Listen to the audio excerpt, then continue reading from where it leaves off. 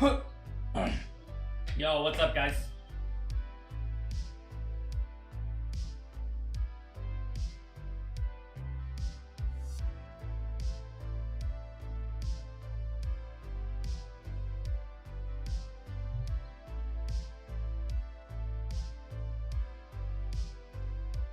Vince, Country Girl, Sam, Quack.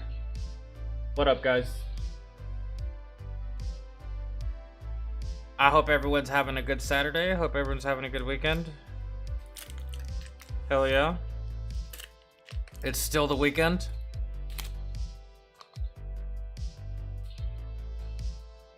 American Brown Guy, what up, man?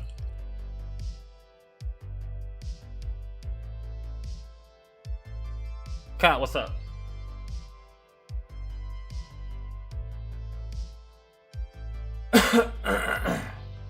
You were happy all day today? Well, that's fantastic, man. It's good to be happy. I'm glad you're happy. Roth, what's good, dog?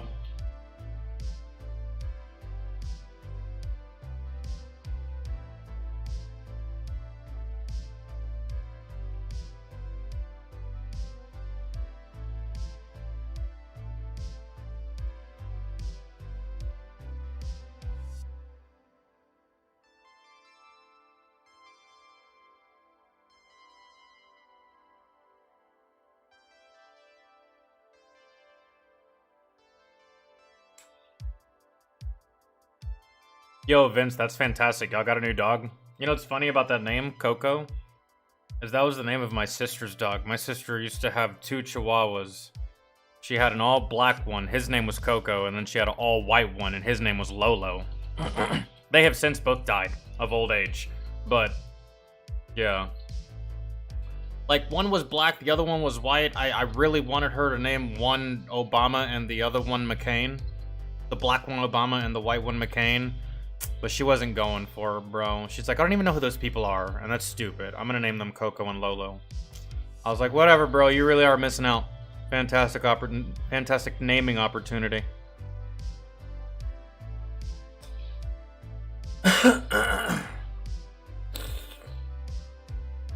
Ajax, I have none of that, bro. Like, none. At all. I mean, I got this trashy-ass fucking pen.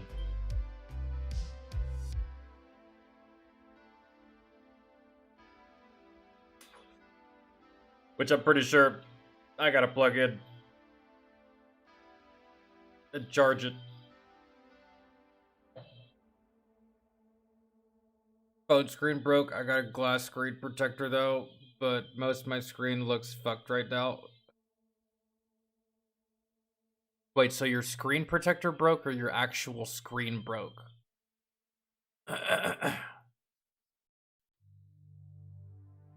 What the fuck is the point of a protector if it's still gonna break your screen? Unless you just recently got a screen protector. Katai, what's up? DeRozier, what's up?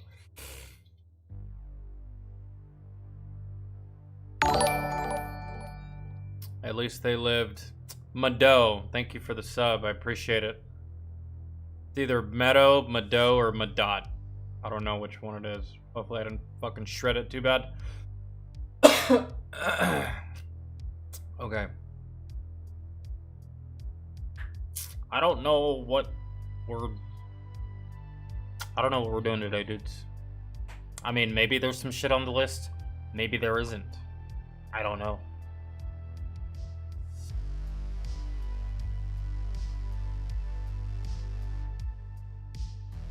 Hope all is good with the kids, Katai.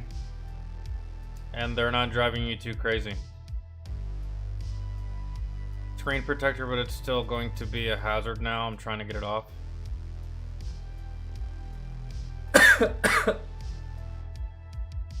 That sounds like a task.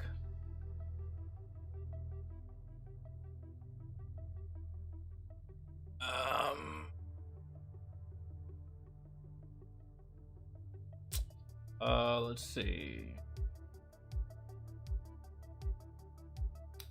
Trying to find the list.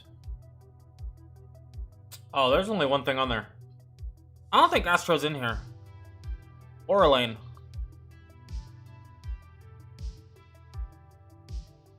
Christian, what's up, man?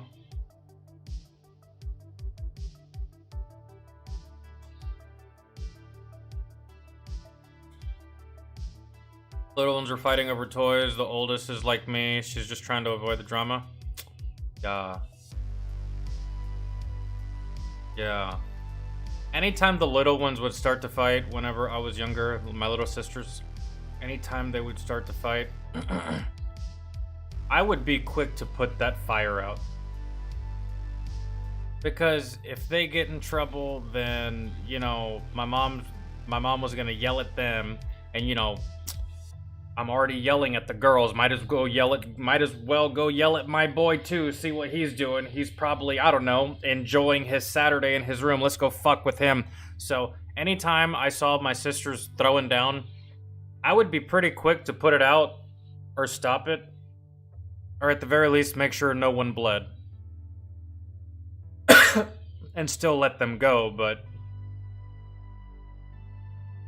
we had to keep shit on the low.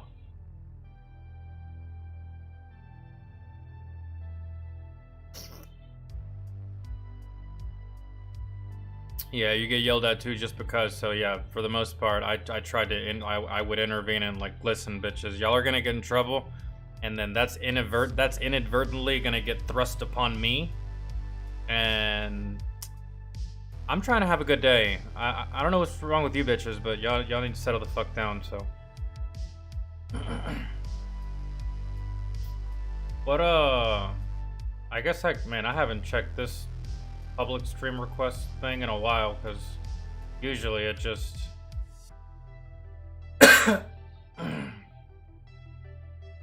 what request did you put in, Vince, and where did you put it?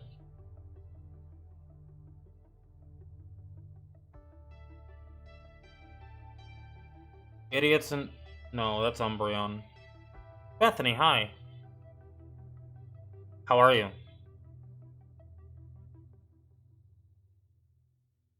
Skull, what up, dog?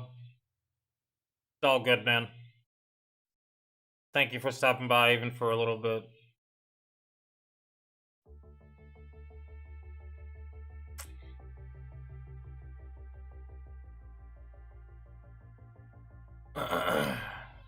I don't know what you're talking about, DeRozier.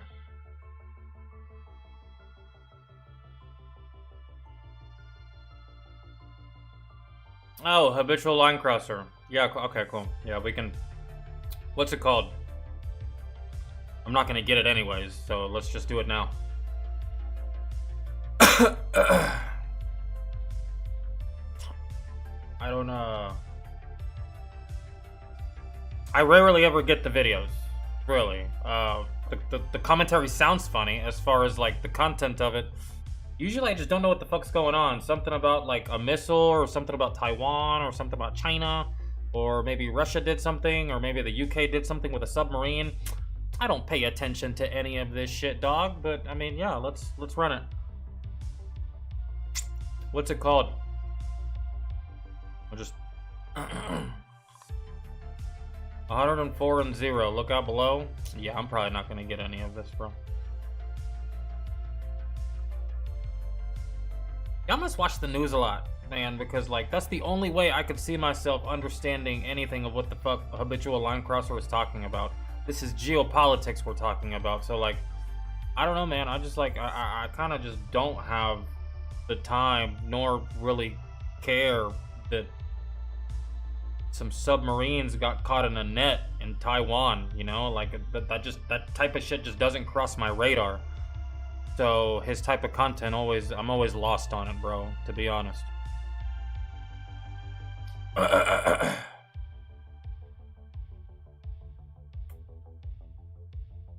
Let's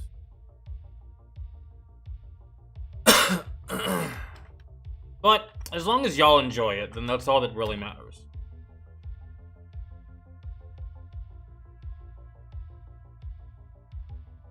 What's it called?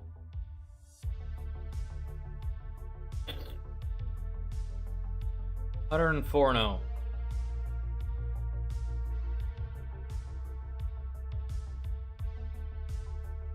Yo, Rare, what's going on? Context is a F-15 has 104 kill death ratio. I feel like I knew that. Kind of. Alright, hold on. Yeah, them bitches have never been shot down, bro. Ever. I don't think. Could be wrong. I gotta go back. I guess we could. I need to remove this. I need to put chat here actually instead. This is just taking up space now. This let's go Brandon thing. I wonder if I can add something while I'm streaming. Can I? Can I add? Hold on. Where's my...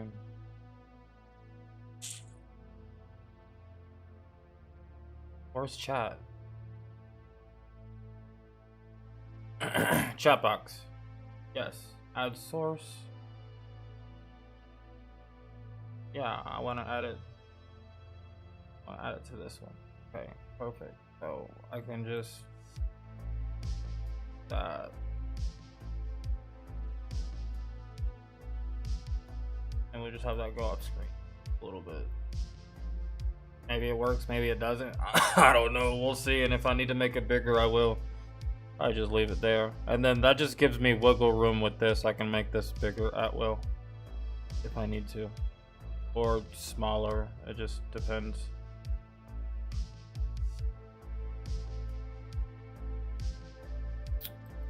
Okay, now I need to bring it up.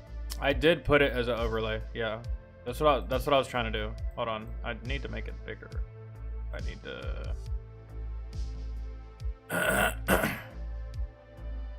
like right,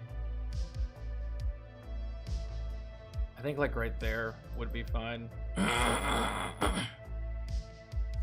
And we'll just see how that goes. And I need to put it under, hold on, what is it under? That's chat box. This is alert. Where's my actual capture? Okay, so I need to make sure that my chat bot is behind, my chat box is behind my screen capture. So that layer would be,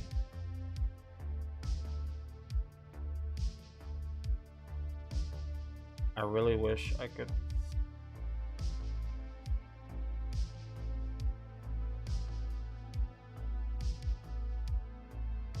Oh no, it's gotta go this way actually. Behind.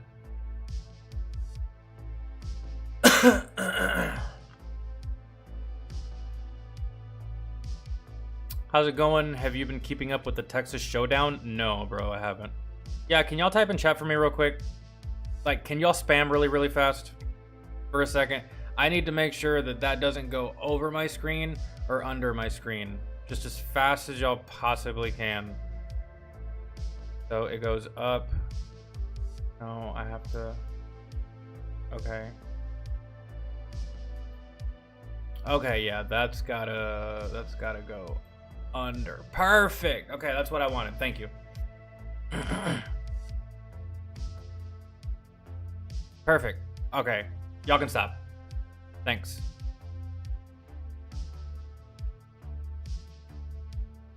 Okay.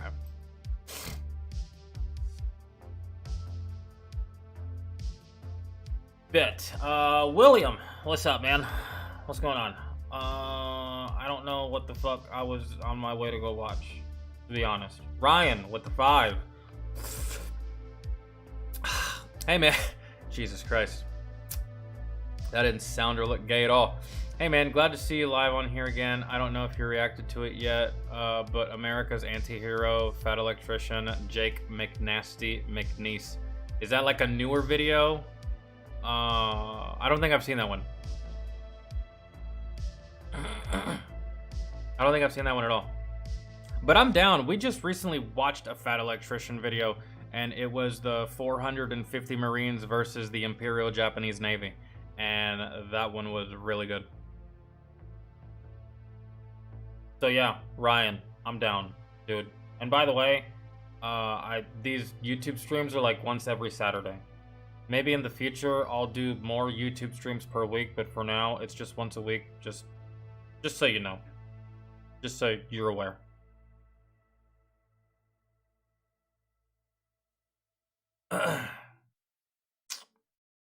Yeah, I was gonna edit that I don't know, do y'all want me to upload Fat Electrician videos to the channel? Cuz we watch them all the time. Like, if y'all watch me on Twitch, y'all see us watching Fat Electrician all the time. Would y'all want me to, like, edit those and upload those as actual standalone videos by themselves? Because I can. I thought about doing the last one, but I was like, nah, man. They just want to see me react to all this other wild shit. I don't think they care. But, I mean, if y'all want me to, I can.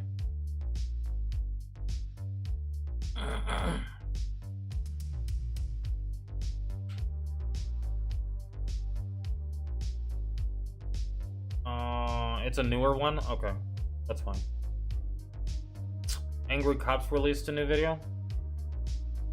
Wait, Angry Cops made a video on the Houthi? The Houthi? What is that? Made a video on the Houthi video? I don't know, man.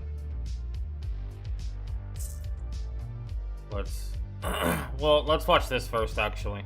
And then we'll do some Fat Electrician, and then we'll do some Angry Cops. This is only a minute and a half.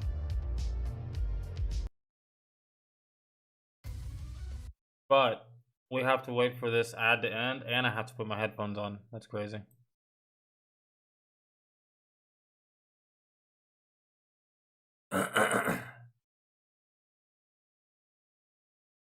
Sure. Katai, I'm down. I literally just saw it pop up. Jaden, what's up, man?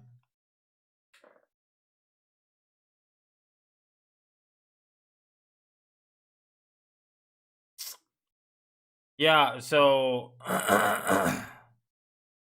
there was a whole bunch of people in my chat yesterday, or the day before, actually,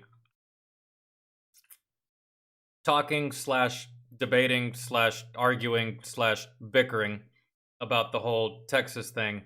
And to be honest, I have no idea what the fuck's going on. Feel free to fill me in on what I need to know. Don't give me emotions or feelings or opinions. Just give me the facts, like what is happening. I haven't looked into it. I haven't watched the news. I mean, it's shown up on my feed quite a few times. I just haven't clicked on any of the videos. So, feel free. I have no idea. Don't know.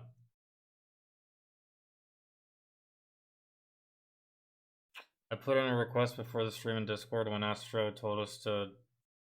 Okay, well, if you put it in the Discord, then it should be in the Discord. And I'll just, I'll look at it here in a minute. But this is the first one we're gonna do.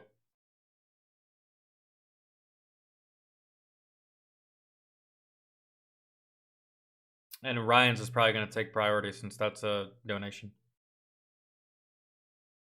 Uh-huh.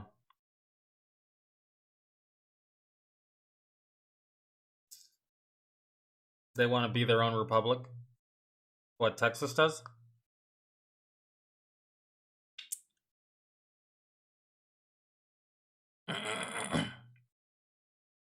They tried that in 2021? What, are they trying to... I'm sorry. Are they trying to secede from the US? Is that what they're trying to do? Like, they just want to be their own thing? They just... So, like they don't want to be American? Like, they just want to be, like, their own little territory? And what are they going to be called?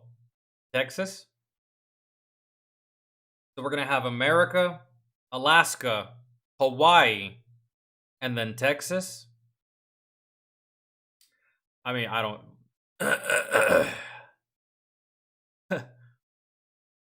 Texas stan? Texan stan? Fucking... Okay. So, Republic of Texas. Okay. So, that means That means that they would no longer be they would no longer receive money from the federal government as well, correct? Isn't that what that means?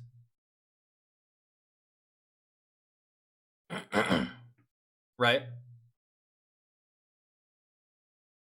You don't get, and on top of that, you don't get to decide what happens in this country either. So will the residents of Texas even get to vote? You're no longer Americans. You're just a territory. You're effectively a bigger version of Puerto Rico.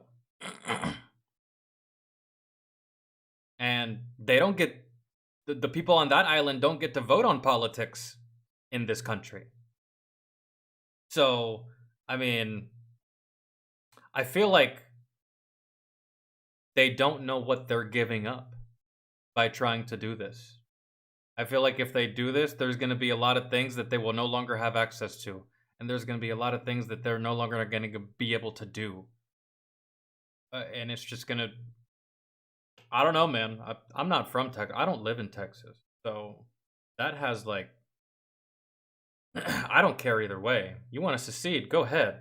I just feel like that's going to have negative ramifications for your entire population.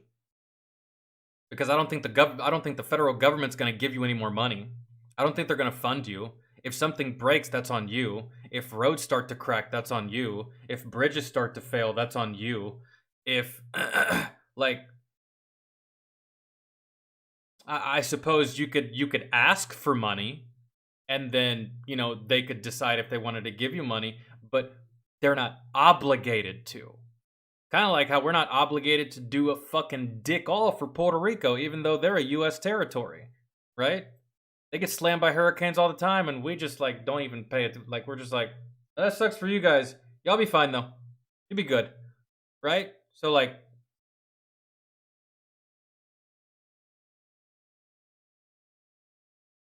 and, like, what about military bases? You're gonna have to move these military bases, because you can't have these military bases in a place that doesn't answer to. You'd have to move these military installations.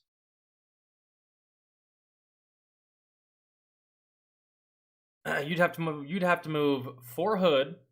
You'd have to move Fort Bliss, and then you'd have to move, bro. They train Air Force in San Antonio. That's where Air Force does their basic training. Like, that place is massive. I don't think this is going to happen.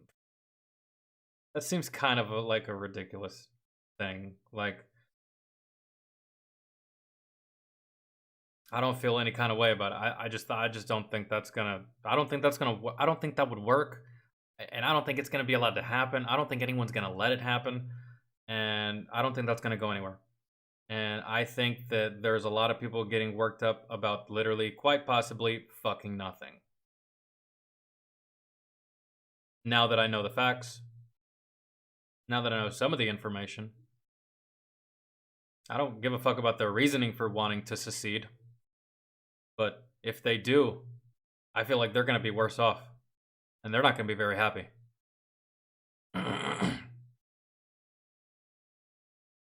But that's just me. Oh no. Now let's see about this F-15 that has a 104 KD ratio. How about that? Hold on.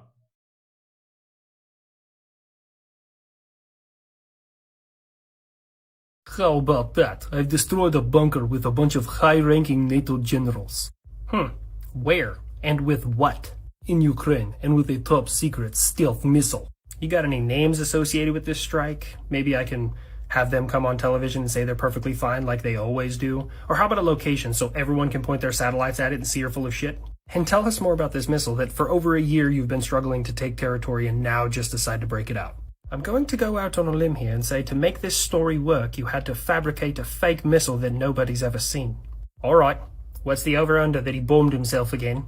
Oh, give me some of that action. I'll put some Timmies on it. Put me in for 5. I'll say that he didn't bomb himself, but he has fabricated this missile. Oh, very funny. How's your Patriot system? Getting bored and impatient. You run out of missiles already? How's your S-400s doing? I'll answer that for him. They won the coin toss and elected to receive. Gimler says, fuck your couch. Damn, bro. That's probably why India said no thank you to the S-400 and signed a deal with me. And now you got F-16s that'll be coming soon? Oof. 104 and 0, look out below. Somebody say F-15? Not before me, old man. We had a deal. Everybody relax. I said F-16s. By the way, Eagle, you mind taking the Raptor out, let him stretch his legs a little bit, maybe do some dogfighting? Kid's getting cooped up. Well, alright, if you say so. Come on, Raptor, I'm gonna show you the maneuver that made Saddam fire the commander of his Air Force. No living being should ever eat processed food for every single meal of their life. Okay.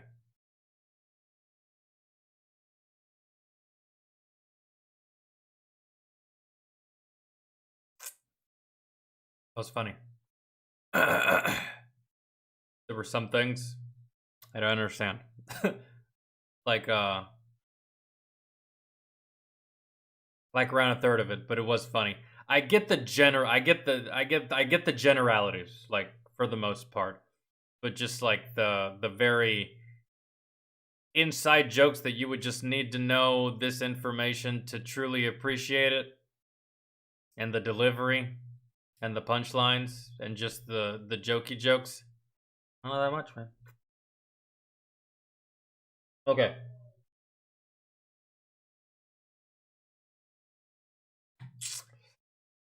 What was damn, that's crazy. I think there was only just one thing. Vince, did you ever tell me what you ended up across? It was this, actually. No, that's all music.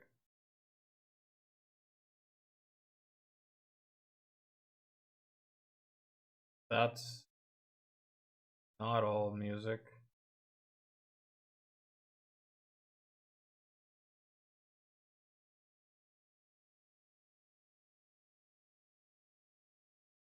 Oh no, we got Fed Electrician up next anyways.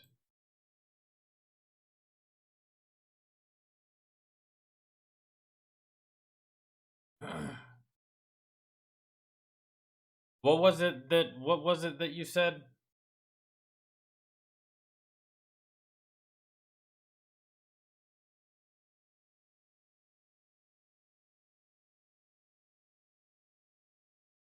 Let me just type in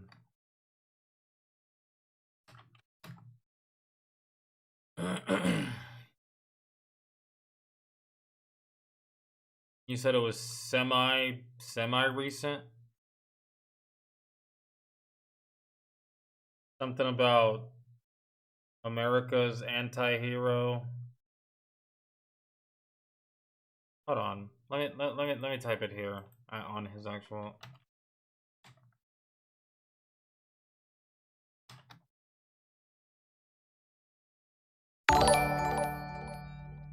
There it is. Okay. And let me actually let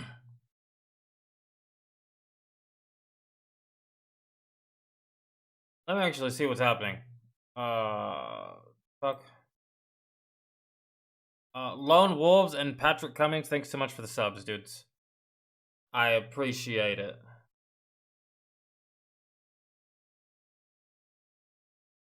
Yeah, there's been people looking for you, Astro, to request shit. I'm just going off these random lists and Discord that look like spider webs.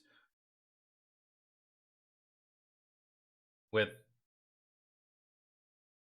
I don't know what you and Elaine got going on, but y'all sure do DM a lot.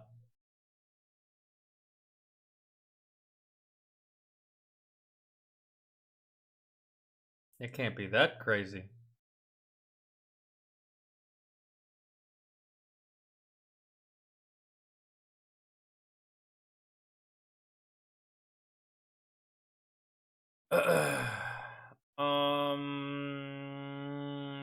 Okay. Well, I found it.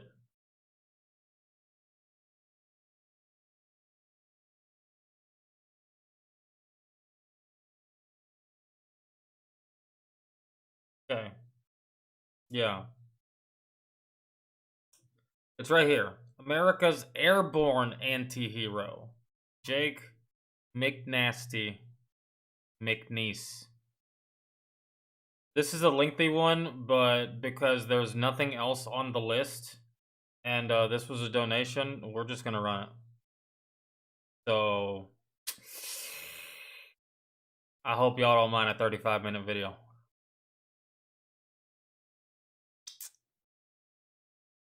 Not to mention, these streams are more for me anyways.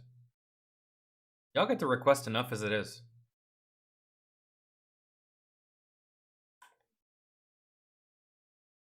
Yo, Ken, what's going on, man? Captain Z, what's good?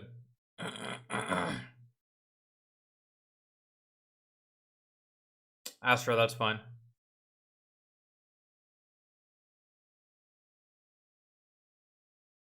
I need to, before we start, let me go ahead and pull this up. Do y'all want big face cam or do y'all want little face cam for this? With little face cam, the screen's bigger. Y'all can see more of Fat Electrician and his video. Or we can keep it like this. It's entirely up to y'all.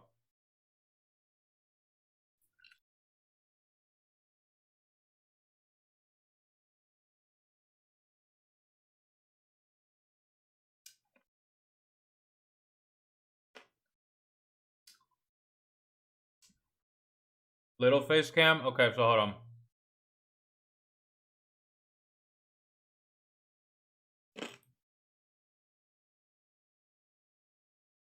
This right here?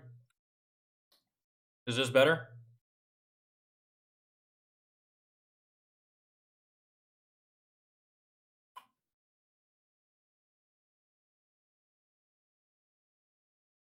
That's why, despite the massive criminality and corruption of the Clintons, the Bidens, the Obamas, and all the rest, none of This is hands down going to be the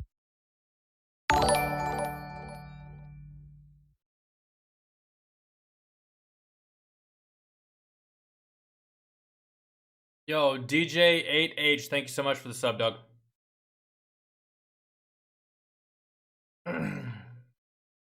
Probably why I like you. I don't like women at the moment. Just at the moment. I feel that. It's not like you're going to the other team. You know what I mean? It's just like, you know, took a break. They done pissed you off to the point where you need to take like a sabbatical.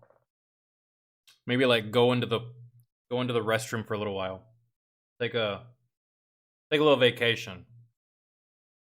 I've been there. I gotta get some drink, man, before we start this, and I need some more lollipops. Paying for tobacco, and I don't have any, so.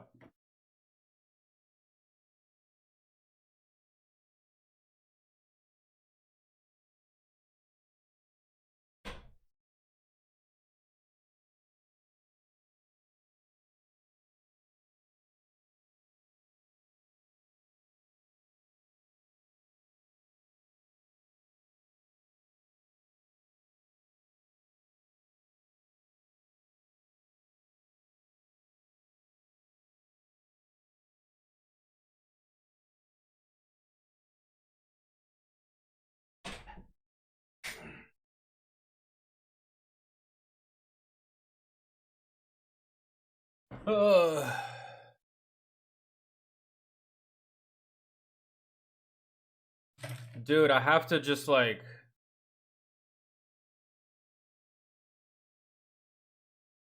I have to keep my mouth busy. Cause like I want chewing tobacco so fucking bad right now, dude. It's not even funny. And I'm trying to like cut back, and I have cut back quite a bit. I've made significant progress. And if I keep up this pace, I can be completely off chewing tobacco by, I don't know, in like 6 months maybe? Maybe a year? It's a process. But, because I can't just quit cold turkey, dude. I think I'd die. So,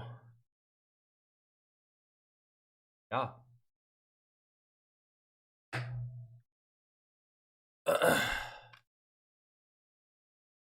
Get you some big league chew.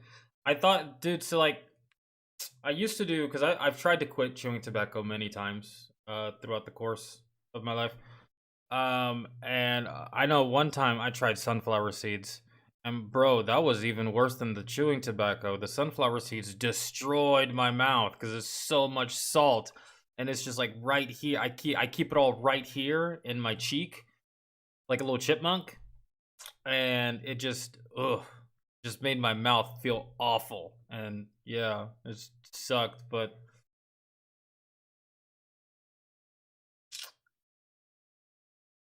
Zen, yeah, I've tried Zen. It shit doesn't fucking work, man. For me, I could go through, bro. I could dip a whole pack of Zen in 45 minutes.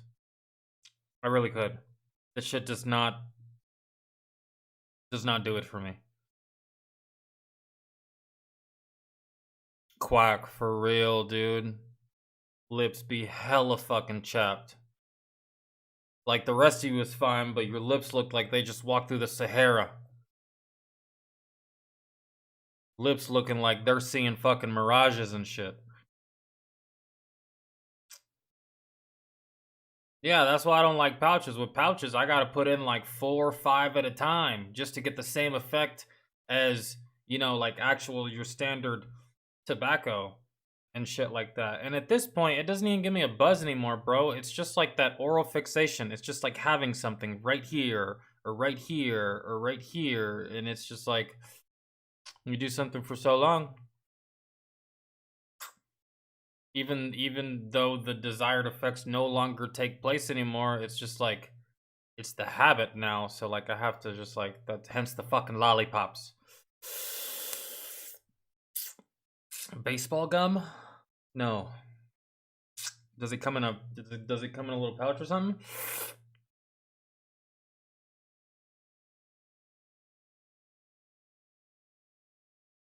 And like, dude, I've been clenching my teeth too.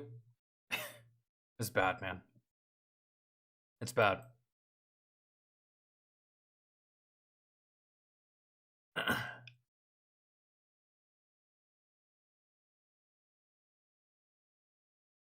Okay, here we go.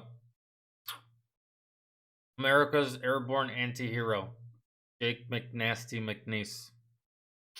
I can't wait to find out how he got the nickname McNasty. The longest video I've ever made. I should probably pee first. Hold on. That's what Big League Chew is, but well, yeah, oh, duh, yeah, I knew that, but no, bro, if I'm gonna chew gum, I'm just gonna chew gum. That's it, really. I need to get me like a. Like Tic Tacs. Just like, not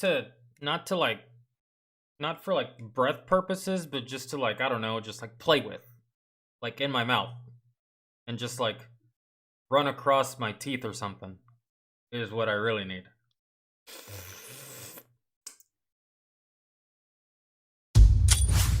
Today we're talking about America's airborne anti-hero. Ladies and gentlemen, James Elbert McNeese, aka Jake McNasty, the leader of one of the most notorious military groups of all time, the Filthy 13.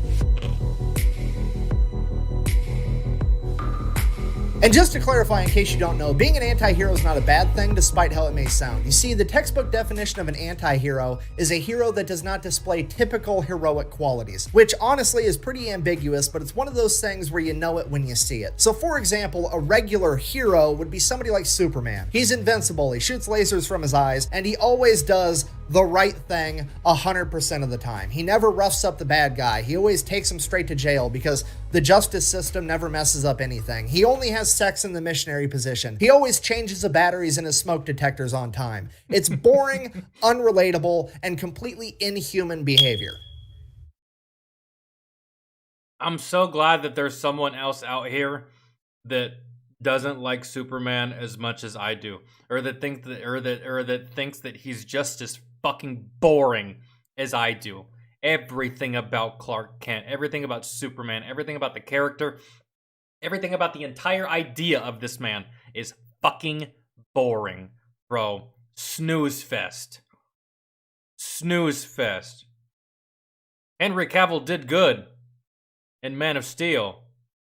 And for all intents and purposes, there was some decent stuff for Justice League, and especially the Snyder Cut. But the character, bro, is just fucking boring. Man, that's it. I don't know how else to say it. It is. Fuck Superman and fuck Lois, bro, and fuck Metropolis. The whole city's fucking stupid. You mean to tell me you can't recognize this man just because he put glasses on? It's stupid!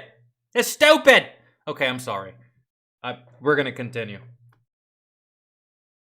Anyways, and then you have the anti-heroes, the fan favorites, the characters with human faults that they not only overcome but turn into their advantage. Characters like Wolverine with his bad attitude, Deadpool with his morbid sense of humor. Hell, even Batman is an anti-hero because at the end of the day, it's more relatable to do karate in your garage, dress up like a bat, and then run around town beating up clowns and dudes on steroids than it is to be perfect. Yup! So I guess what it means to be an anti-hero is that you always... Well, Batman also has the attitude of, like, Batman also has the attitude towards his villain sometimes that he's not going to kill him, but he also doesn't have to save them if they're in mortal danger. Something that Superman would never do because he's just a pussy-ass little Boy Scout. But that's neither here nor there.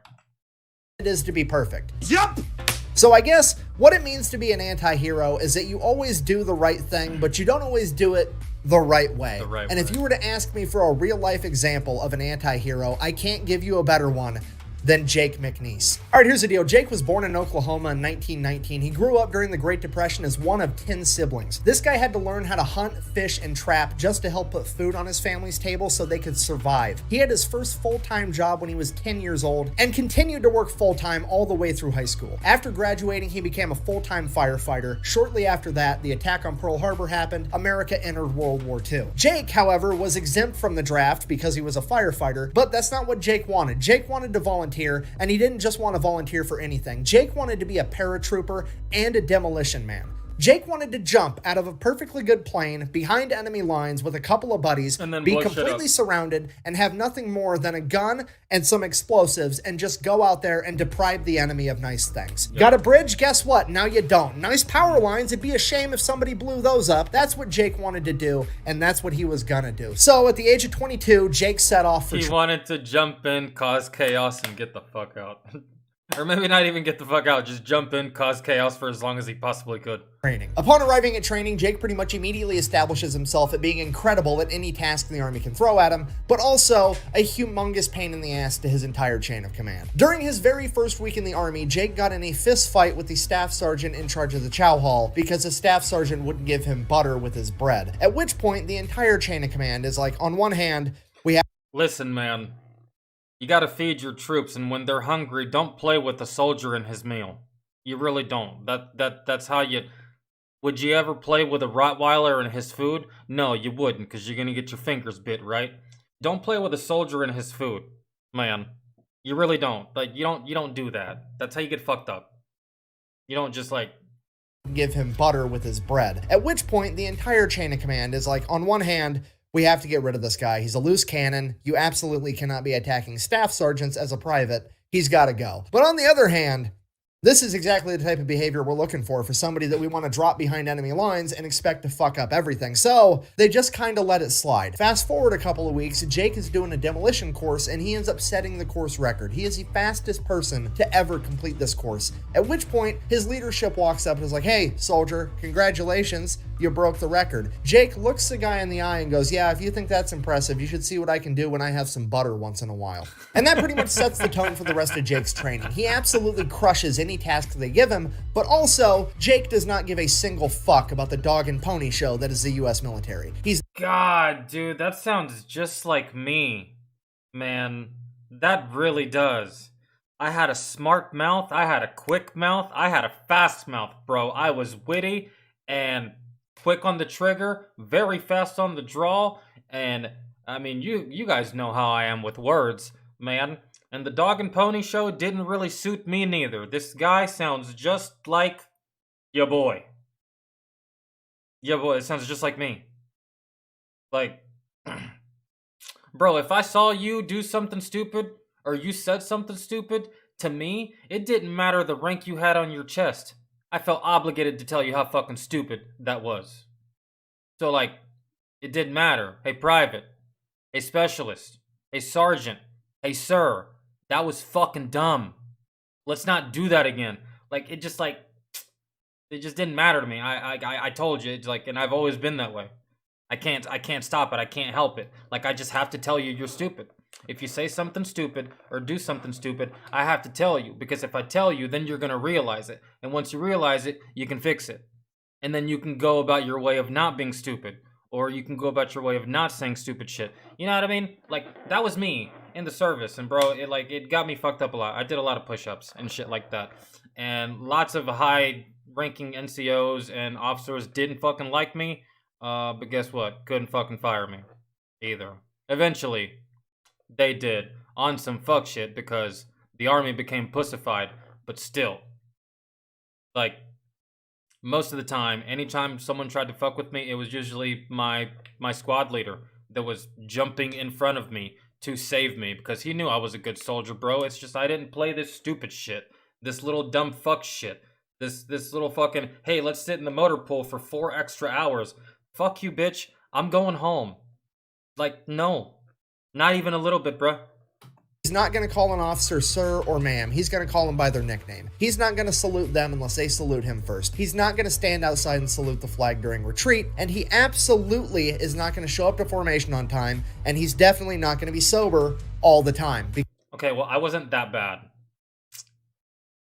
But I was kind of like this guy to an extent, bro. That Dog and Pony show did not suit me, man. Everyone's just like standing in formation at 4 o'clock for a 5 o'clock formation. You know where my ass is? In my car. I'm not about to stand out there in Fort Stewart, Georgia in 120-degree weather for a whole ass hour, waiting on a first sergeant that might not get there, and a commander that's too stupid to know what's happening. No, I'm sitting in my car until 4:55, and then I'll walk up to formation. Like, got me fucked up, bro. That's the kind of dude that I was, really. I wasn't that bad. Like, I did some shit, but this guy's out of control.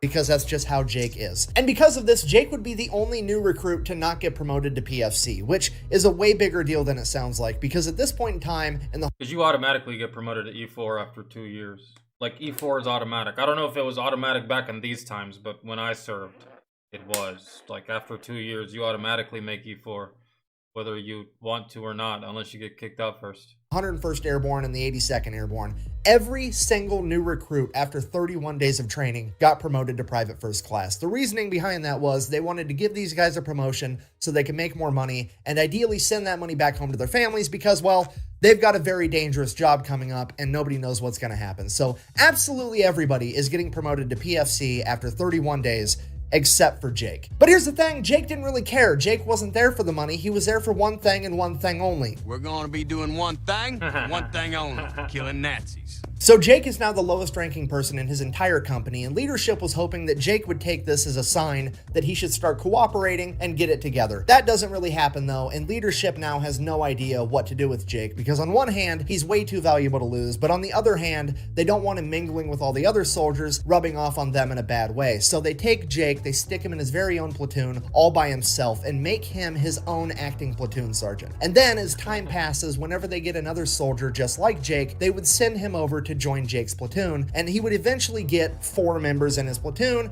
counting him for a total of 5, and they would become known as the Dirty Five. And from there, things would obviously get really out of hand. Fast forward, Jake and his men finish the first phase of their training, and they are given a pass to go out. They should have spread these troops out across 4 separate platoons. Instead, they put them together. But putting them together probably was the best choice imaginable, given how this is probably going to play out. Out on the town one last time before they have to go to Fort Benning for airborne school. So Jake and his men, his men that all outrank him because he's still technically a private, but he's also somehow their platoon sergeant. They all go out, they go to the bar, they get drunk. They end up running into some MPs.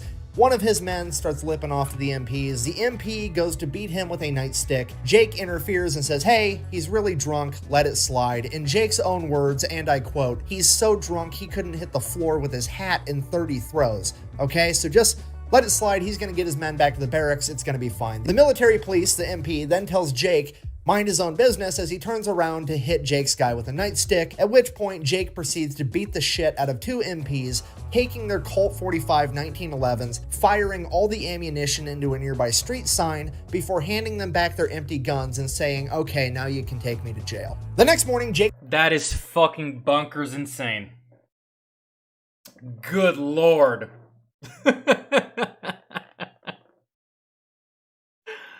Oh my god. Yo. Military has changed, bro. That is a court-martial offense today. Hell, that's a court-martial offense right then and there at this current time. Man, that's wild. The most I ever did was I lipped off to a couple of MPs one time. And they were like, what'd you say, Private? And I was like, nothing that you're gonna do anything about, so don't worry about it. That was it, right? But never this. Never this. Colt 45 1911s, firing all the ammunition into a nearby street sign before handing them back their empty guns and saying, okay, now you can take me to jail. The next morning, Jake's commanding officer shows up to the stockade to talk to Jake, and he's like, look. Jake would have been one of those people that would have gotten the option, like, maybe not during this time, but maybe during, like, a further in the future. Because this was kind of sort of a thing before I joined.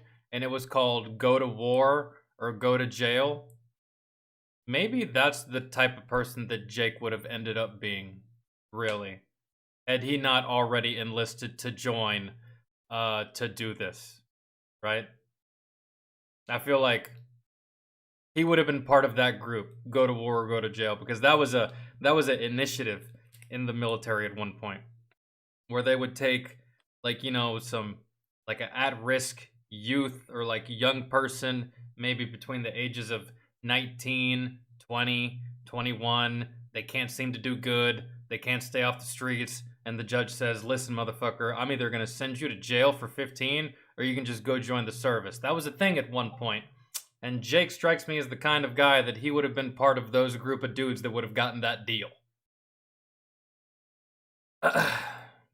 Look, not surprised you're here, don't really care what happened. Here's the deal. The Japanese have the world record for the longest ruck march, and I want to break that record by having a group of guys march.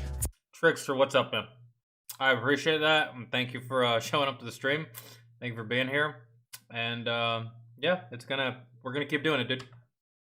World record for the longest ruck march, and Jake's commanding officer shows up to the stockade to talk to Jake, and he's like, look, not surprised you're here, don't really care what happened. Here's the deal. The Japanese have the world record for the longest ruck march, and I want to break that record by having a group of guys march from here all the way to Fort Benning, 136 miles, and I think you and your men are some of the guys that are going to be able to pull it off. Are you in? At which point McNeese is like, 136 miles isn't a problem at all. I won't change my socks, and I won't even get a blister, which, if you've never been in the military and you've never ruck marched, saying that you're not going to change your socks or get a blister on a 136 mile fucking ruck march is asinine. Is asinine and probably borderline delusional. Is an unprecedented amount of shit talking. It's like a NASCAR driver saying that he's going to win the Daytona 500 without having his tires changed a single time. It's like going out drinking, ending up at Taco Bell at 2 in the morning, eating a bunch of steak quesadillas, waking up the next day, taking a shit, and not wiping, okay? It's not possible. So then the commanding officer is like, great, cool, I'll see you at the ruck march. We're going to go ahead and leave you in the stockade for the next 10 days. Until then, though, Jake's like, cool, no problem, I'll hang out. 10 days later shows up. Jake is in a prison uniform with a giant P on the front, and 3 MPs show up with 12 gauge shotguns loaded, and they escort Jake to the starting line of this fucking ruck march like he's Hannibal Lecter. There, he changes into a normal uniform and takes off on a 136 mile ruck march to Fort Benning so he can go to airborne school. And sure enough, true to his word, Jake is one of only 75 men to finish this ruck march, and he did not change his socks, and he did not get a single blister, which I cannot stress to you. How is that even possible? He didn't change his socks, didn't get a single blister, probably didn't even put Gold Bond in his boots. Like, nothing. And this is way back when, man. These are when boots were really uncomfortable. Boots sucked. Boots were shit. Compared to the boots we have now, like your Blackhawk boots, your Under Armour boots, fucking Nike even makes fucking combat boots now, man. Right? So that's probably in his basic training boots, which are the most uncomfortable boots you will ever wear your entire life if you join the service. That's why everyone always ends up buying new ones. Because the ones they give you in basic training are absolutely dreadful. It's the worst shit ever. That's insane. I would not volunteer for this. I'm not that gung-ho. I'm not that fucking star-spangled awesome. And I am not that much about the military life to do that on my free time. 136 miles. From wherever the fuck they were. Where were they? It's 101st, so they're in Kentucky. From Kentucky to Georgia. On a ruck march. You got me fucked up. I'm not doing that. You call me a bitch all you want. That's fine. Probably wore wool socks. Does that make a difference? Yo, Candy, what's up, man? You enough is a superhuman feat. So Jake and his men go on to do airborne training, absolutely no problem. Nothing really of note happens here except God, he did a 136-mile ruck march just to get there to do airborne school. the fact that Jake is still a private and has still not been promoted. Like, dude, if I do a 136-mile ruck march, you best believe I'm taking the whole ass next day off. But this man is something else. In any way. After completing airborne training, Jake and his men are going to go to Camp McCall, North Carolina, where they are to receive expert saboteur training. They'll be receiving extra training in demolitions. They'll be receiving training in how to drive tanks, how to drive bulldozers, how to drive excavators, how to drive trains. Pretty much anything and everything they could teach these guys to be able to wreak havoc on enemy infrastructure is what they're learning in Camp McCall, North Carolina. Jake and his men continue to do what they do. They wreck every task that they're given. It goes perfect. Jake and his men are now about to go to England, at which point they are given one last pass to go out on the town one last time before they ship off. So Jake and his men go out drinking. Somehow or another, they end up at this little tiny diner neighboring a train yard, at which point one of the trains pulls up, stops, walks across all the other tracks, and the conductors go in and they start eating at this diner. Jake is super drunk and he's like, I don't want to walk back to the base. I'm stealing that train. And that's exactly what he does because the army just taught him how to drive trains. So Jake proceeds to steal a train and drive it all the way back to just outside of Camp McCall, where he abandons the train, goes in, and goes to bed. But everybody knows Jake did it. Nobody's turning him in, so Jake gets away with it again, and now Jake and his men are off to England. So Jake and his men arrive in England. At this point, Jake has 13 men in his platoon, including himself, and they all come to the same exact conclusion. English food fucking sucks, which is on par with every opinion of it I've ever heard, which seems weird to me because it's a country that took over most of the known world for the sake of trading spices, and apparently nobody came to the conclusion that, hey, maybe you should put some on the food, but whatever. Because the food sucks, Jake decides, hey, I'm a master at hunting and fishing and all this other stuff. I'm just gonna kill enough animals to feed my entire platoon by myself. And that's exactly what he does. The only difference is he has military grade equipment to do it. Jake is going out in the woods at night with a spotlight and an M1 Garand, and as soon as a set of eyes looks at him, it's getting blown to smithereens. Jake has his men going out fishing with explosives, okay? They are eating. Jake and his team are out there committing so many crimes right now against like fucking hunting laws, but then again, who knows? Maybe hunting laws weren't a thing. Maybe everything was in season back in these times. So who knows? And they were just going to fucking town.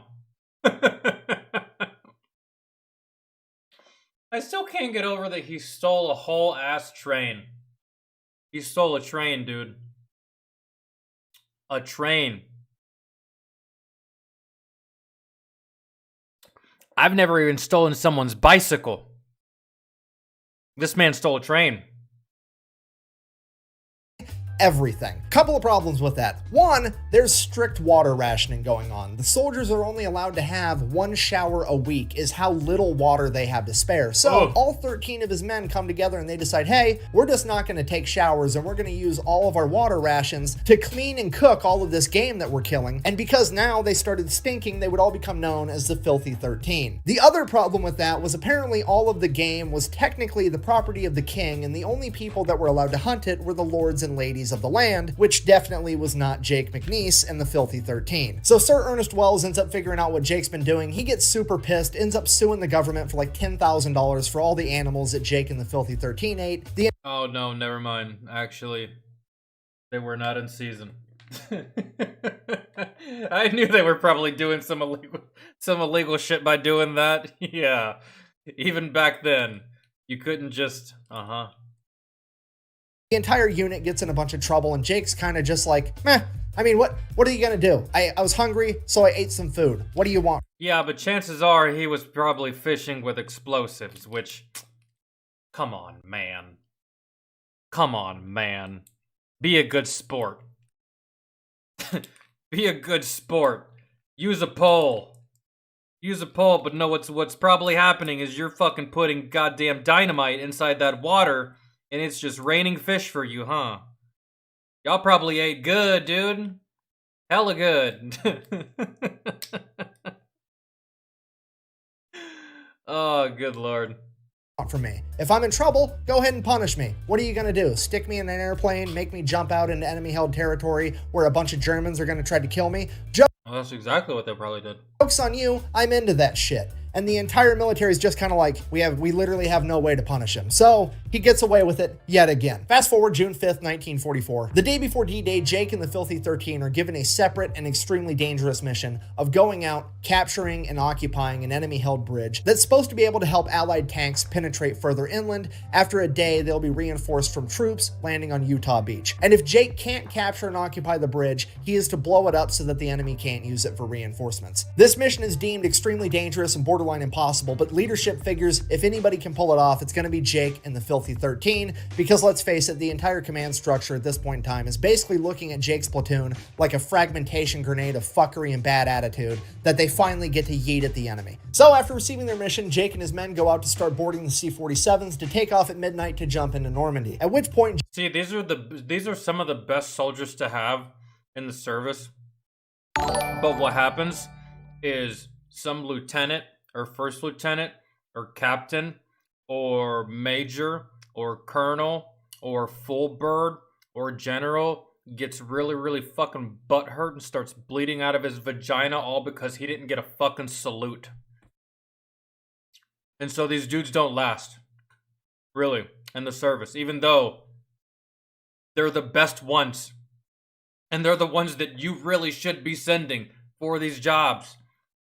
Especially the ones that are very, very high risk. Jake decides that he's going to whip out his straight razor and shave himself a mohawk. He tells everybody that he's part Choctaw Native American and he wants to honor that heritage. However, in reality, while he was part Choctaw, he had heard that Germany had a lice epidemic and wanted to go there with as little hair as possible. Regardless, his men followed suit and all shaved mohawks. They then began donning black face paint, at which point Jake is like, this is cool, but we can make it cooler. So he goes over to the C-47 that had a fresh white stripe painted down the side of it to identify friend from foe, and the paint was still wet. So he runs his fingers through the paint and goes around painting all of his men's face with white face paint as well. Unbeknownst to Jake and the Filthy 13, there were camera crews there taking pictures and recording them, and they would actually end up going viral, and the entire nation would be captivated by the unique and dangerous look of these men as they prepared to jump into enemy-held territory. So much so that it would actually... They look like psychopaths, bro. Inspire a movie to be made known as The Dirty Dozen, and Jake and his men would be none the wiser to any of it until after World War II. June 6, 1944, Jake, the Filthy 13, and 18,000 other paratroopers take off in C-47s as they prepare to jump behind enemy lines before the amphibious invasion at D-Day. About 20 miles from the targeted drop zone, Jake's plane gets hit with enemy flak fire and is losing altitude, and they have to bail out early. Moments after McNeese jumps out of the plane, the entire plane explodes, killing some of the Filthy 13 and scattering the rest miles apart. So Jake lands, he's completely unharmed, and he has all of his equipment. The only problem is he doesn't have any other Americans anywhere near him. So he just kind of takes off. He gets in a couple of long-range firefights with the Germans, takes a couple of them out in close quarters combat, and he's just going around trying to find any other paratroopers to group up with. And it's going on for hours and hours, and he can't find anybody. And he's starting to think maybe the whole thing was a catastrophe. Maybe it got called off. Maybe I'm the only guy out here right now. What am I gonna do? And he finally comes across one other American paratrooper. That's all you and it's need. A machine gunner that lost track of his machine gun during the jump, and this guy is running around Normandy with nothing but a belt of machine gun ammunition and no gun. And Jake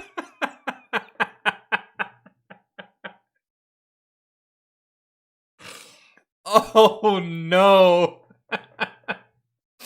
Yo, I can't imagine being in Afghanistan and some shit goes down and I run up to my homie that's supposed to have an M249, but he just has ammo with no 249, and I'm just like, yeah, I think this is it for us. I think this is where we die. This is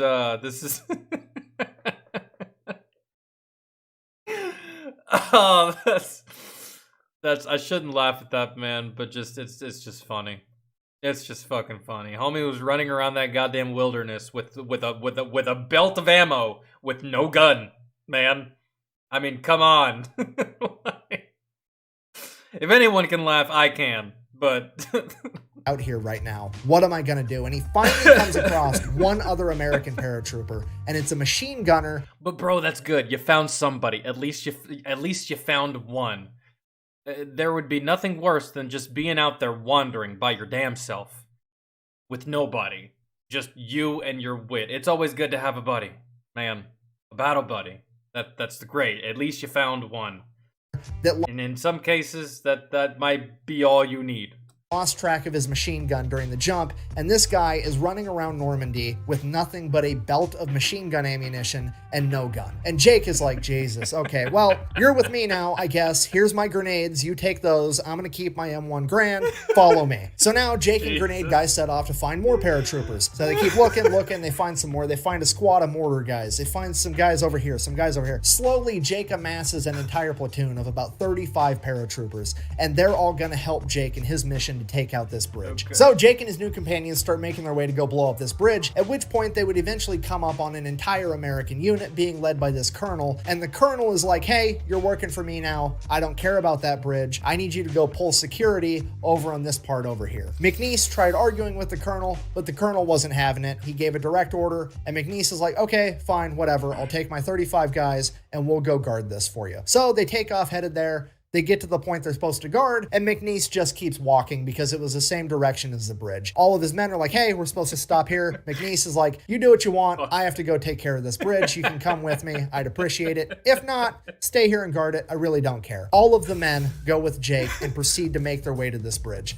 So Jake and his men show up to the bridge, they capture it, they build up some fortified fighting positions because they now have to hold it for a day until reinforcements from Utah Beach can arrive. So dude, Jake McNeese, man, like, I can see it now. I can see him at a court martial, and they're just like, you defied this order, this order, this order, and this order. And then Jake is like, orders? This whole time I thought those were recommendations. I thought those were opinions. I just been doing my own thing, man. What do you mean, orders? I thought that was just your idea, and I just chose not to take it. What do you mean, orders? Like, I could just see it now. Oh. I didn't know orders was a thing. Who takes orders? What are you talking about? Germans start showing up. They fight the Germans back every time. One day passes, no reinforcements. Day 2, they keep fighting the Germans back, holding the bridge, no reinforcements show up. Day 3, the Germans are now on the other end of the bridge with Jake and his men over here, and it is just no man's land in between on the actual bridge. When suddenly, an entire squadron of P-51 Mustangs comes up and blows up the entire bridge, because apparently the American leadership determined there's no way Jake was going to be successful in his mission, so they blew up the bridge anyways. Thankfully, Jake and his men would make it out okay. None of them were harmed in the blast from the P-51. Now, at this point, Jake decides, hey, we're going to continue to hold our position here because if anybody is going to try to cross this ravine, they're going to do it right here where the bridge used to be.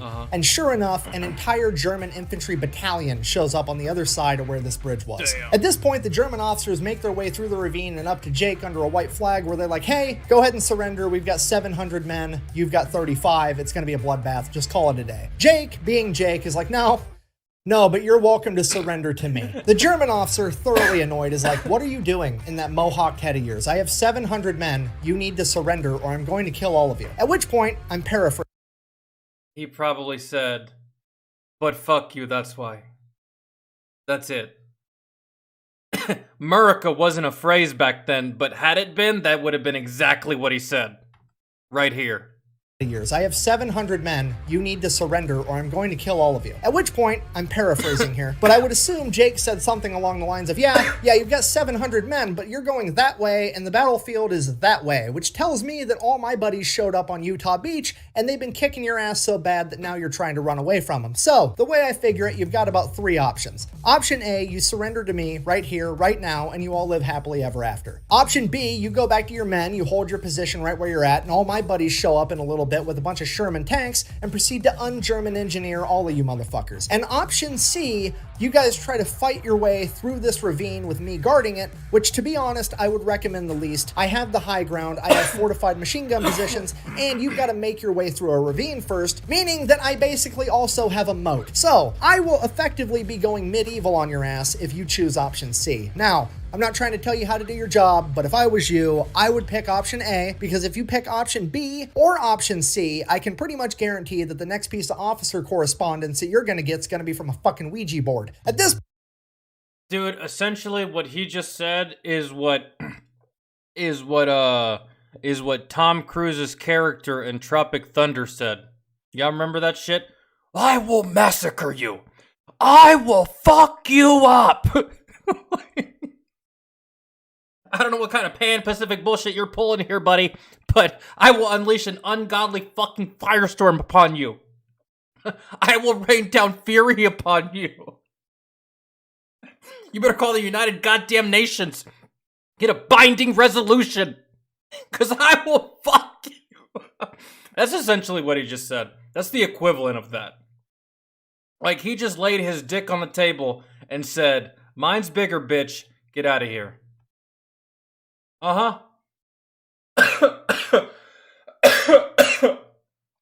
I would pick option A, because if you pick option B or option C, I can pretty much guarantee that the next piece of officer correspondence that you're going to get is going to be from a fucking Ouija board. At this point, the German officer storms off with his hair on fire. He's absolutely pissed. Jake then goes over to his men and he's like, hey, get ready for a fight. I'm pretty sure I just poked the bear. We'll see what happens. Sure enough, like an hour later, 700 German infantrymen proceed to take off and attempt to bum rush Jake and his men in their fortified fighting positions. Now, I don't know what you know about military tactics, but generally speaking, it is a terrible idea to run face first into machine gun fire. It's also a terrible idea to try to fight the enemy when they have the high ground. If you don't believe me, ask Anakin. But or literally play any video game, first-person shooter ever. Bro, yes. I don't know what their thought process was. There was like, there's 700 of us. Yes, some of us will die. But eventually, one of us will reach it, right? No, bro. No. running face first into a fortified machine gun position through a moat while they have the high ground, and the men running the machine guns are under the command of some American with a mohawk, Native American face paint, who everybody calls Jake McNasty, is literally a lifetime supply worth of shitty ideas. Jake and his men would hold their fire until the majority of the Germans made their way into the water, at which point they would open fire with 4 heavy crew-served machine guns, 2 mortar tubes, and a bunch of small arms, effectively mowing down and decimating the entire German battalion. On that day, Jake and his ragtag group of paratroopers were credited with removing 700 enemy combatants from the field. Shortly after that, the reinforcements from Utah Beach show up. Jake goes over to a small town. They get put in a holding. I mean, on the German end, I will say that is some dedication. There were 700 of you, and 700 of you died. at no point did any of you retreat, and at no point did any of you survive or crawl away or decide, maybe this is a bad idea. At no point did none of the 700 Germans think to themselves, we have put ourselves in a very fucked up position, and we're fighting an uphill battle that is more than likely impossible. 700 willingly went in, and 700 never came back out. That's crazy, man. That's crazy. The self-preservation was not there. Really. Surely, bro, you see like the first, 200 get mowed the fuck down with relative ease and you did nothing. Don't you think it would be a little bit better to, save some manpower and some life for another day? But no, y'all just went, man. Y'all just went wave after wave. Dead. Dead. Dead. Dead. Dead. That's crazy. That was a crazy play that y'all made there. And it didn't go good. That's wild. That's what that was y'all's plan. That's what y'all decided to do. It's astounding, actually, when you say it out loud like that. Position for a little while. Then Jake's small group of ragtag paratroopers all get evac'd, where they get broken up and sent back to their original units, where they get regrouped and refitted to return to war. Jake McNeese would find himself getting evac'd all the way back to France, where he would be reunited with the 5 surviving members of the Filthy 13, as well as receiving a bunch of new recruits for his platoon. At this point, they had a couple weeks off where they could drink, relax, do whatever. Jake's going out, he's getting drunk, he's having a good time. Then he would receive word that his platoon is going to be partaking in a new airborne operation referred to as Operation Market Garden, the largest airborne operation in human history, with 38,000 paratroopers jumping into Nazi-occupied Holland. Hearing that he was going to be jumping into Holland, Jake figured that he was going to be engaging in a lot of close quarters combat, so he opted to turn in his M1 Garand and get a Thompson, which is exactly what he did. He then received word that his platoon, being the bridge experts that they are, were going to have to go out, capture a bunch of bridges, defend them, and or get rid of them until they heard word otherwise.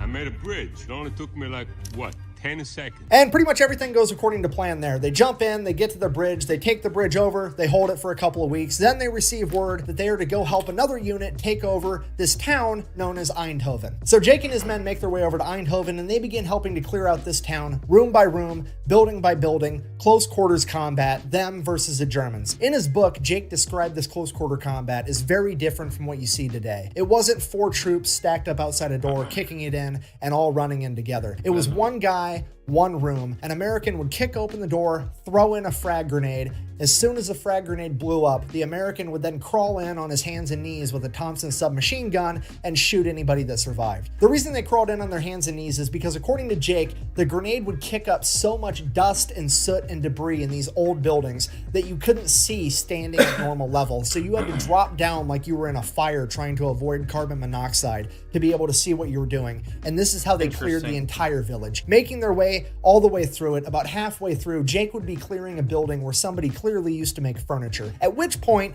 Jake would find a chicken. Now, this chicken had 6 eggs. Finding eggs in the middle of a war zone in World War II was a big deal. Nobody had eggs, and Jake fucking loves eggs, okay? This is amazing. Only problem, he's got to figure out how to get these 6 eggs all the way through this village without breaking them. So he thinks for himself to a second, maybe I could leave the eggs here and I'll come back for them later. And he's like, no, that's not going to work, because one of these other paratroopers is going to find my eggs, and these are my eggs, I want them. So he takes all the eggs and sticks them in the cargo pocket of his pants. No. And then every time he clears a room, rather than crawling in on his arms and legs, he slides in on one side, the side without the eggs, to ensure that he doesn't damage any of his precious eggs, which is the most gangster shit I've ever heard in my entire life. This dude is going toe-to-toe in close quarters combat against enemies with submachine guns trying to kill him, and his primary concern is not is fucking eggs, and he's putting himself at a disadvantage by moving in an awkward way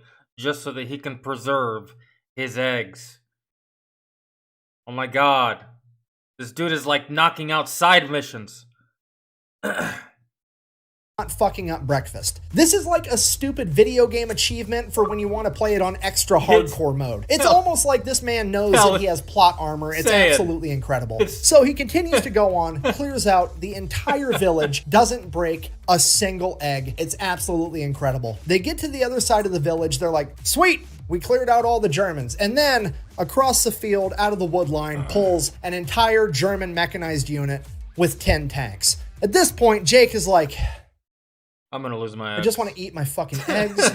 This sucks. So Jake and the Filthy 13 go to work. Being the demolition men, it's their job to go around to the tanks and disable their tracks so they can no longer move. And then the infantry's going to come in with their flamethrowers and cook the enemy out. And that's exactly what happens. Everything goes according to plan. They take out all 10 tanks. Not really that big of a deal. Jake reaches into his pocket. Tragedy strikes. He's broken a single egg. It only took 10 German tanks to make this guy fumble enough to break a single egg, and he got to enjoy 5 eggs for dinner that night. Jake and his men would then adopt a holding position where they would chill out for a little bit, hold their position until they got evac'd again for yet another huge mission where Jake and his men would find themselves back in France for a second time. So Jake and his men find themselves at an army base right outside of Reims, France. Obviously, Jake and his men want to go drink in town. At least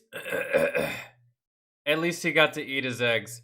And let me tell you guys, that is impressive.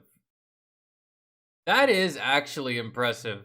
As someone who's deployed before and worn full combat gear and just been having to run up and down a street or run up and down an alleyway or fucking just do shit, get out and do shit and fucking interact with the locals and stuff like that.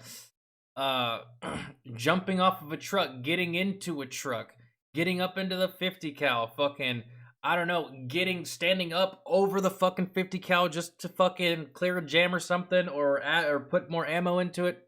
Like, there's just so many things that you do that, like, you don't realize how much you're moving. You understand what I'm saying?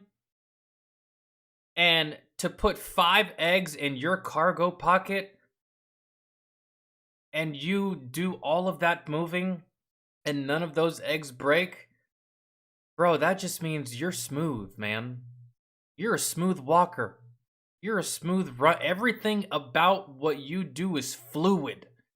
And I don't know, like, that's impressive to me because, like, dude, when I was doing room clearing drills, had you put 5 eggs in my cargo pocket while I'm doing room clearing drills, I would have broken all 5 every single time. There's no way I could have cleared that room and kept 5 individual fucking eggs from breaking in my cargo pocket. There was just no way. I don't think. So for him to have pulled that off, yeah. That's some soft ass feet right there. I bet you he's like a fucking panther, dude, whenever he stalks and whenever he walks and whenever he sneaks. Have a good time, see if they can find some women, what have you. The only problem is, apparently the 82nd Airborne was there last month, and the 82nd Airborne caused such an issue in town that the military had to bring in... The 82nd has been causing issues in most towns since their establishment. Them and the fucking 101st, bro. A special group of MPs to get the 82nd Airborne under control, and now... That is literally what I was thinking. I was like, watch them make this like a benchmark, right? For some kind of like final exam. Like, clear this room with these eggs in your pocket. Or fucking clear the room, eliminate all targets, save the hostage, and then extract without breaking the eggs that are in your pocket. Like, I was thinking that earlier, but I was like, no, that sounds kind of ridiculous. Because, like, what does that prove? At the end of the day, I mean, proves that you're smooth as fuck, bro, and you got some, like, you're skilled in some kind of way. I don't know what that says about you, but I don't know. Now, all paratroopers have been effectively banned from town. I mean, to be fair, that's pretty on brand for the 82nd Airborne. Bunch of rowdy dudes. If you don't know, that's their logo. On paper, AA stands for All American, but everybody knows that it actually stands for Athletic Alcoholics. Now, Jay... I was going to say Alcoholics Anonymous, but Athletic Alcoholics also goes... Yeah, like I said, 82nd. That's yeah, there. A stands for All-American, but everybody knows that it actually stands for Athletic Alcoholics. Now, Jake, wanting to drink anyways, comes up with a plan. He's got to hook up with a distillery all the way over in Paris, which is like a 2-day trip away. So, Jake gets a 72-hour pass, starts leaving to go to Paris. His commanding officer stops him and is like, Jake, what are you doing? I'm going to Paris to get some booze for the boys. Jake, Paris is 2 days away. Do you really think that you're going to be able to take 2 days to travel to Paris, go on a week-long bender, and then travel 2 days back all in 72 hours? At which point, Jake looks at the officer and says, and I quote, I don't know. I wouldn't be willing to bet on it, but I'm willing to try. At which point the officer kind of just rolls his eyes and is like, is there anything I can do to stop you? Jake, not really. So the officer just lets him go because he realizes that Jake's going no matter what. It's just a matter of if he wants to get his ass beat over it or not. So Jake makes his way to Paris, goes on a couple-day bender, gets a bunch of booze for the boys, heads back to base. He finally gets back. He's been AWOL for 5 days. They immediately throw him in the stockade for abandoning his post, at which point his command comes up to him and is like, Jake, we've been talking. We really want you to volunteer for Pathfinder School. At which point, Jake kind of has a little bit of a panic attack and he's like, they're trying to kill me. Like, they're actively trying to kill me. You see, if you don't know what a Pathfinder is, they're basically paratroopers, but they go out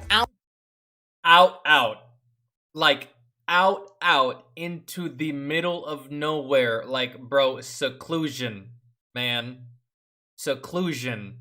And Pathfinder, you just get put out into the middle of, you get dropped into the middle of nowhere, dude. And they're just like, find your way back.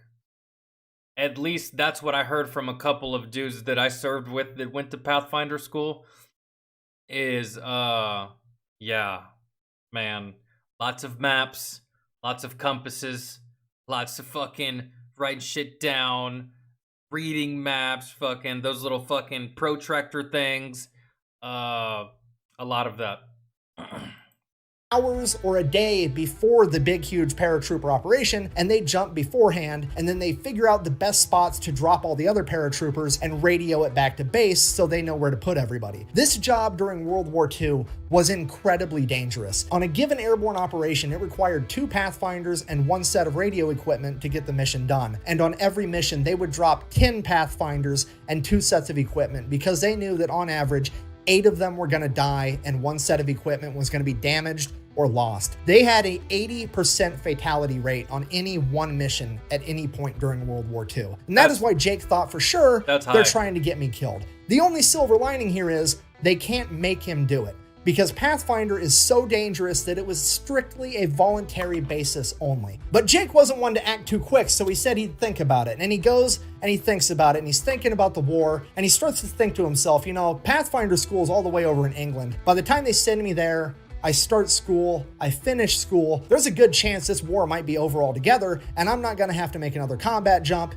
It'll be great. So he's like kind of on the fence about it now, and then he really starts thinking about it, and he's like, man, Pathfinder school's at an Air Force base, and even back in World War II, the Air Force had way better food than the Army. So now he might not have to do any more combat jumps, and he's gonna get some good food. And then it dawns on him. The Air Force base where they teach Pathfinder school is 8 miles down the road from Oxford University, and all the young British men are fighting a war right now, meaning that Oxford is just full of college chicks. And as Jake said himself, and I quote, this seemed like a mighty fine opportunity to do some postgraduate work.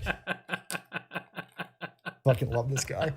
So Jake shows up to Pathfinder school, and he's immediately called into the commander's office, which is weird because he hasn't even done anything wrong yet. Jake goes in there. The commander's like, hi, Jake. I've heard all about you. I want you to be acting first sergeant. At which point, Jake is like, I don't know what you heard about me. Acting first sergeant? Yo, what rank is Jake, actually? I think that's like the one thing that like went over my head and I never even cared to ask. I don't even care what rank this dude is. He's great. He's great. Every branch should have a Jake McNeese.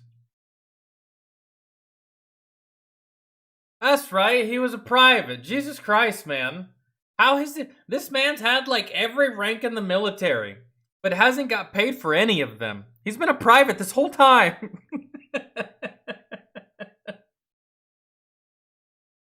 Like, what the fuck? Jesus.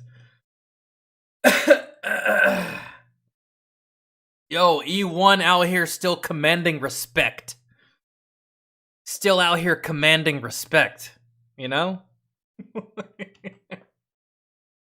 Office, which is weird because he hasn't even done anything wrong yet. Jake goes in there, the commander's like, "Hi Jake, I've heard all about you. I want you to be acting first sergeant." At which point Jake is like, "I don't know what you heard about me, but you heard wrong. I'm technically not even a private first class yet. I've never been promoted. I am not the leader that you want. I don't care about saluting. I don't care about any of that dog and pony show military stuff. I'm here to fight a war, and that's it." At which point the commander's like, "That's exactly why I want you. I don't need you to salute me. I don't need you to call me sir. I need you to get these guys ready for war, Hell and I yeah. don't think there's anybody better to do it than you. I'll make sure that you end up getting paid as a first sergeant the entire time you're an acting first sergeant." To which Jake replies, Oh my god, that's like the biggest promotion I've ever seen. My man's went from E1 to first sergeant. Well, actually, hold on. I don't really care about the money. Look, I've blown up every safe between here and Normandy. I have plenty of money, okay? I might be willing to do this job, but if I'm gonna do it, there's gonna be some terms. Anybody that's fighting for me is gonna keep having good Air Force food, and they get permanent leave whenever they want it. At that point, the commander agrees. Jake is now the acting first sergeant. Oh Which my, if you permanent leave whenever they want it. And you get promoted to first sergeant from E1. And you get to lead these guys, and you get to train these guys, and you get to get good food, and you get to make the rolls. Like,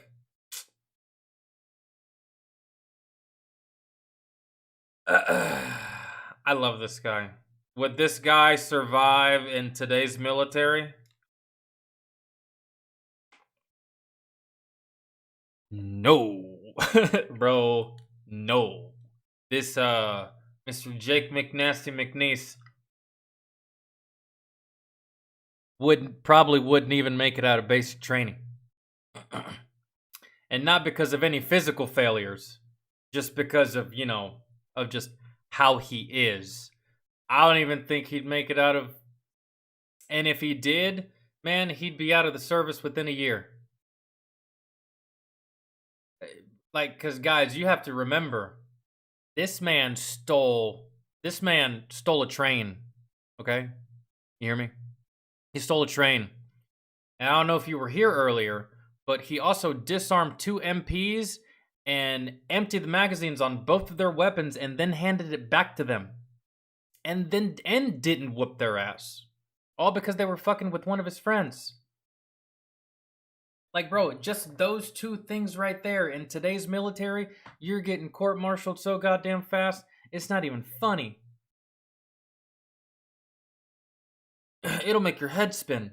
if you don't know, is the polar opposites of the spectrum as far as enlisted rank goes. So, per usual, Jake excels at pretty much everything all through Pathfinder school. They graduate, Jake is still acting first sergeant, and he gets to decide which person is in which platoon. So naturally, Jake does what anybody would do, and he builds a dream team of the 20 best Pathfinders out of all 400 and puts himself with that platoon. Now, at this point, it's really looking like Jake might never have to go out on a mission as a Pathfinder because the war is really dwindling down at this point. Then, December 16th, 1944, the Germans would launch a last-ditch effort counteroffensive to try to fight Allied forces. This would be known as the Battle of the Bulge, where they would cut off the 101st Airborne, Jake's old division, inside the town of Bastogne, completely surround them, and the 101st Airborne is now stuck in this city. They are running out of ammunition, they're running out of food, and they're running out of gas. And if they end up surrendering, it could turn the entire tide of World War II. So, all they need is somebody to be able to parachute in, get in town, and be able to call in resupply drops to let the 101st Airborne have a fighting chance to be able to hold off the Germans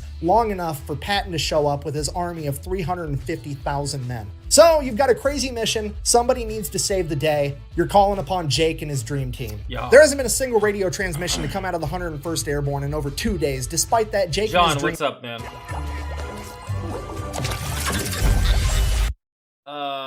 Jake, what's going on as well? How are you?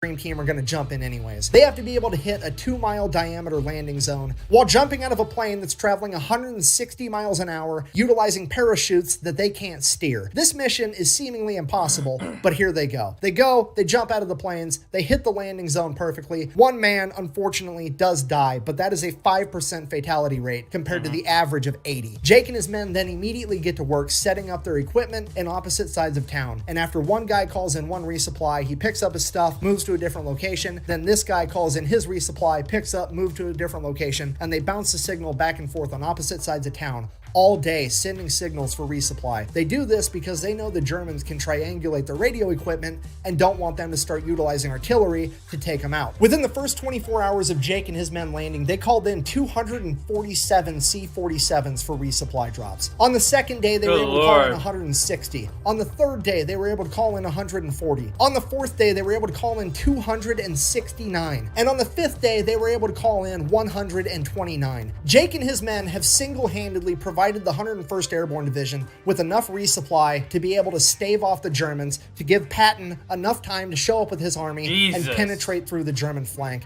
effectively ending World War II in the European theater. That was efficient as shit. And potentially saving the entire war as a whole. So Jake has effectively saved the day. It is now time to get out of there, get retooled, refitted, and probably never make another combat jump again, because for sure, the war is over this time, right? Wrong. Apparently Patton gets in some trouble, needs some hotshot Pathfinders to jump into Prim, Germany, and call in resupply for him. So they're going to Jake and his crew yet again. Jake jumps in, saves the day for a fourth time, becoming one of the only men in history to conduct 4 combat jumps during World War II. At that point, the war is basically over, and they adopt a holding position where they pretty much just party in Germany for the rest of the time. Now, as fate would have it, Jake and his men and some of the rest of the 101st Airborne would end up taking refuge in the abandoned castle of Hermann Göring, like one of the biggest Nazi leaders during World War II. And oddly enough, a bunch of the spoils from all the countries that Germany has invaded all found their way to his castle. Fancy booze, fancy wine, and apparently he was a racehorse fan because every famous racehorse from every country that Germany invaded had made its way back to his castle. So Jake, the Filthy 13, a bunch of other 101st guys are sitting there getting drunk on fancy wine, fancy whiskey, and there's like $100 million worth of racehorse sitting in the barn, at which point they're like, let's throw on a rodeo for all the townspeople, right? This needs to be a movie. I know that it already was a movie, but they need to do it again. They need to remake it. Or I can just, watch the original and see if that's any good. I don't imagine it being good, bro. I just don't know, but they should make a movie about this. That'd be great. It'd be a rather long film, but Right, and that's exactly what they do. So you've got a bunch of drunk paratroopers riding around all these fancy racehorses. It's a great time. And then my personal favorite part of this entire story, while out at the rodeo, Jake would meet an attractive young lady by the name of Amelia. And Jake and Amelia would immediately hit it off and start doing some postgraduate work. I mean, dating. Oh, don't worry, it gets better. As it would turn out, Amelia's father is the leader of the local chapter of Hitler's Youth, which is just the absolute cherry on top to this entire story. How's the saying go? Screw you and the horse you rode in on. Jake's like, nah, I'm gonna raid your liquor cabinet, steal your horse, ride in on it, and then bang your daughter. This is the best possible ending to this man's epic saga in World War II that anybody could even come up with, and it happened in real life. Just to recap, Jake jumps into D-Day, wrecks house. Then jumps into Holland, wrecks house, and then eats some eggs about it. Then he pretty much single-handedly turned the tide of the Battle of the Bulge, and then he proceeds to find the closest thing he can to a Nazi princess and show her that inches are in fact better than centimeters. Shortly after that, Jake would get sent back home to America, where they would then reroute him to Arkansas so that he could see a plastic surgeon about getting his ear repaired because it had gotten mangled during one of his exploits. While in Arkansas, he would have a run-in with the military police, get in a fight with them, get thrown in the stockade yet again. Before being released, the military police commander would inform him after he gets his ears fixed, they don't ever want to see him on their post again, at which point Jake, being Jake, informs the military police commander, hey, if you ever see me again, I'm going to be a civilian and you're going to be the one with the fucking problem because I'm going to kick your ass. Exactly, because there's Cause once these civilian clothes go on, and you no longer have authority over me, oh, you best believe I can wax that ass, bitch, and there ain't shit you can do about it. That's just it. At which point, the military police commander files charges on Jake, and Jake is immediately chaptered out of the US Army, officially ending his military career after only 3 years, 5 months, and 26 days. Because that's just how it Wow, dude, hold on.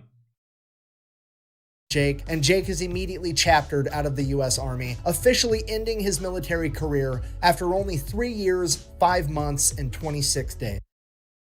He only did 3 years and 5 months in the military?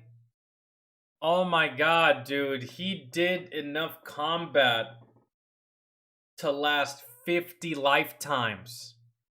Holy shit. That's so much.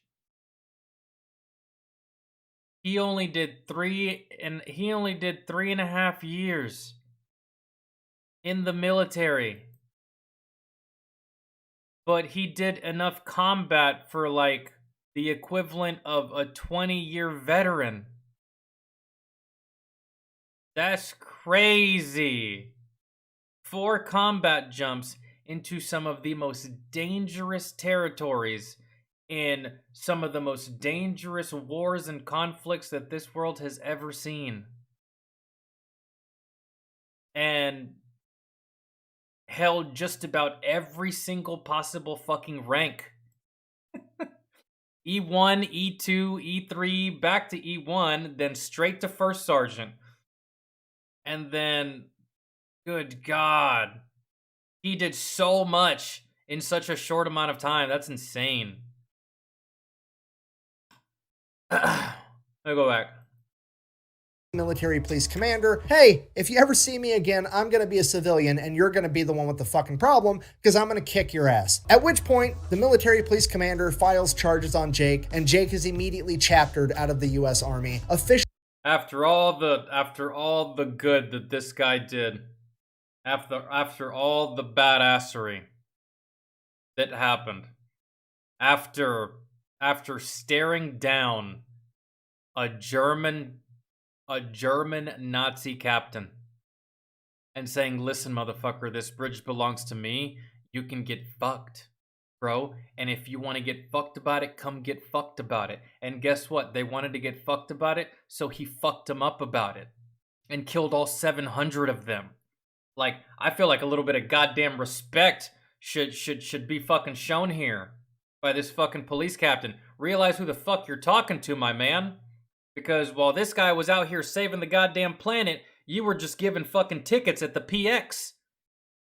You were just riding around your little fucking squad car, jerking off at midnight, waiting to catch people speeding. Show some goddamn respect. I'm just saying. officially ending his military career after only 3 years, 5 months, and 26 days. Because that's just how it goes for the anti-heroes. They are absolutely necessary in a time of war and not tolerated whatsoever during a time of peace. Jake didn't really mind though. He had accomplished what he set out to do, plus he had a huge hoard of cash that he had liberated from all the safes that he ran across in Europe. At that point in time, he goes on to explore his own alcoholism, going from place to place, town to town, job to job, just kind of doing his own thing. He ends up getting in a ton of bar fights, not because Jake instigates them, but because every local tough guy hears Jake's a paratrooper, and they want to prove how tough they are, but ultimately the only thing they proved is that they could fall down. Then, after a number of years, Jake would have a near miss with a drunk driving accident where he would almost drive his car into a concrete wall, in his own words, only missing it by a coat of paint. Because of that, Jake would decide that he needs to change his own ways. He would defeat his alcoholism, he would find God, he would start going to church every Sunday, he would find a wife, he would have some kids, and he would live happily ever after working at the post office in his hometown of Ponca City, Oklahoma, selling stamps and slinging packages, and nobody was none the wiser that their friendly neighborhood mailman was one of, if not the greatest anti-hero of all time. So in conclusion, it's hard to put into words what an anti-hero is, but you know it when you see it. However, The best definition I have ever heard comes from Jake McNasty McNeese himself. When asked in an interview later in life how he managed to survive all of his crazy exploits, he said, and I quote, "I think I made it because God didn't have anywhere to put me." At that point in time, he was so busy, he was only putting people in one of two places, heaven or hell, and I think he knew that I would have goofed up either one of them. So here I am. And I think that might be the closest thing to a perfect definition that we're ever going to get when it comes to defining what an anti-hero is. So, thank you for watching. The best way to support the channel is to go buy some merch at thefatelectrician.com. Quack bang, out. That was Well, I fantastic. should retreat that evening, and then went in town that night and got on a big drunk. The MPs was really mistreating a soldier boy. I stepped in, told them to stop it, and they said, "We'll do it anytime we want to." So I took their nightsticks away from them, beat them to the ground. And then I took their 45s off of them and shot up all the street lights and everything around there. And I wasn't shooting at any people, I was just shooting lights. And then we went on in with them to the stockade. And I never did have to stand retreat again. Oh my god, dude. That's fantastic. That's absolutely fantastic. Yo, he did not give a fuck about the Dog and Pony Show, man. And neither did I. I can really relate to this guy.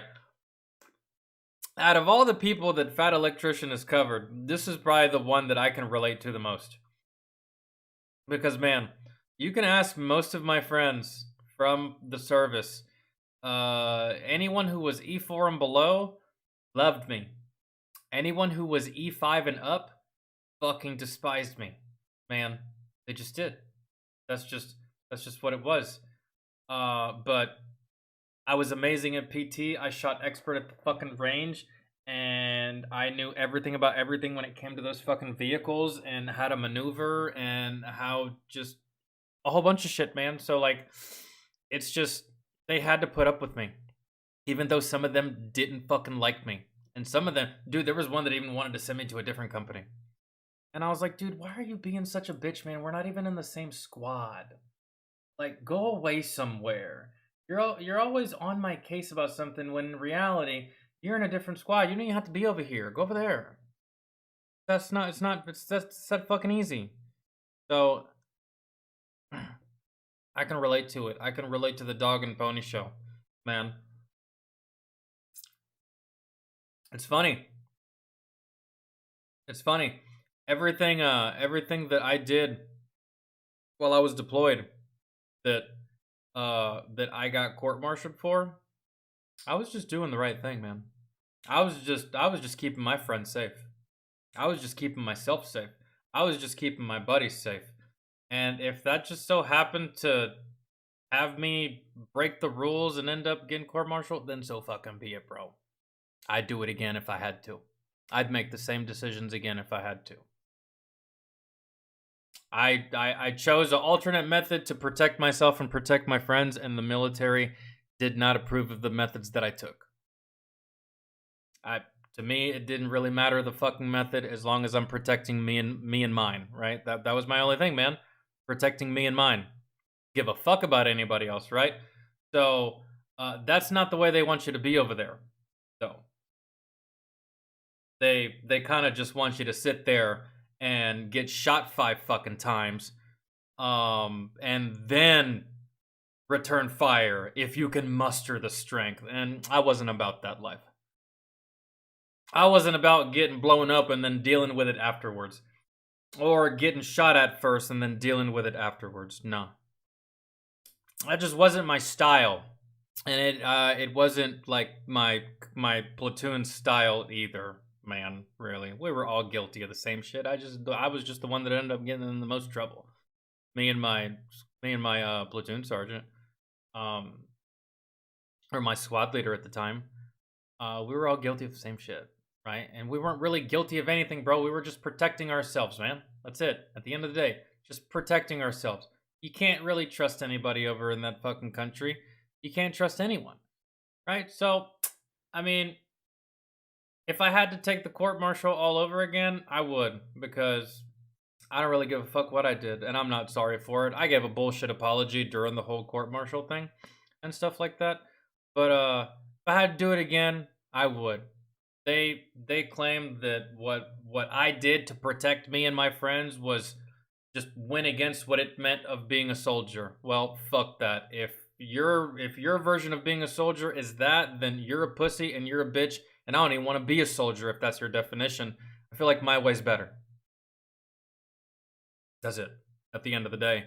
And the military disagreed with me. So, there's that.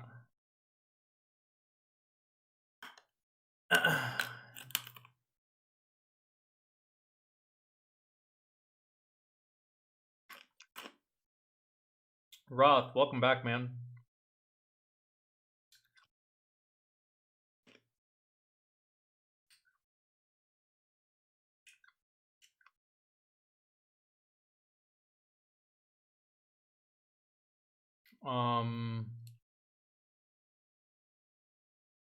Okay.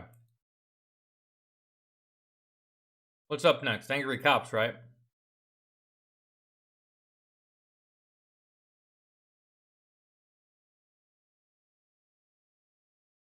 I think someone said there was something.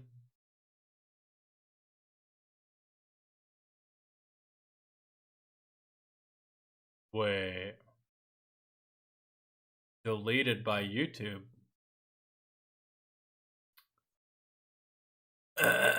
What is going on here?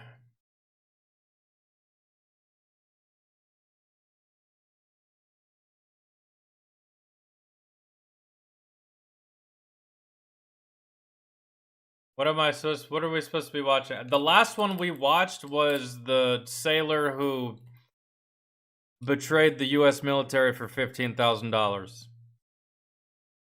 Because he's got the IQ of purple. That's why.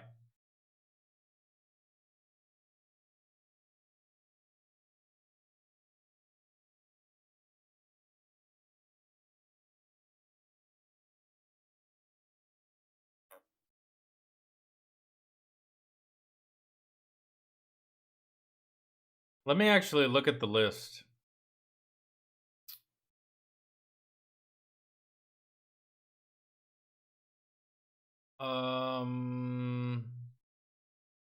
Okay, I already did that.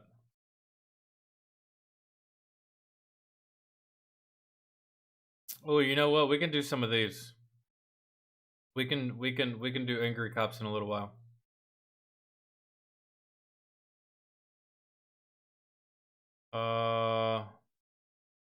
Try not to laugh challenge. Extreme.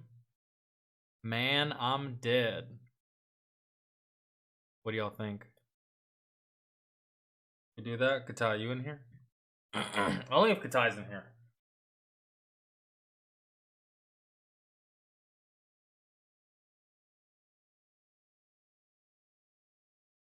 Oh my god.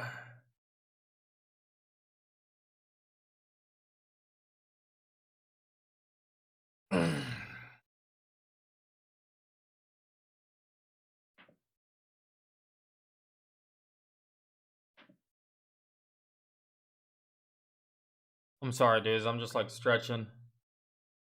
Ugh. Ugh. Oh, that feels so good.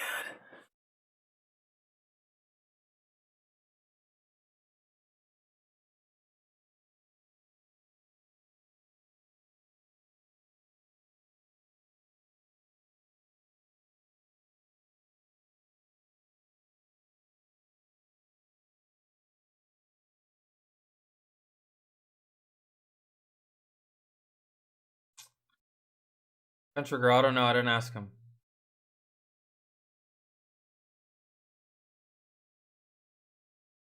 Yeah, we can do that.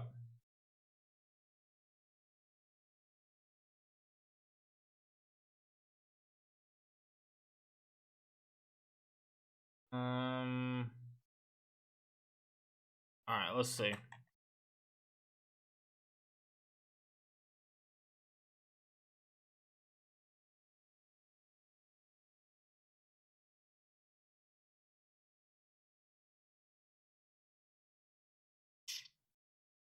All right. Oh no.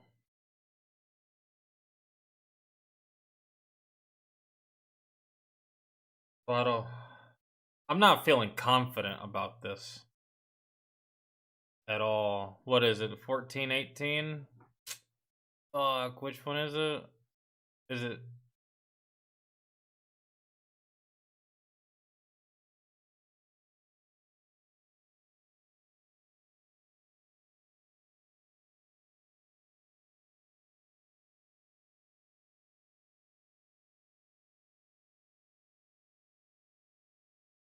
Oh, this is just the channel. Okay, I'm looking for it. 1418 or 1414?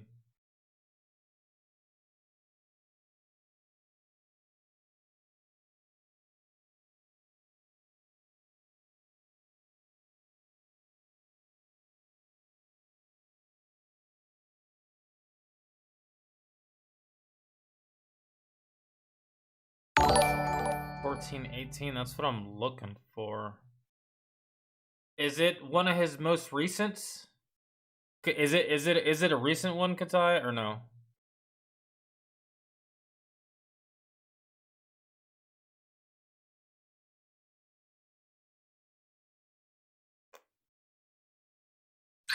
Oh, from a month ago? Okay, then I can find it on his channel. This will be easy. Hold on.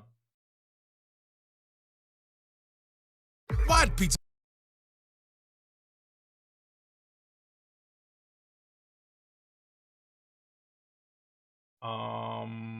And it was, yeah, right here, right? Does it have this like distorted picture of XQC right here? Is it this one? Am I hovering over it?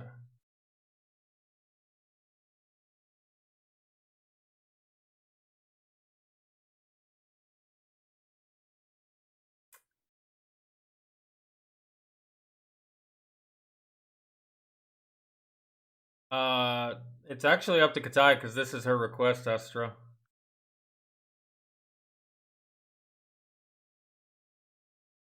I usually leave this up to whoever's request it is.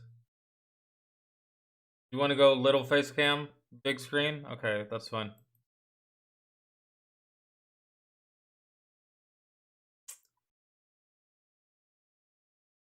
Okay.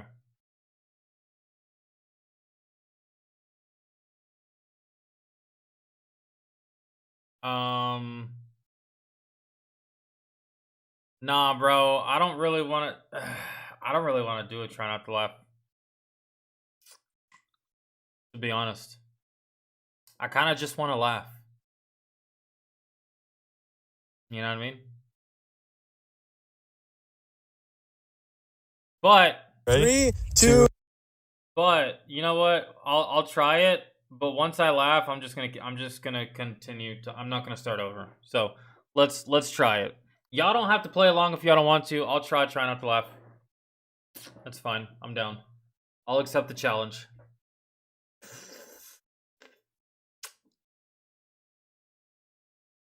Okay.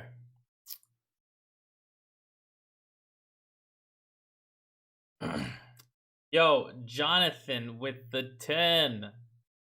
I truly appreciate that, by the way, man. Thank you so much. I saw a video of an African woman that said U.S. Navy bombing the Houthis is really stupid because the Houthi, is it the Houthis or the Houthis, are not to be messed with because a bunch of I don't hold on. I don't know what you're talking about, and maybe that's what the Angry Cop video is about. I think. Right? Because I literally just read that on the thumbnail for Angry Cops. Yeah, I'm out of the loop when it comes to that too.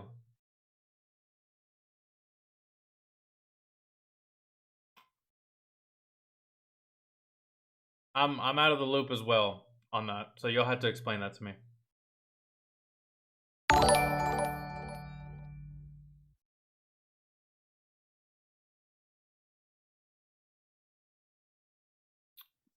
But Jonathan, thank you for the 10, man. I appreciate it.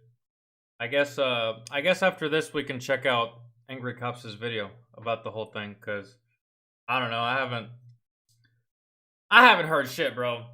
Really. I've just been doing this, streaming, editing, uploading, playing video games occasionally, and watching shows and shit, man. I haven't been in the loop lately.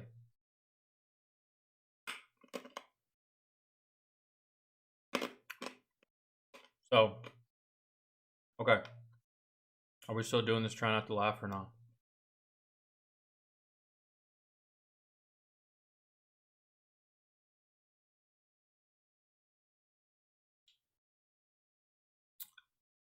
Who are y'all talking to?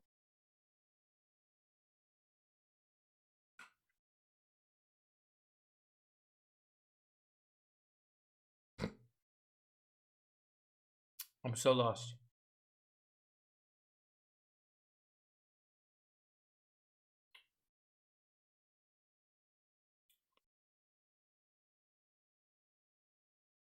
Oh, that just.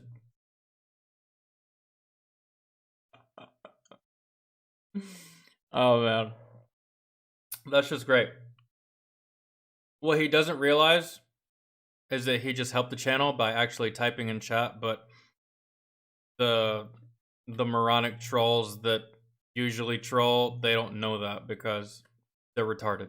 So I wouldn't take that as a bad thing, guys. I would take that as like he just helped out the channel because he typed in chat. The more y'all type in chat, the more interactions that happen in chat, the more interactions that happen in a comment section, that does better for the video and it does better for the stream. So he really just helped me, actually. So that's no,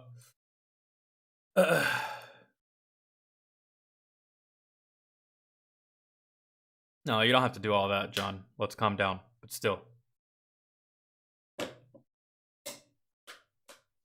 it's just funny. Like, what you could do, like, if you really wanted to not help, what you could do is not interact or engage with it, period. But they're too stupid to realize that. Like, okay. Thanks, man. Fucking idiot. Ready? 3, 2, 1. Damn. Yeah. Oh, were we doing a try not to laugh on this? I'm sorry. Let's start over. Okay, here we go. Let's see. John with the 5. Houthi rebels keep getting their shit rocked by the Navy for launching missiles at Navy ships and cargo ships. She thinks they can destroy the US Navy. Who can? The lady that you're talking about in the video? Bro, no one's fucking with the US Navy. Nobody. Bro. Nobody. That's not happening. I don't if you get a chance to talk to her, if she, like, in a comment section or something, Jonathan, ask her what kind of weed she's smoking. Because I need to get my hands on some of that. Because you're smoking some crazy shit if you think that... Oh, if you think that they're fucking with our Navy, bro, you don't know anything about our Navy. That's crazy. All right, we're going to start this. And yes, this is a try not to laugh. We're going to start right now. Ready? 3, 2, 1.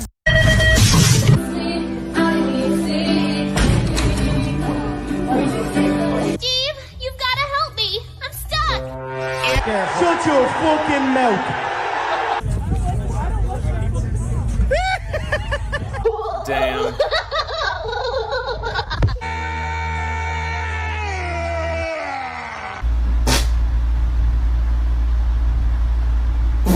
Rapaz, olha a gatinha caminhando aqui na praia, aquela gatinha, olha ela. Yo, that thing is gliding.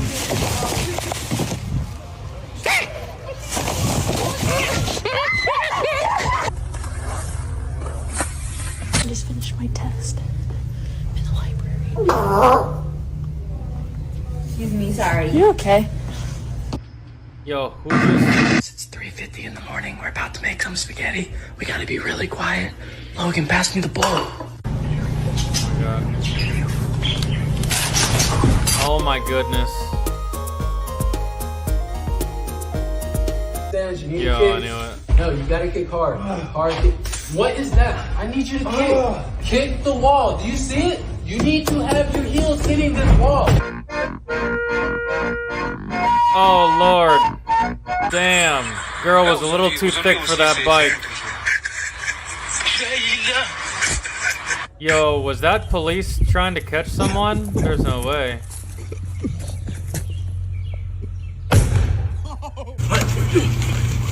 Back shoulder. What the f? No, not the ball. Oh, that little smile he has? That is years of training. Oh! Not a nice clothes. The salesman right there. Don't look at him. Don't look at him dead in the eye.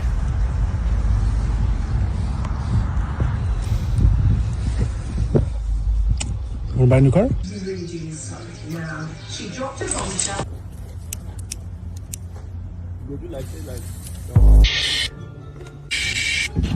Yo, some of these are like perfectly cut. But got her tongue pierced. Yeah, okay.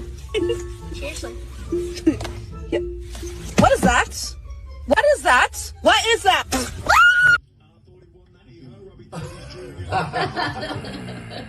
You, sir. Well, thank you. I never let anyone walk behind me. 7 out of 10 attacks are from the rear. Okay, well, that still leaves a 30% chance that I'll attack you from the front. Yeah, but it'll be easier to stop. I can always block the blow, or I can counter it. But...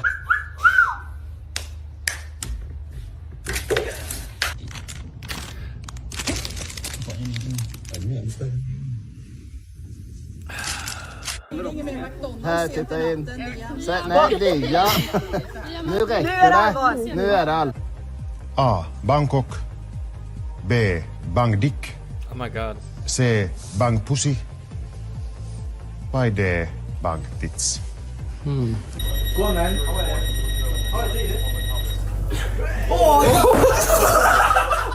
Yo, what kind of... Oh. What kind of game show was that? Damn. Oh, shine. It's not coming off, shine. This is not good. They're not gonna make it.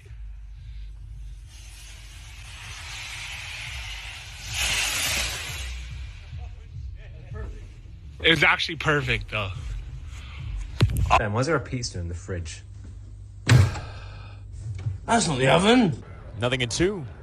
Swinging a foul right back into the screen to stay alive. Oh, got his beer. Initial of your murder, M. Oh shit. Who's M?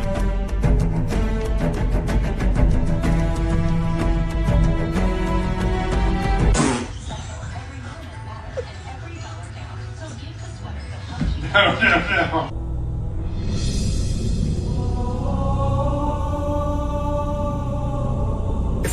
Lo que callamos las mujeres, y la que es juez, güey.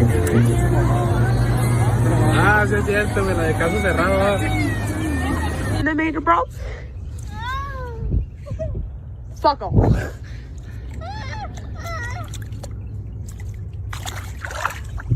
Oh my god. Damn. That's why we eat animals. I said GG 5 times, and now I'm banned from playing this stupid game for 72 hours. Come on, game. Get your priorities right.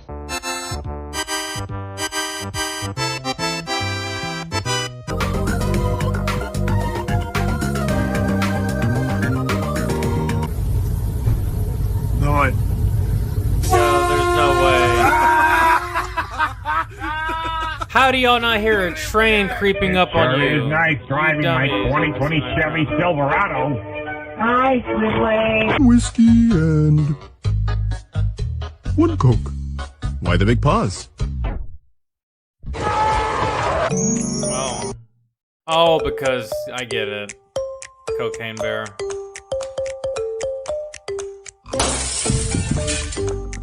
That's a problem. Oh, this guy's epic. He caught the ball with his baby in his hand and didn't spill his beer. What a You legend. have a dog. Run in opposite directions to see who your dog loves more. Yeah. It's usually the chick.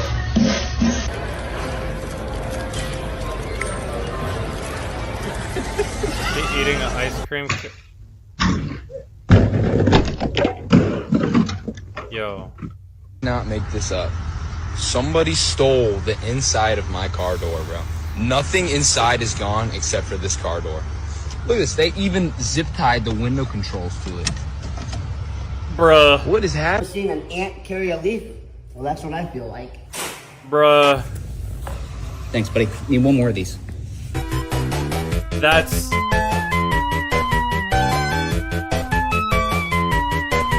Chat, watch me lose them in one.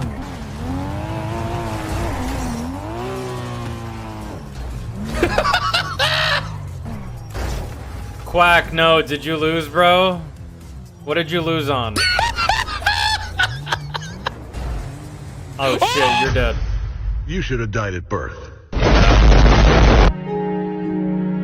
went to the wrong classroom. Hello. I know you're pooping. I got a string, invisible string, okay? I'm gonna put it through your ear. Okay.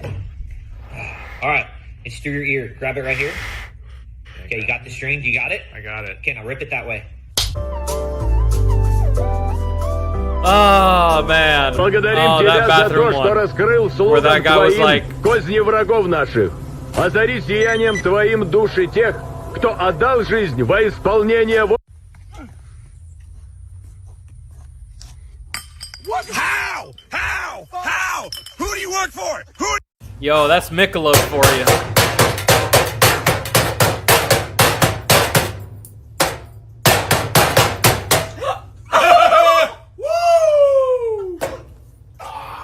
Sore loser. Today's subject, slavery. What's a video that lives in your head rent-free? 9-year-old Tommy Douglas. Oh, Tommy yes. has lived most of his life in the hospital after being born with a potato for a heart and will undergo a heart transplant surgery next weekend. He's about as big of a traffic fan as they come, so in partnership with the Grant-A-Wish Foundation, both I teams love have this agreed clip. to come together and have Tommy run the first play of the game. And he got the handoff, and there he goes. With a little cutback move, and it looks like he's gonna go all the way. Look at him go. Wow. This is really one of those heartwarming moments in sports where you just... God damn it, I trusted you! Fuck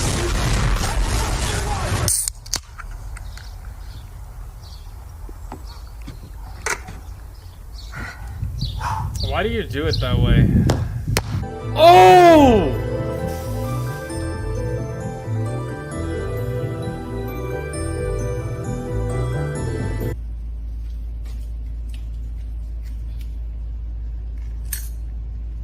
Yo, that man got no pussy for the rest of the week. I know it. And this dog is like, I will kill you right now. I swear to God, fuck with me. Why the fuck would you do that? When I wake up from my nap, I want my toothbrush, my tablet, and my food on the table. Oh, damn. That what my friend told her mom? No, that's crazy. I just bought this iPhone off Facebook Marketplace and it got Google Play, bro. It's a fucking Android, bro. The quality is boo-boo fart. What the fuck, dude?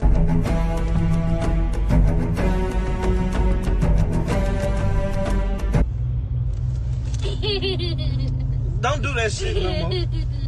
Nigga. Damn, she thought she was getting pulled over. That's why you take a selfie. Turn to the sun's not my face. Yeah, cause I've read this is the best way to do it because then you can freeze frame the picture you want. What are we doing? We're blowing on the stupid thing. Oh.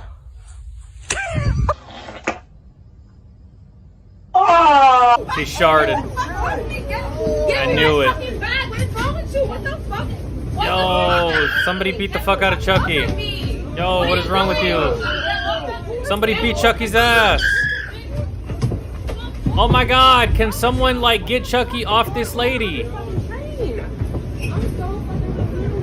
My name is Eminem. Man, I would have fucking drop kicked that fucking thing. Fuck that thing. Average Windows user, time to check Reddit and play Fortnite. Average Linux user. I am King Terry the Oh my god, do you have Tourette's too? Oh my god! Do you have Yes! Oh, I've seen this video. Uber driver with Tourette's picks up a customer who also has Tourette's. Like, what a small world. This is the craziest thing ever. Oh fuck! Oh shit! Okay. Yeah. Meow. Yo, I bet you they'd have so much fun all day. Me pulling up to a slot machine with my son's open heart surgery money. Oh, some of these are just... Yo, you get back, bro. I've fucking drop kicked those things before. Yo, I used to have one of those. Damn! Y'all are just gonna do her dirty like that. Oh, what the fuck? Yo, bro. What are you doing? I'm looking for my 10mm. I'll drop that bit. You separated the whole car? Yes. Hell yeah, shit. That's a snap-on 10mm. Get the fuck out of here. What the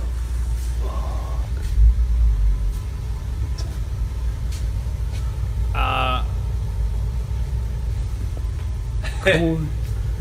Oh yeah, there it is, man. And now, what are you doing? And I'm gonna get the back joints. And deep breath. Okay, deep breath and the spine. Deep breaths and the ribs. Okay, deep breaths. This is for the jawline. Deep breath in, deep breath in. Sir, what are you listening to? Just 15 minutes could save you 15% or more on car insurance. Rockies. Yes.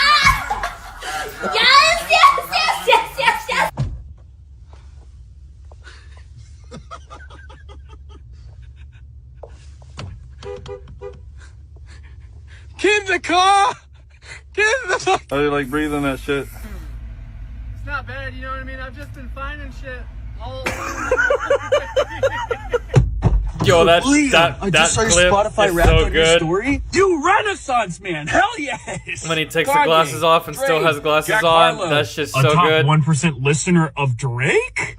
Congrats, bro. Seriously, congrats. Like, you earned that shit. What? Oh my god, bro!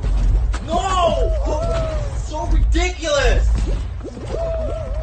What are you looking at? What are you looking at? Did I just shit my fucking pants?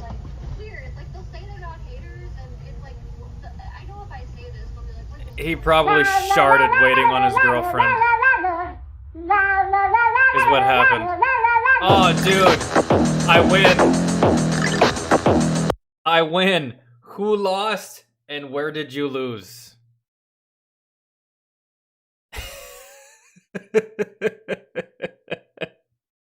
That dude took apart the whole goddamn engine just for a fucking 10mm.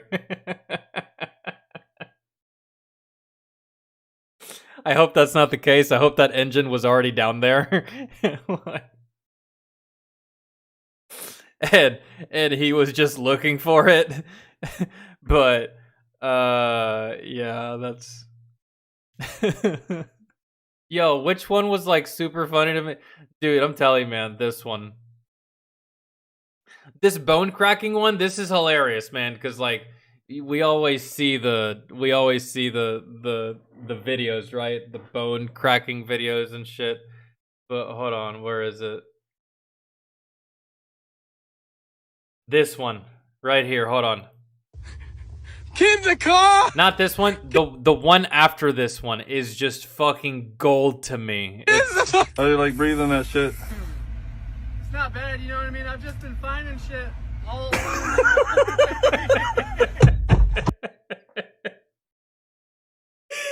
It's just so good.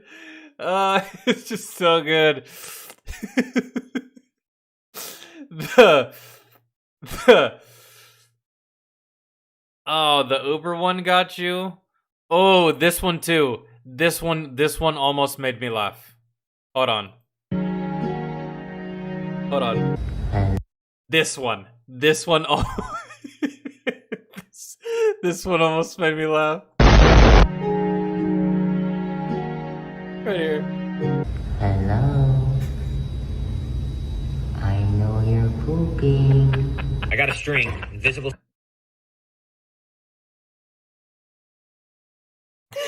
That's just so good. Oh, that's just so fucking creepy, man. If you don't shut the fuck up and stop talking to me.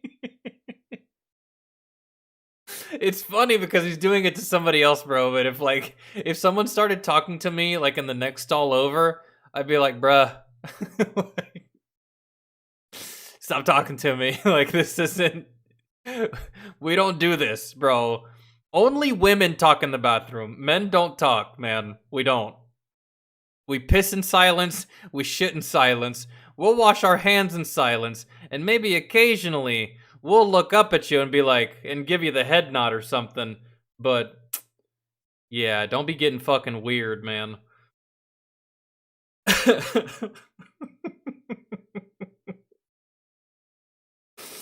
Oh yeah, I won too. That was fantastic. I did that once at a festival to a cute girl and she laughed. Wait, you did what?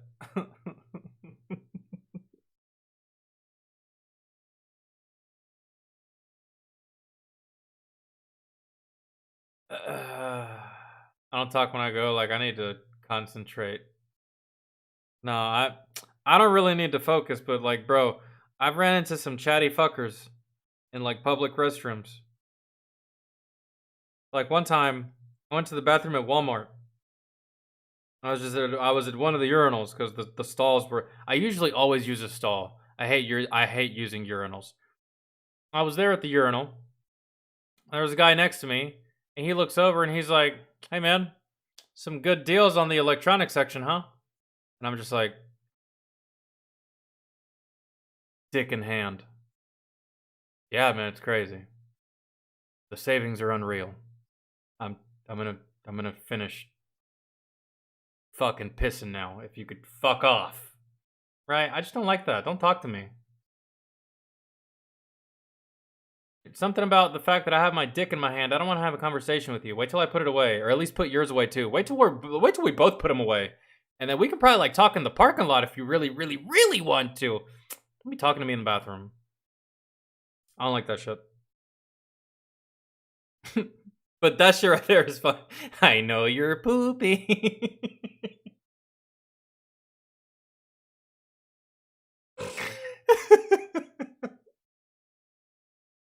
Oh, when my kids were toddlers, they wanted to sit on my lap when I was pooping. Kids are weird. That's because they probably just don't care. Really. Probably just don't care. Dude, when I was a kid, I got yelled at for this. I got chastised for this. When I was a kid, one time, dinner was ready, and my mom called everyone to the table. But like, I was late for some reason, and she knew that I would be late for dinner, but my plate was still on the table. And so like, my plate was still there when like everyone was like kind of like just getting up and leaving and like going into the living room, and my sisters were going back off to their room and stuff like that. So, but I had to shit, right? So I grabbed the plate of food. I went into the bathroom and I sat down with my plate, and I took a shit while I ate, right? And as a child at that time, I didn't see anything wrong with that until my dad knocked on the door, and he's just like, "Hey, you sick piece of shit. I know good and goddamn well you didn't take that plate of food in there. What are you doing?" And I was like, "I'm eating." He's like, "Why? Why are you eating there?" I was like, because I'm pooping. And he's like, "You don't do that at the same time, you sick fuck." And so yeah, that's it. Like, yeah, I was like young, like very young, like very young when I did that, and never done it since, right? But it's just like, you know, one of those things. John with the 5. Have you seen Mike Burnfire, Public Poo, Wild Hog? If not, can you watch it? It's hilarious. It involves Fort Polk. Well, Fort Polk fucking sucks, bro. Fort Polk is fucking awful. Somewhere in the fucking swamps of Louisiana. It's... Yeah, we've watched a lot of Mike Burnfire, bro. Like, a lot of Mike Burnfire.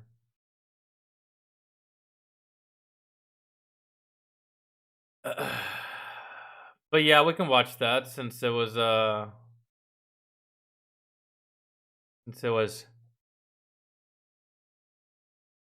it was donated. We have to watch some stuff on this list too, because we also have patron requests that we have to do as well. Wait, we've watched that Mike Burnfire video before? Is it in the archives? If that's the case, Jonathan, pick a different Mike Burnfire video. I'm gonna go ahead and get started on the, and then Elaine or Astro will just annotate it. I'm gonna go ahead and start on the next one, which is gonna be by, no wait. A channel called Grunge.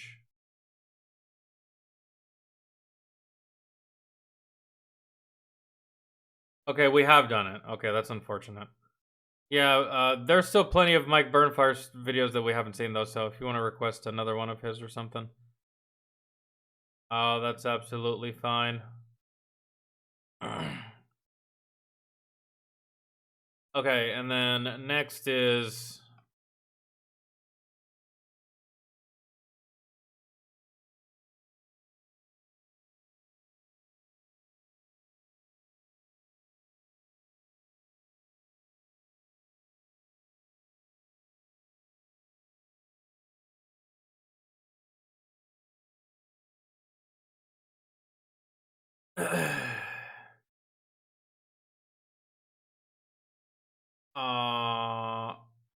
I mean, is this gonna go into any more detail than what you've already told me? I mean, I pretty much got the gist.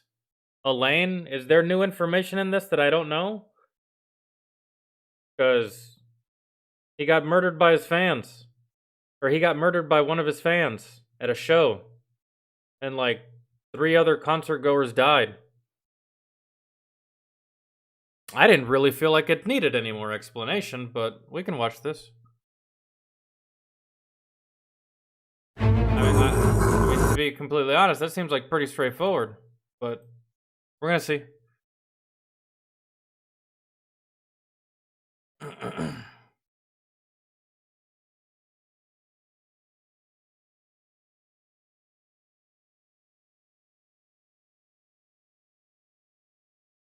All right.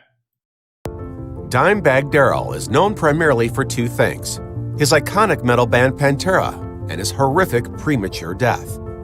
Born in Texas in 1966 as Darrell Lance Abbott, the future guitar legend had music in his blood. His father, Jerry Abbott, was a country music producer and songwriter. Darrell began playing guitar when he was a teenager, and by 1981, he and his brother Vinnie Paul had created Pantera. They would eventually add bassist Rex Brown and singer Phil Anselmo. Did I really?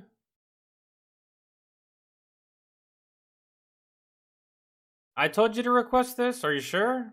I don't remember that.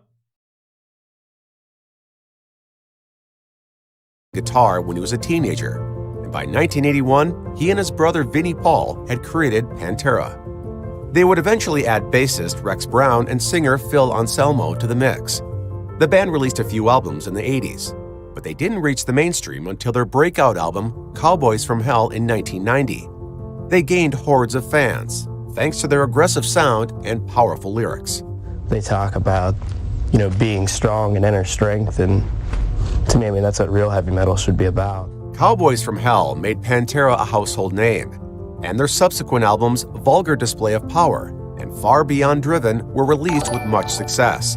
By 2003, however, Pantera had split due to a conflict between the brothers and Anselmo. According to Paul, Anselmo hadn't been showing the brothers the respect that they felt they deserved. As a result, Daryl and Paul quickly started a new band, Damage Plan. Damage Plan was a passion project for both Daryl and Paul. Though their new band was nowhere near as successful as Pantera, they were glad to be out of the negative atmosphere they were formerly in with Anselmo. In February 2004, Damage Plan released their debut album, Newfound Power, and decided to hit the road. I don't think I've ever heard a song off of that album. I've heard quite a bit of Pantera, but I don't think I've ever heard anything from that. Loudwire writes that Damage Plan was 2 shows away from their tour's end when the unthinkable happened. On December 8th, the band was playing at the El Rosa Villa Club in Columbus, Ohio. That's when Nathan Gale, a former Marine, charged through the stage while Damage Plan was playing. Gale shot Daryl in the back of the head multiple times with a 9mm Beretta handgun, killing him instantly. According to Rolling Stone, Gale proceeded to shoot and kill 3 others, a fan, Nathan Bray, the band's head of security, Jeff Mayhem Thompson, and a roadie, Aaron A. Hulk. Billboard reports that Bray climbed on stage to give Daryl CPR before attempting to aid Thompson, who had been shot twice. He was then killed after being shot in the chest.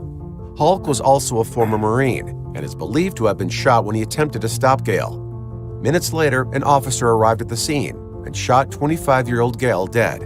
According to Loudwire, the last 2 words Daryl said to his brother were Van Halen. Paul stated that this was their code word that they told each other at each show as a reminder to have a good time. Though the true reason for Gale's deadly rampage is unknown, one thing is clear. He was obsessed with both heavy metal and Pantera. Yeah, Jesus Christ. He was pretty much gunning for Daryl. That was pretty much his prime fucking target. And what a awful, gruesome, and just downright weird way to show your appreciation for a band and for their music. Is unknown. One thing is clear. He was obsessed with both heavy metal and Pantera.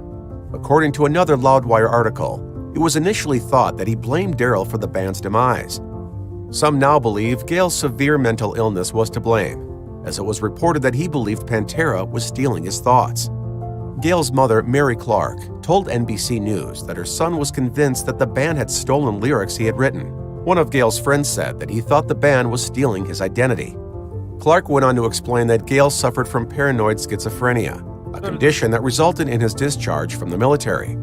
Moreover, Clark admitted that she had bought the 9mm gun used in the shooting as a gift prior to Gale's diagnosis, and said that she understood why the officer who killed him did what he did.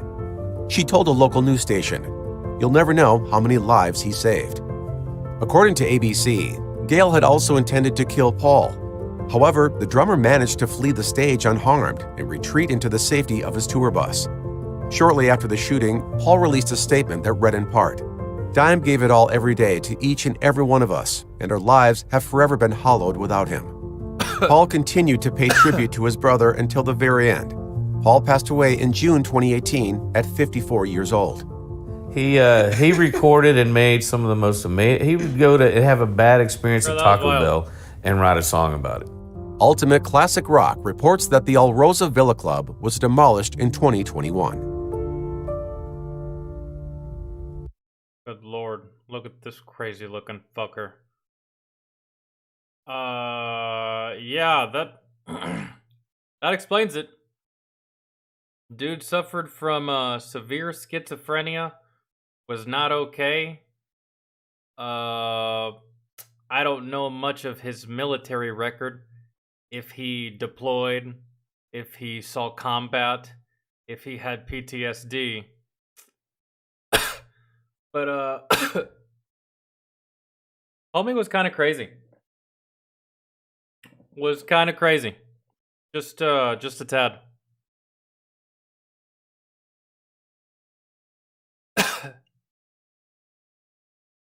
No, Katai, you heard that correctly. The shooter, the guy that killed Daryl, his mother had given him a firearm, but that was before he had been diagnosed with schizophrenia. And the schizophrenia is what led to his discharge from the service. Right? So she probably, and that's what it said. She bought it for him before the diagnosis was ever made. So like she had no idea. And she wasn't even mad, really, all that much. She was like, it's unfortunate. I don't blame the officer for shooting him. You don't know how many lives he saved. And I say that all the time, bro. I say that all the time for so many things. And people get fucking butthurt.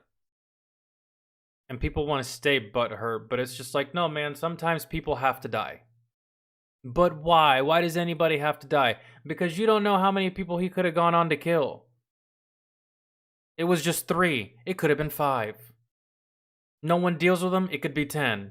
No one shoots at him, it could be 15. No one fucking does anything, it could be 30. Depending on how much ammo he has, man. So sometimes you gotta kill a motherfucker. And that's what we see all the time, dude. And like all these bleeding hearts want to fucking cry and complain. Why'd you have to shoot him? Why'd you have to kill him? Why'd you have to do this? Because, bro, you have to eliminate the threat to preserve life. Right? Like, holy shit.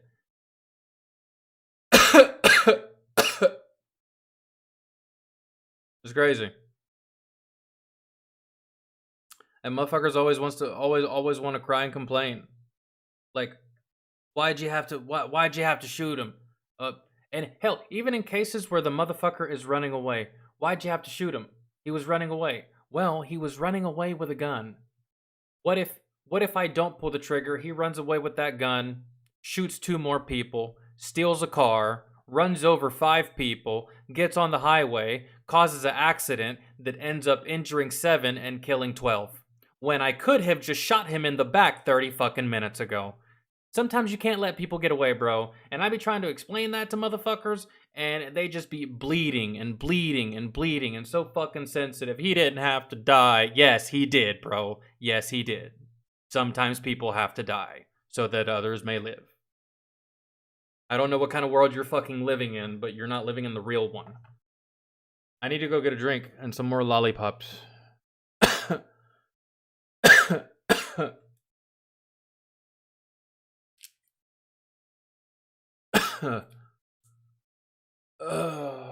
And I gotta throw all this trash away.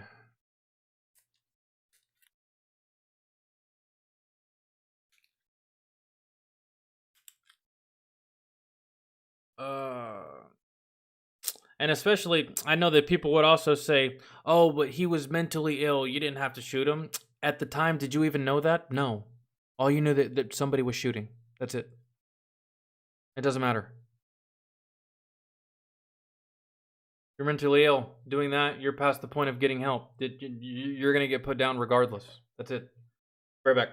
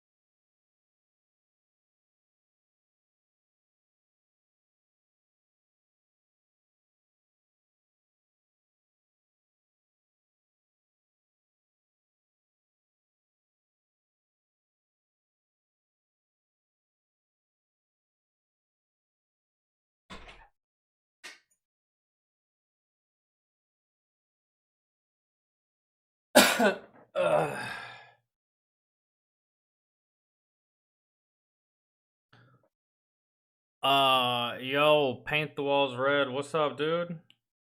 I haven't seen you in forever. Yeah, it has been a minute. Usually, most of y'all I haven't seen in forever, outside of the ones that are usually in my Twitch streams.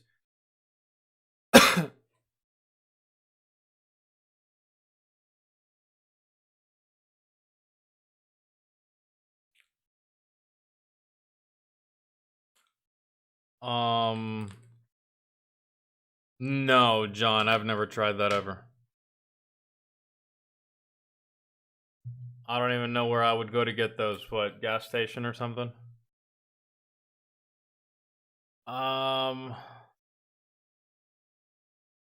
Okay.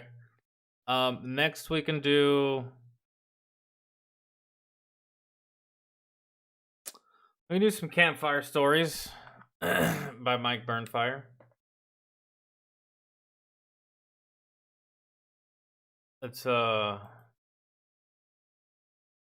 gotta save.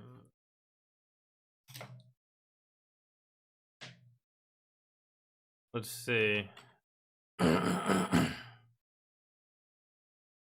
Actually,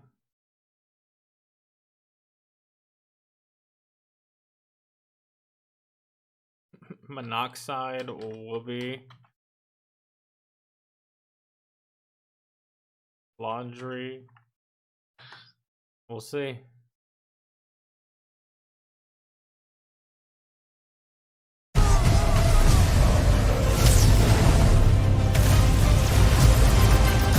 I got hold on. Carbon monoxide poisoning. I can't say I ever did.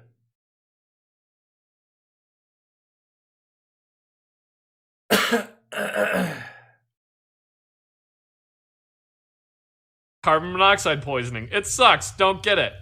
Well, that's what you get for not having a carbon monoxide detector in your house, but it actually happened to you at work, didn't it? Yes, it happened at work. So having one in your house wouldn't have helped. The HVAC guys had just been there, and they had been working on it. One of the vents that was in there basically got stuck closed, so our boiler was blasting exhaust gases into the building. So at a certain point throughout the workday, I started feeling kind of dizzy. And I was like, oh, this sucks. I wonder why I'm so dizzy. This is dumb. I just bumped into a door. I hate this. I mentioned that I felt dizzy to one of my coworkers, and he was like, yeah, I kind of have a headache. And he'd been trying to cut back on his drinking, so he jokingly said, oh, yeah, it's probably because I'm having withdrawals from drinking. And we were like, ha, ha, ha, what a good joke. I can't believe that's contagious. Ha, ha, ha. Why do we all have headaches? Well, I didn't have a headache at the time. 20 minutes later, I was like, okay, now I have a headache. I want to throw up. I feel like garbage. I'm going to go stand outside. So I stood outside for like 10, 20 minutes. When I came back inside, I was like, wow, it smells like gas in here. And the moment I thought, wow, it smells like gas in here, I couldn't smell it anymore. You thought, okay, must have been a fluke.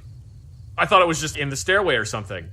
Then my ears started ringing, and I started getting really nauseous, and I had a really dull, throbbing headache. I kind of thought maybe I was being poisoned by carbon monoxide, and so I told basically everybody else in the building, I'm like, I think we're getting carbon monoxide poisoning. We just stood outside, and then only went inside for like 10 minutes at a time, and then went back outside. At this point, you already suspect that the building is filled with deadly gas. Well, because we still had to close everything down. I can't just not lock all the doors and leave the registers in. You can if there's a health hazard there. I wonder where he was working at the time. Where something is just leaking that much carbon monoxide to where, bro, it's causing that much of a physical effect on you and other people. I wonder where he was working at the time.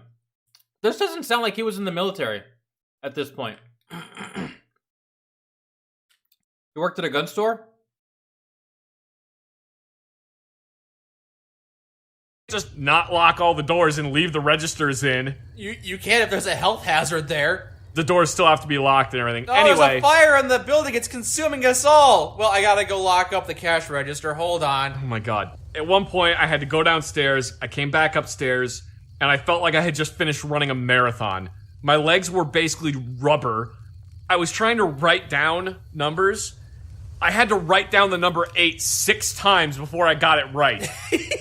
The number 8! Number 8. And then I drew a 9. Tell me how the different ways you screwed up the 8. Did you forget parts of it? It was like too narrow. Did you make 3 loops accidentally instead of 2? Yeah, stuff like that. Like just screwing it up. And when I wrote the number 9, I made the bottom of the line way too long. So it was like a 9 with 6 L's attached to it. So at the end of the day, I sat outside. I'm just gonna have to wait before I drive home. All 4 of you felt nauseous? I probably got the worst of it. Okay, so you all walked outside and you went, that sure sucked. Felt like we were all being gassed. See you tomorrow. Pretty much. So I sat outside. He was in the army at this time and he was working at a gun store on the side.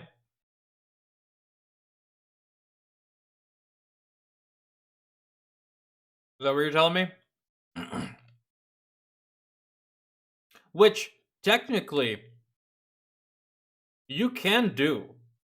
I mean, the military can't tell you that you can't get other employment outside of the military. I knew soldiers that worked part-time at gyms.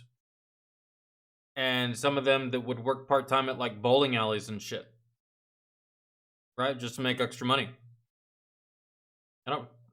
But I don't know. It doesn't really matter.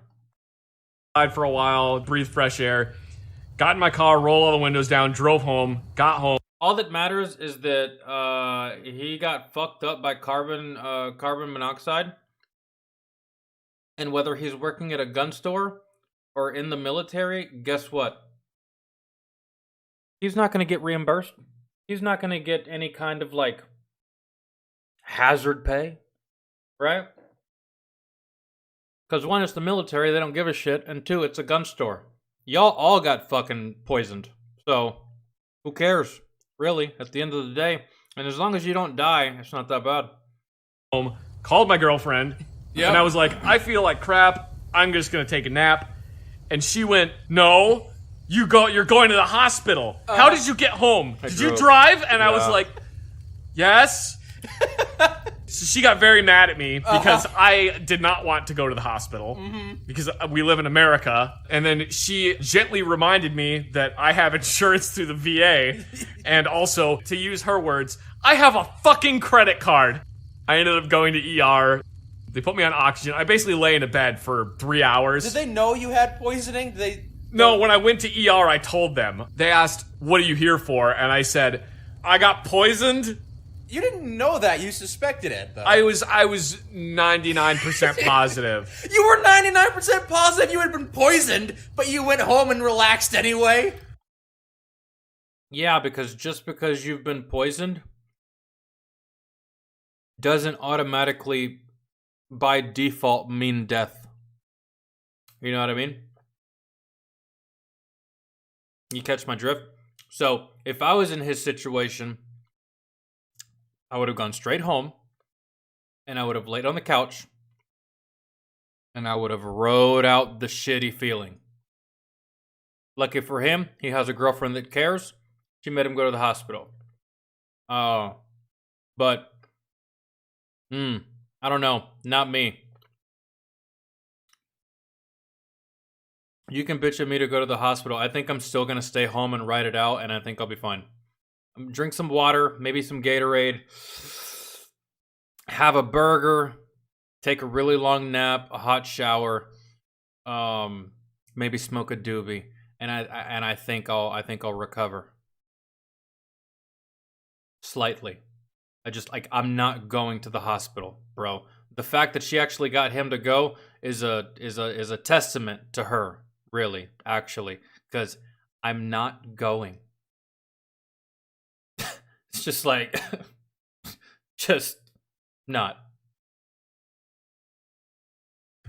Pretty much what happens when you get carbon monoxide poisoning is they put you on oxygen.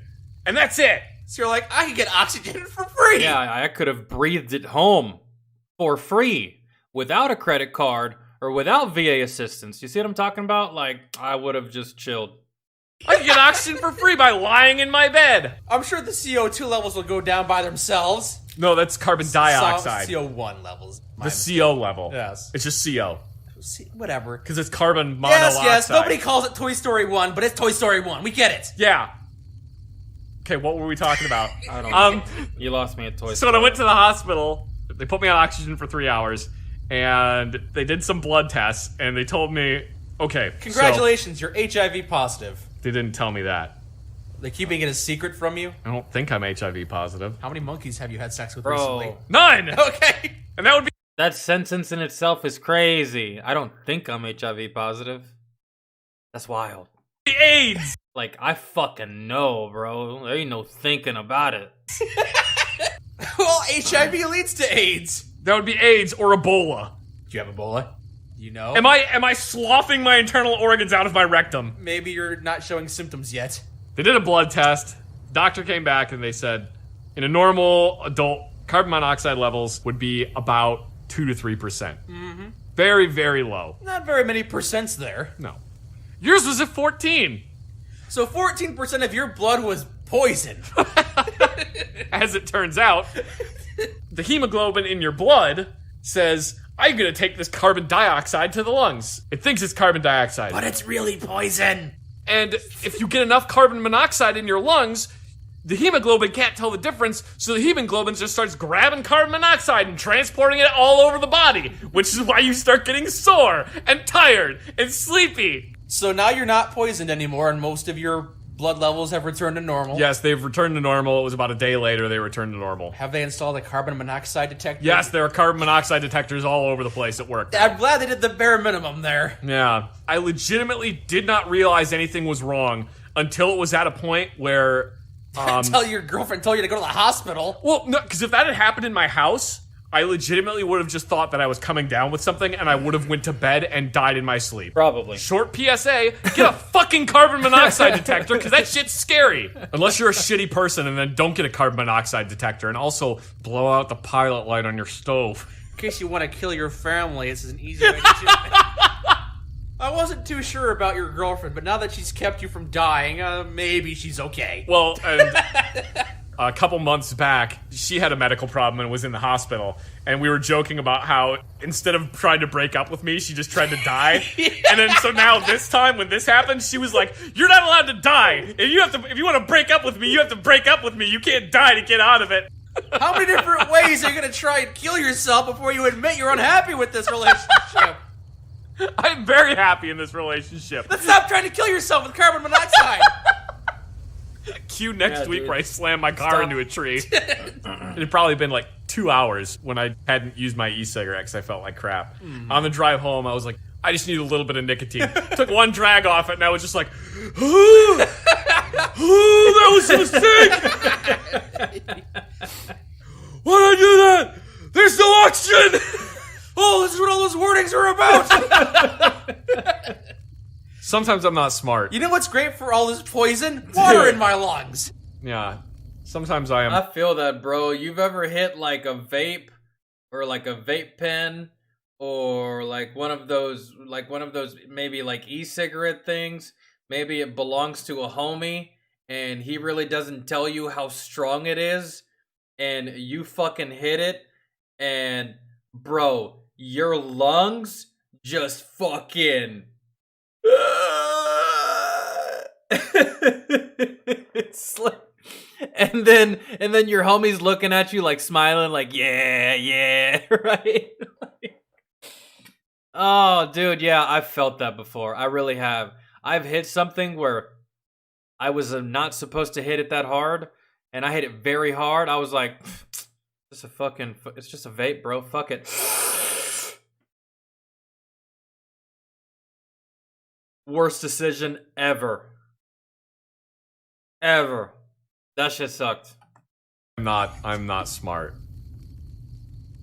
I'm not smart either. So we have that in common.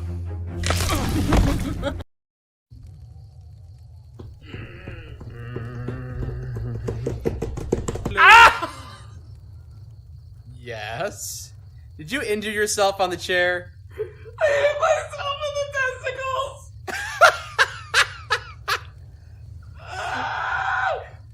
I have to ask, why did you hit yourself in the testicles? I didn't need to! Is that your new fetish? That's the only reason I can think of. Fuck you! Oh my god! Ow! Ow! Give you a moment to recover from that. I want my whoopee! What? I want my whoopee! Your whoopee? As in a whoopee cushion? No, poncho liner. What the hell is wrong with you? Oh. Why do you need a punch? That's not the first thing I want whenever I hit myself in the nuts. He wants his whoopee. Bro, I get hit in the nuts and I'm in that much pain. In that moment, I'm not lying, bro. I want death. I'm not kidding. I want death. There is there is like a total of 10. There is, I want to say, a 15 to 25 second time frame when you get hit in the nuts, right? You get hit in the nuts, and there's about like a 10 to 25 second little buffer period where you really would take the sweet release of death over the pain that you're feeling in that moment.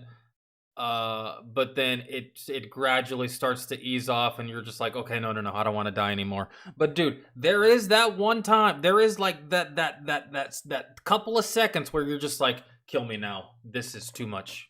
Do it. Put me down. Put me out of my misery. It's over. I can't continue. But we're just usually being dramatic.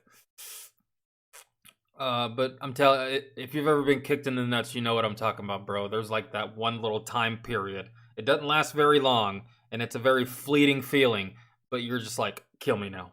Kill me now. Please. I can't deal with it. It hurts. It's bad.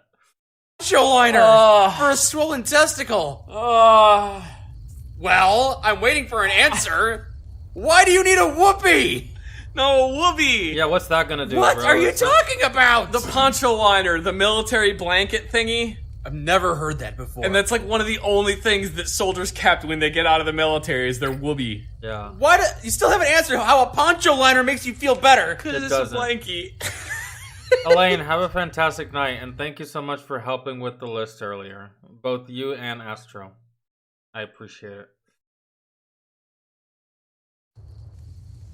When I was in I hope you start feeling better after your most recent episode. Basic training, I had to give a short class on how to use a washer and dryer. You guys had washers and dryers? You didn't have to hand wash your stuff? No. Oh, like you did. You were so spoiled. Like you had to hand wash your clothing. Yeah. No, you didn't. No, you didn't. Yeah. Don't lie. Stop Second lying. month of training. Yeah, we did. Don't lie. It's the truth. You had to wash your own clothes in the big old basins they had. They didn't give us a washboard, so I didn't get very clean. I think you're lying. Yeah, where did you go to fucking basic training? There's no way. Not when we served, bro. Like, maybe when my dad served. Or, like, our dad served. Because, I don't know, me and Mike and his homie, I feel like we're roughly somewhere around the same age, give or take. Like, maybe our fathers hand washed that shit, or their fathers did, but not us, bro. We didn't hand wash shit, bro. We had washers and dryers. Stop lying, man. Stop lying. Nope, it's true. So I went into the bathrooms, and I started doing a load of laundry, and the guy next to me was paying a little bit too much attention, and I was like, what do you want? And he goes, how do you do that? The hell are you talking about? He's like, how do I make this go? Have you never done your own laundry before? He's like, no, Mike. He's like 18 years old. That none of them have, bro. When I got to basic training, I had never done laundry a day in my life. My mom did it for me, growing up. And then I get to basic training, and I have to figure it out. And so I figured it out via other people, watching other people do it. Like, that's just how it went. I never did laundry. No, and he was like 21. Mm-hmm. You've never done your own laundry before. You throw all your laundry in here, you put it on cold, you dump some laundry detergent into it, and you hit run. And then close the lid. Mm-hmm. Or, if you're really bored, you shove a fork into the little switch and you watch the laundry go around in circles. I've never thought about doing that. I showed one person how to do it, and then he told a bunch of other people that I knew how to do laundry.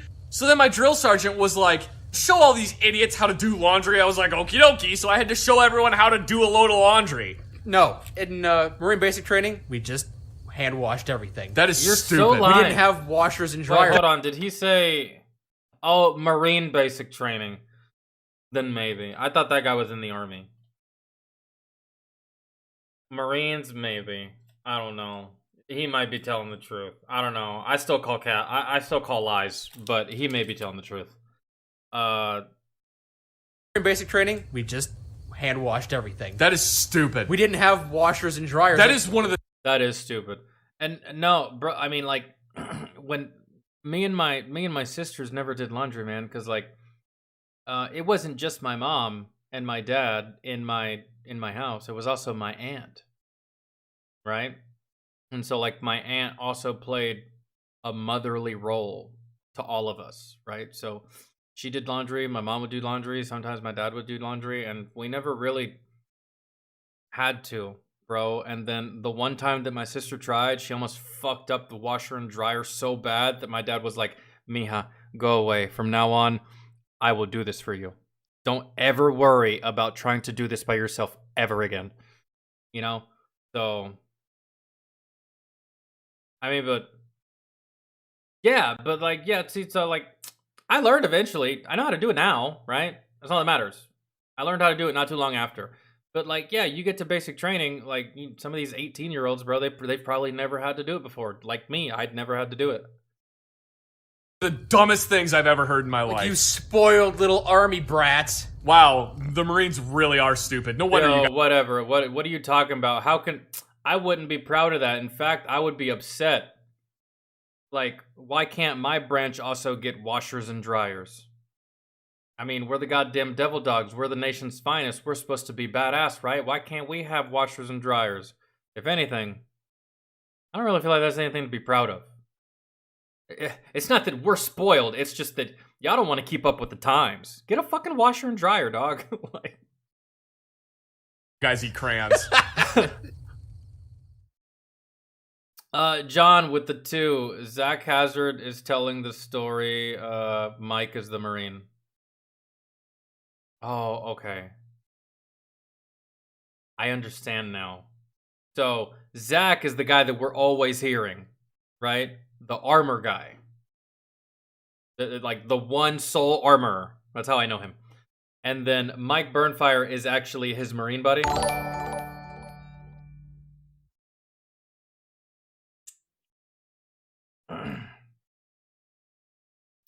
Oh, dude, this whole time I thought that Zach was Mike and Mike was Zach.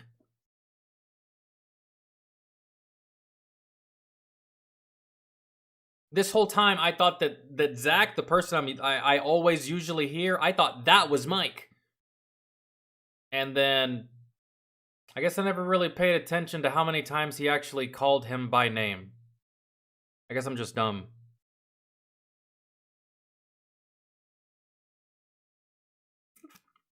I thought that too for a shameful amount of time.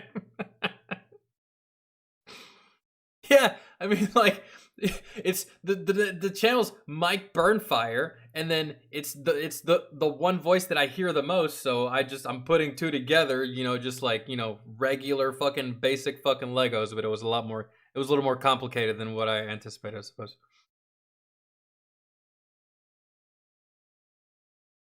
Well, I do have to say, I found out you don't have to put half a bottle of laundry soap to clean your clothes. I ended up filling the... Yeah, dog, yeah. That's... Yeah, we've all fucked up laundry once. And it was probably the first time you did it. Really. The first time I did laundry... I fucked it up, bro. I ended up turning all of my whites pink and just like fading out all of the colors of most of my clothes. I don't know what the fuck settings I used. But I fucked up a lot of my shit. And then I got better.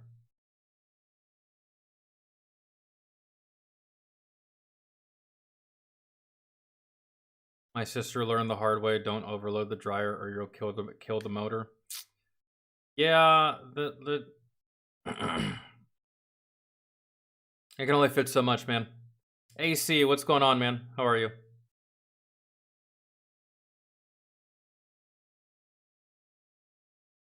But yeah, just like that dude's friend, I didn't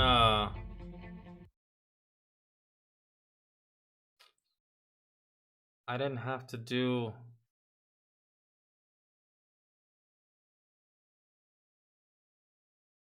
I didn't do laundry growing up. And that's not to say that I didn't do chores, bro. Like, I was always taking out the trash, cutting the grass. front yard, backyard, side yard with like we had grass all the fucking way around. That's not to say that I didn't like cleaning the pool and all that stuff. Still had chores when I was a kid. It's just that laundry wasn't one of them. Doing the dishes, fucking cleaning the driveway, all types of shit. It's just yeah, growing up for all three of us, me and my sisters, doing laundry wasn't one of our list of responsibilities.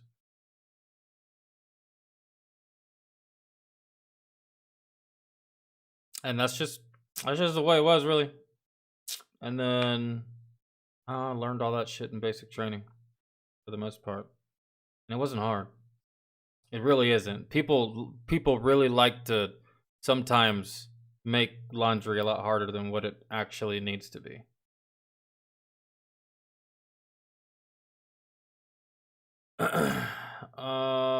Let's see. We got some Isaac Butterfield on the list. Whoever Max Forrest is. I guess we can watch that right now if Astro's in here. It's like the shortest one. And then some Zach Rushing. Man, we haven't seen a video by Zach Rushing in so long.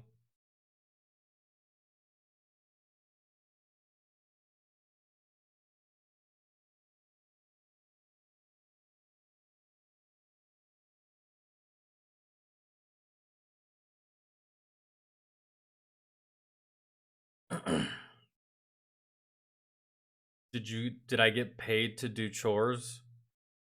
I got paid in the sense of like I got to take the car and go pick up a girlfriend or something. Like I got paid in being able to do things. Right? And sometimes they would throw me gas money and stuff like that, but like no, I didn't get paid. I didn't get paid for doing the dishes. I didn't get paid for cutting the grass. I didn't get paid for taking out the trash. I didn't get paid for any of that shit. For the shit that I did, I got paid in like, I don't know, being allowed to stay at a friend's house or being allowed to go out to a bonfire with my homies and just like stay the weekend out in the woods, right? Or like taking the truck to pick up a date or something. You know what I mean? That's how I got paid. I got paid in being able to do things, not with actual money. So like if there was something that I had planned, like if I wanted to do something on a weekend, or if like there was something I wanted to do and things I wanted to do like with friends and stuff like that, like I had to be on my best behavior, bro. And I had to do a whole bunch of shit just to be able to build up enough goodwill to where when I finally ask, they have nothing to bitch about. All they can say is just, yes, sure, you can go. Was it? What the fuck were we watching? I keep Isaac Butterfield. We can watch another Fat Electrician video. Let's watch this Isaac Butterfield video though. We'll watch this Isaac Butterfield video, and then Astro, we'll watch your video. Well, let's watch yours right now, because it's like the shortest one out of everything here. It's like 2 minutes. So, let's see.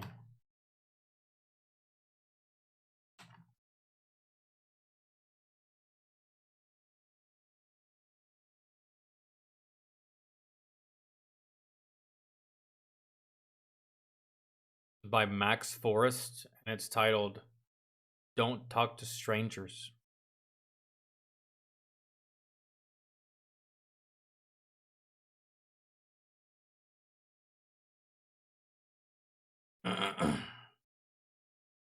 Yeah, John, that's pretty much how it goes, man. Like, asking for an allowance and shit. What? Mom, Dad, can I have an allowance? Motherfucker, I allow you to live in this house, rent-free, and breathe. There you go. That's your allowance. I allow you to live. You're welcome. Go to your fucking room. That's how it be. John with the 2. Zach does gun cleaning ASMR on his channel, by the way. I would probably tune in for the gun cleaning, but not so much the ASMR. That would John, don't request that. That wouldn't be something I would just like want to watch here on stream. If anything, that's something I might check out on my own time, really, but I don't know. I rarely frequent ASMR these days, really, no matter what it is.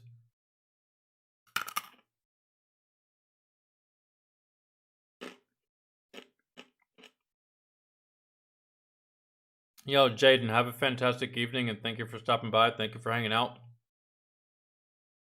And I hope you have a great weekend. Here we go. Which scene are we in? We could probably be here. Yes! Alright, this is by Max Forrest, and this one's titled Don't Talk to Strangers.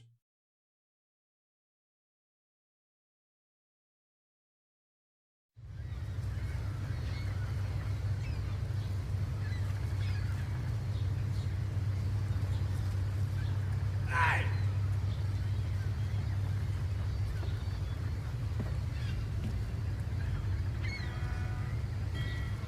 Hello? Guess what? What? You really want to know? Yes! Fuck you! Fuck you! Fuck you! Fuck you! Fuck you! No! Fuck you! Oh. Fuck you! What's your name? Oh, man. The way that started, you really want to know? Do you really want to know? The build-up and the intrigue. He's like, yeah, I want to know, man.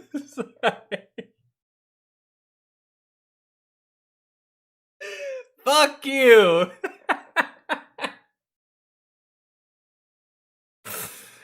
You done wasted this man's time just to fucking... Oh, God. Okay, let me go back. That show's fantastic. That... What's your name? What? What's your name? Tony! Fuck you, Tony! Fuck you! What's your name? What? What's your name? Ezekiel! Ezekiel? That name fucking sucks! Hey! Guess what I did last night? Don't you fucking bring my mother to this! My mother? You guess what I did? What? I built that fire over there. And then I fucked your mother next to it. Fuck you! Oh, fuck you! Fuck you! Fuck you, fuck you, fuck you, fuck you, fuck you! Fuck you! Fuck you! Fuck you in the ass! Fuck you! Fuck your mother! Fuck you! Fuck you! Fuck you! Fuck you! Hey! Guess what I got in this bag? Your mom's panties.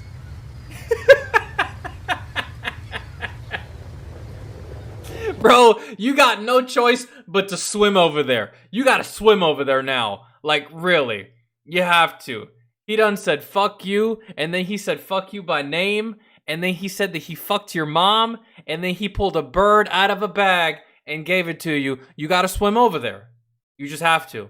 You have no choice.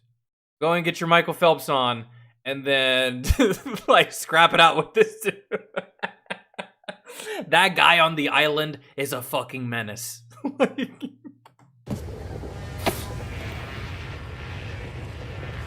He's doing it, yeah. He's doing it. Or at the same time, you can just, you know, not let a complete random stranger ruin your fucking day and get you this worked up and this angry, you know, that's probably the better course of action, but...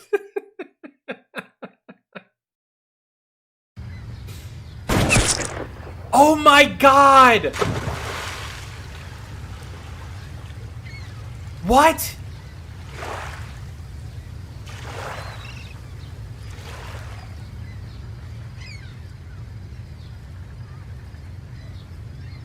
What do you mean? Bro! What? What? That plot twist. What? Yeah, dude. Don't talk to strangers. That's perfect. Dude, god damn. That was... I didn't see that coming. This really did seem like it was just gonna be on some playful shit. Like, he's gonna swim over there, and maybe they fight, maybe they don't, or maybe they make a campfire and fucking start cooking up some fucking bacon. I don't know. But I was not expecting just a fucking dome piece, double XP headshot from fucking 150. It got serious real fast. Yes. That's fucking nuts. Oh my god. It completely, bro, like, I was having such a good time, and then that happened.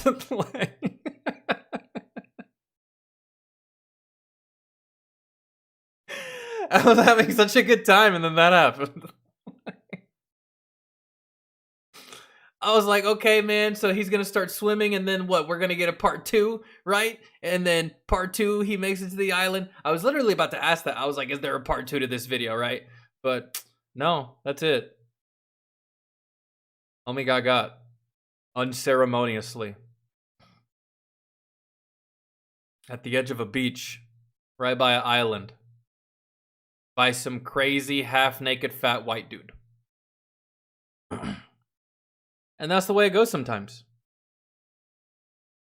Sometimes you get sniped by a crazy half-naked white dude yelling slurs at you from a random island from behind a bush. It can happen to the best of us, man. It really can. You never know. You gotta stay vigilant. Named Ezekiel, too. You should have known, man. You should have known with a name like Ezekiel.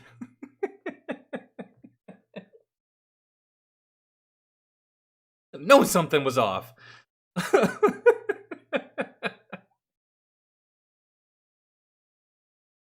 Oh, and had he not shot you and you would have made it to the island, he probably would have made you drink some kind of special Kool-Aid with a name like Ezekiel. So, I think homie was dead from the beginning. You don't talk to strangers, man. You don't talk to strangers at all. Oh, that shit was good. That shit was great. I gotta read the comments. Yes, what? I gotta read the comments. France and England for 500 years. When I hear dogs barking around my neighborhood, I like to imagine this is what they're saying.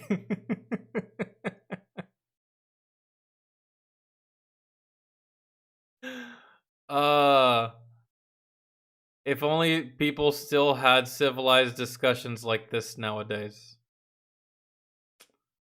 Bro, what do you mean? Homie got domed at the very end, but...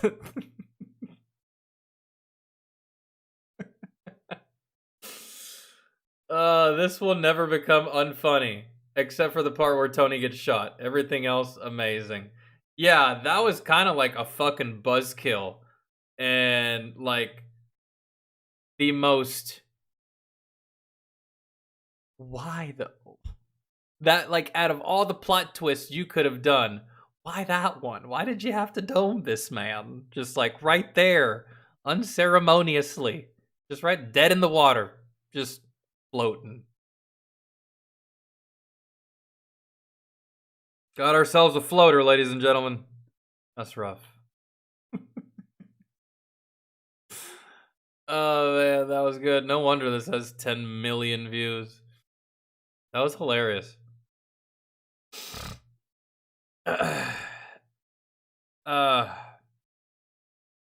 Okay.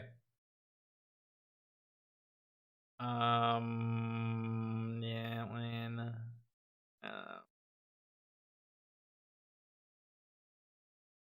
okay. Next is are you guys ready for AIDS? Are you guys ready for AIDS?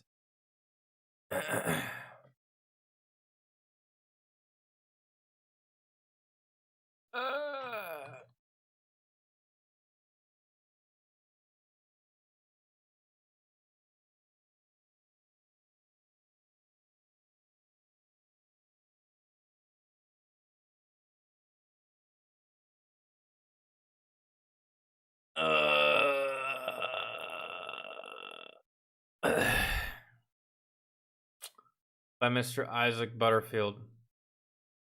Everything wrong with Gen Z. Bro, we really actually don't even need to go over it. Everything wrong with Gen Z? Fucking everything. That's what's wrong. Everything. We don't even need to make out a list. Type anything up. What's wrong with them? Everything is wrong with them.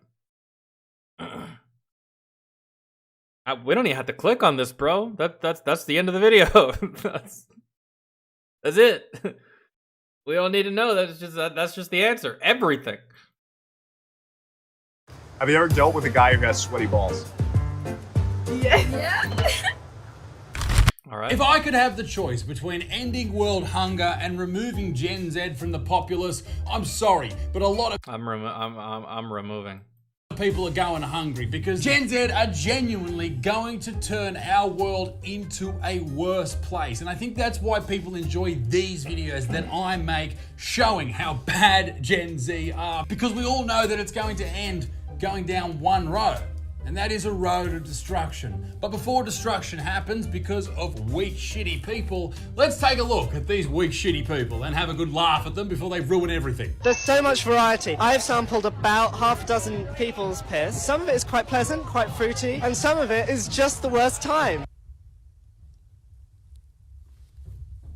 How does one even how?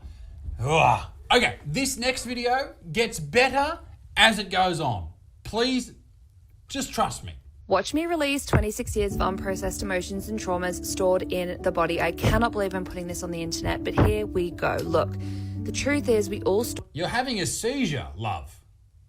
That's what you're doing. We all store trauma when we can't complete the stress cycle properly. My body is moving on its own. I've surrendered control. You are epileptic.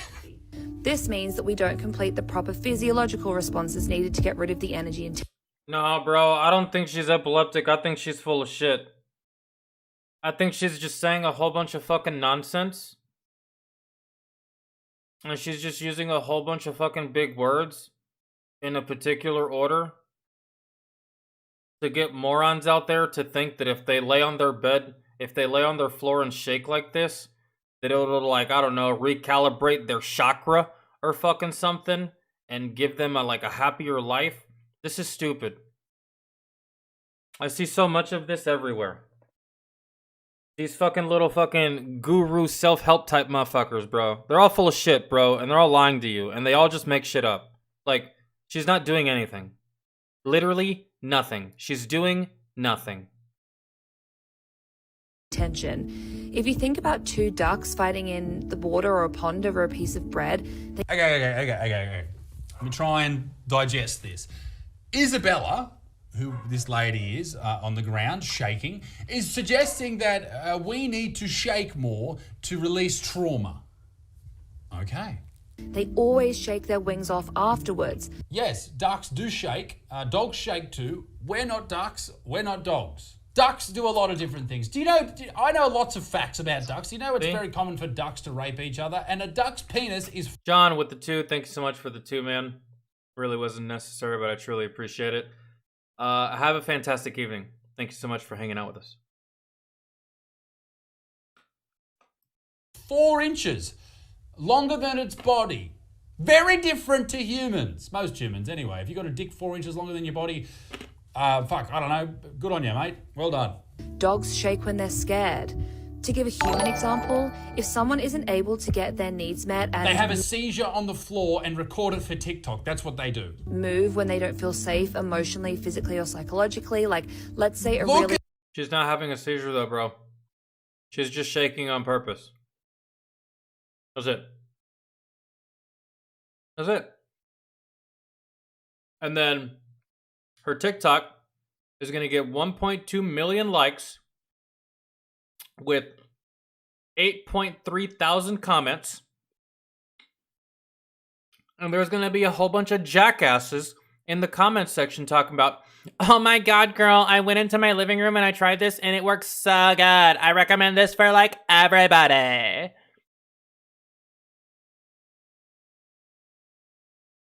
It's doing nothing. You're doing nothing. An email comes in from your boss that triggers some childhood wound and you feel really stressed but you're stuck at your desk. Your body isn't going to be able to discharge the accumulated energy and tension. It's so obvious that this woman is aiming towards Gen Z here, because all you have to do to impress them is speak with big words clearly and have a positive backing track. You can say absolutely anything. I could... Follow me here. It is physiologically advantageous to stretch your foreskin over your big toe. And the reason that we do this is because deep within the hypothalamus, you can actually articulate feelings and emotions, and they personify throughout the foreskin and into the big toe. And by doing so, you can actually reduce the rate of depression amongst perimenopausal women. Yeah. If I posted that on TikTok tomorrow, you would have a whole generation of idiots stretching their foreskin over their big toes to save their perimenopausal mothers. Yes. All you have to do is speak with confidence for these idiots and they lap it up. Little t trauma exists too, which are the more subtle, cumulative stress. Little t, shut up. Shut the fuck up. Or challenging experiences that add up and still have a really... So you have a rough day, you get home and you shake on the floor like a fucking... I nearly said a very bad word. I will move on. Still have a really significant impact on us, like feelings of pain or shame, little microaggressions or mean remarks at school or work. In my case, I spent a lot of my childhood not feeling seen or heard. Now look at you, you're killing it. You're laying on the floor fucking just gyrating. And I didn't get my needs met emotionally look at your when I was feet, really you upset. idiot. And that counts as trauma too. And while years of talk therapy or becoming aware of your... Nothing else really helps, so now I shake on the floor and I just feel great. Trauma is really helpful. You haven't actually healed it, which is why somatic movements are the solution. You need to communicate with your body through movement, which is its favorite language. I mean, dude. That's a sex position right there. I've been in missionary positions with girls where their legs are doing exactly what your legs are doing right now. Movements are the solution.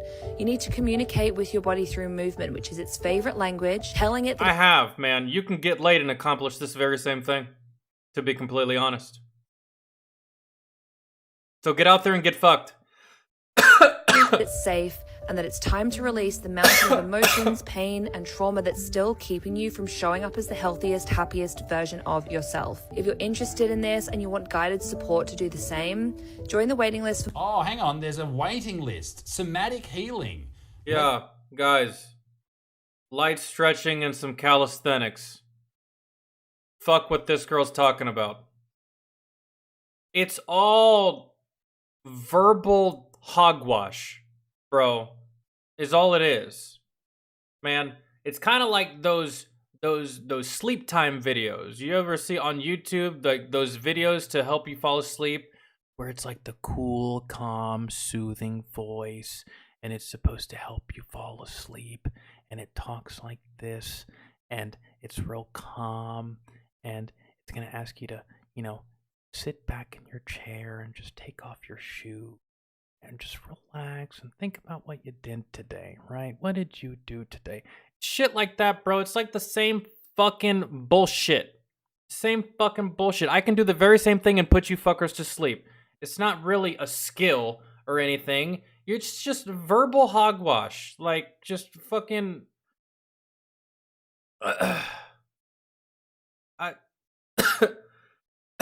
And I think she's gonna make you pay for something. Let's see what you're selling, lady. 129 Great British pounds. Ladies and gentlemen, I hate to be an... Wild.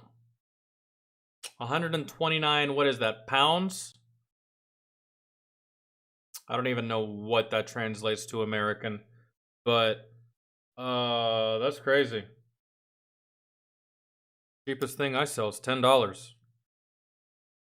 You're out here selling stretching exercises for 130. Okay. Hey man, do you? Anyone dumb enough to buy that? I mean, go for it, bro. Absolute dick here, but that sounds like a bit of a... I'm not going to say it. Insert your own word there. Hi, it's okay. I'm hoping to use your customer size policy today. Your customer of size policy. So that's the thing now. Person of size. All right. Fair enough. Southwest Airlines, if you didn't know, I made a video on it. They now allow you to, if you are a very obese human being or a person of size, waltz on into the airport and demand an extra seat free of charge, mind you. Even if it's a sold out flight, you'll still get that chair and someone else will get bumped. That's what this person's doing here. Yes, I'm leaving, yes. Thank you. Okay, thank you so much for your help. Unbelievable that is something that's like a participation trophy at life. If you're so big that you need an extra seat, fucking pay for it, mate. I'm 6'8". I need the extra leg room. I've got to pay for it. Why don't you? Products are unethical because I use leather, or people messaging Hang on. Stop. Go back to the start of this video. Decolonize your veganism. Wow. Okay, great. Looking forward to watching this. Let me just guess though. I bet this is someone, or he or she, whatever, has been to one college or university lecture on colonization and has decided to go, hey, you know what? I don't know anything about anything, but I'm going to just throw together this fucking shit video about why colonization has infected veganism and spill it out to the masses. And then everyone's going to make fun of me and I'm not going to understand why. Fucking play the clip. Products are unethical because I use leather, or people messaging me asking me to use vegan leather instead. And y'all, please stop. It is not more sustainable or ethical to use plastic over indigenous processed deer hide. I agree, but you're talking to vegans here who don't want to kill animals. If you want to live a life filled with environmentalism, then you need to look towards indigenous people, practices, and products. Yes, in fact, you know what? If you want to save the environment, the next indigenous person you see, I want you to tap them on the shoulder and I want you to beg them, stop climate change. You're the only ones that can stop it, please! The vegan movement is so focused on the no animal rule that... I can't imagine why. Isn't that the whole thing? They're forgetting just how racist they're being. And I see...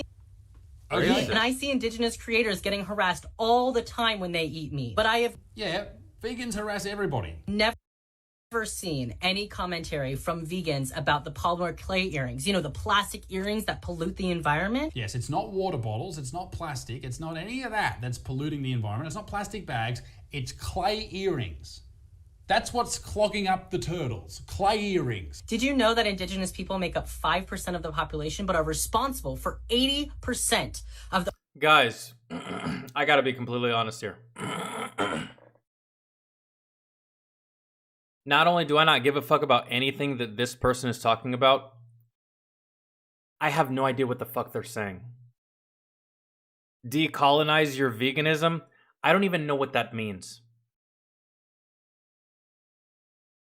That sounds like a very bad political slogan. I don't know what the fuck she's talking about. So that's kind of crazy because she has said a lot of words. So many words, in fact, that it could probably form a paragraph. And I still have no idea what the fuck's coming out of her face. That's crazy. To me, at least. Indigenous people make up 5% of the population, but are responsible for 80% of the Earth's diversity, of taking care of the environment. 80%. What does that even fucking mean? If you're vegan, that's totally fine. Go you. But please stop with that holier than thou act. Please start decolonizing your veganism. Start whatever the fuck that means. Actually learning about what is sustainable, what is ethical, and why colonization has infiltrated the vegan movement so heavily. Yes, very true. Captain Cook loved broccoli. It is well known that the vegan movement is incredibly racist. It's well known that the vegan movement is more set on harassing people rather than actually being sustainable. I actually agree with that. If you can't appreciate them, And it's also well known that spinach doesn't actually make you strong. The whole Popeyes cartoon is actually bullshit, but you know, I'm not over here fucking complaining about it. I don't know what you're talking about, man. And I kind of don't care. And it kind of doesn't make any sense. And it kind of seems like a topic that you'd kind of have to pay me to give a fuck about. Truly. Not to mention, it has to do with vegans.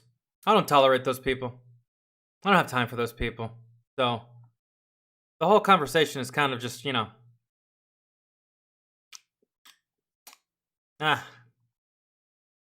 Ben, what up, man? How are you? Materials I use and why, then please don't buy my products. I'm never going to use vegan leather, so please just stop asking me. Ladies and gentlemen, there's another example of someone who should have never received a participation trophy, which then leads to thinking that people actually give a fuck about what they think. They don't. No one cares. Shut up. Okay, you guys are all just like really misogynistic. How do you define misogyny? Hey guys, today we're going to ask Gronstar employees what's their favorite shot from our new releases. Let's go. Subject. Hold on. Yeah, apparently vegans don't have time for vegans. Yeah, that one seemed to be really upset. Okay, you guys are all just like really misogynistic. How do you define misogyny? How does she define misogyny? Well, she's gonna define misogyny as any man that isn't going to want to date her because she shows her butthole on OnlyFans. So any man that doesn't want to date her because she does that is misogynistic or toxic. That's like the mantra for most of these bitches, man. Especially the bitches that go on the whatever podcast and on the fucking Fresh and Fit podcast. That's pretty much the logic. Right there. Okay, this is the Whatever podcast. This is a lady. She's been asked to define misogyny. She's looking upset. Why? Probably because she doesn't know the definition. Or maybe they're not actually being misogynist. She just says that as a default answer to anything she doesn't agree with. You're upset. That's a creepy smile. Why is she crying? Why are you crying? Because you typically, psycho girls, whenever they have no answer to the question you just asked them, or you prove them wrong, or you prove them to be incorrect, or you stump them, or you get the better of them mentally, they almost always resort to crying because they have nothing left to say. They don't know what to say. And it's a defense mechanism to keep from looking foolish and feeling embarrassed. Might as well cry and just get and be the victim and get the sympathy rather than feel this embarrassment. That's what they do, bro. Pretty small. Why is she crying? Why are you crying? I'm just asking how you define misogyny. Oh my God. These are the people that will fight wars in the future. These people. These people are going to raise children one day. These people. This is what happens when you have generations before you make it easy for you. You turn into that. Can I go? See? It's a pod. She was faced with something that was difficult. Oh Lord. Someone called you on your bullshit. Someone asked you to define a word that you've been throwing around so loosely on this damn podcast this whole time. Let's actually see if you know what the fuck it means. And they ask you, and look what happens. Look what happens. This is a big problem with Gen Z. Y'all are a bunch of fucking pussies. Bro, look what happens. She gets up from the table, starts crying, and fucking leaves because she doesn't want to have this conversation anymore because she knows she's gonna lose. She knows she's gonna look foolish. She's probably a OnlyFans girl, man, I'm telling you. Most of them on the Whatever podcast are. She's probably a OnlyFans girl. And she's probably feeling really emotional right now because that one dude probably made her feel bad for whatever the fuck it is that she's doing. And now she's probably coming to terms with it. And like, I don't know, man. These ladies, dude, they're so see-through, man. And they're so fake. Like, oh my God, I can read y'all like a book. And especially Gen Z, man. A lot of Gen Z is just like her, dude. And it's just like, God, man, no wonder people talk so much shit about y'all, dog. Like, cause look how y'all behave. Cowards, man. Like, Jesus. I don't care if y'all are Einstein or anything, but at the very least, stop being cowards. Podcast, not a fucking concentration camp. Are you okay? Like, do you want... Like, some of Gen Z is stupid, and I get it. There's some millennials that are fucking stupid, and I get it. There's some boomers that are fucking stupid. But we ain't fucking cowards, bro. Gen Z is nothing but fucking cowards. Holy shit. And to think that is gonna be that is gonna be what your generation is known for. Ugh. You want to go as I've been on this podcast. My generation's known for being spoiled. The millennial is the spoiled generation. I'd rather be spoiled than be a fucking coward, man. A coward generation? Mercy. Are you okay? Like, do you want to go as I've been on this podcast. There's a door. I went through it, and then I left it. Go as in leave? Oh my God. Look, if you want to leave, you can leave. I was hoping we could continue. Whatever podcast. It's holding women prisoner, apparently. Well done. You're not thin. Bro, I'm telling you. I'm telling you, I can almost guarantee that girl does OnlyFans, and Brian and his co-star or whatever basically told her that she is not worthy of a traditional man because she is not a traditional woman, and that reality probably hit her right there on that podcast. And then the only thing she could think of to say is that, oh, y'all are just fucking misogynist because you don't want to date a whore. And so they were like, what's the definition of misogyny? How are we being misogynistic? And whenever Gen Z's faced with a problem or an issue or some kind of altercation or some kind of, I don't know, issue, they fold, bro. They fold. Like a flimsy deck of cards or like a cheap suit. They fucking fold. It's wild, man. Typically, that type of behavior was usually known for liberals, but now it's just going to be Gen Z from now on. That's rough. I kind of feel bad for some of you because y'all just, oof. Whatever podcast. It's holding women prisoner, apparently. Well done. You're not thin, white, and possibly blonde. Your experience in Australia as a woman will be very different. I met with this girl today. You are white. I met through Facebook, and we were just talking about what it's like to live in Sydney and travel Australia as someone who isn't thin or white. You are white. Is such a different experience because I'm white, obviously. She wasn't white. Well, and obviously, I'm that's not why I was thin. confused. And it's just the experience that I see, like these thin, white, blonde girls having in Australia is so different than my experience. Hang on. Are you complaining because you're not getting dick? Tell me this video isn't you complaining because you're not getting dick. I think so. Especially when it comes to like dating and which I can't imagine. I don't know, girl. Pan the camera down. I mean, every dude likes a thick girl, whether he wants to admit it or not, bro. So, and you don't really look all that fucking. I mean, you don't look like a fucking whale or anything.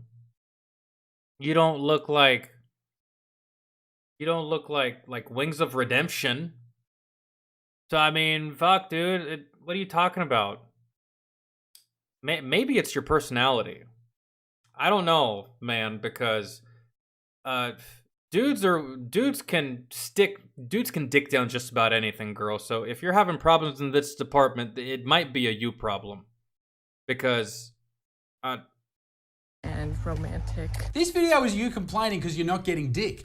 Anything romantic attention, like genuinely, since I got to Australia, I have received no dick. That's what she's complaining about. This video has 35,000 likes. I'm cockless. Let me complain. A little to no romantic attention, and I know that it's because I'm not thin. And well, don't. No, man, I don't think so, bro. I refuse to believe that you've been everywhere in Australia and you've yet to find yourself a bloke that likes himself a thick girl. I refuse to believe that. I refuse to believe that. There's just no way.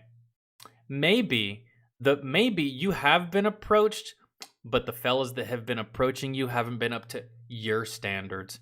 I don't know, man. I just really don't know. Or maybe you're telling the truth and you're not getting approached at all, but maybe it's something with you.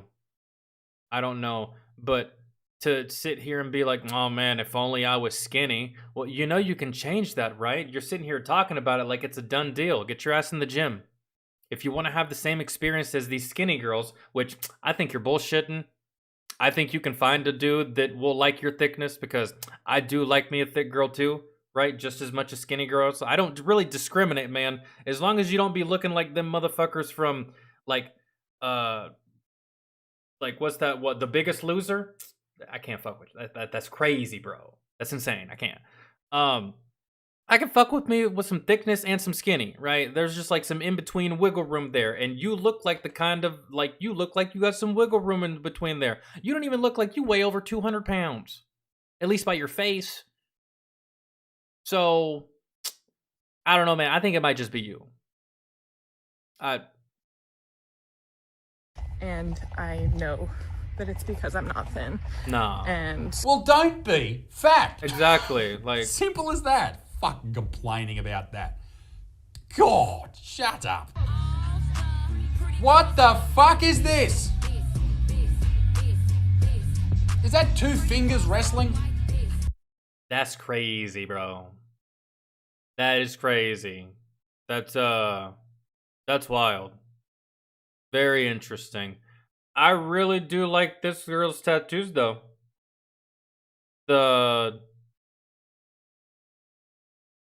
That tongue is wild, bro. That tongue is absolutely wild. And if you're a dude right now, I bet you're wondering the exact same thing I'm motherfucking wondering. I mean, are you wondering? I'm wondering the same thing. But yeah, I do like her tattoos though. Those are nice. Fucking hair color's stupid. Anything that's not natural hair color drives me insane. Is that two fingers wrestling? I've seen worms scrawling on the pavement that look less creepy than that. Then again, I don't know, man.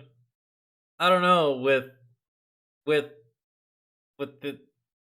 all this, I don't. Maybe not, bro. Maybe this actually makes it worse. I don't know. I don't know, man. I don't know.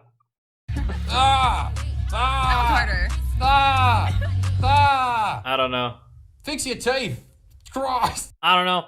I don't really feel like, I mean, she might be Gen Z, but as per Gen Z, that's probably the least ridiculous thing I've seen. She just has a very eccentric look, and having a very eccentric look is not specific to Gen Z.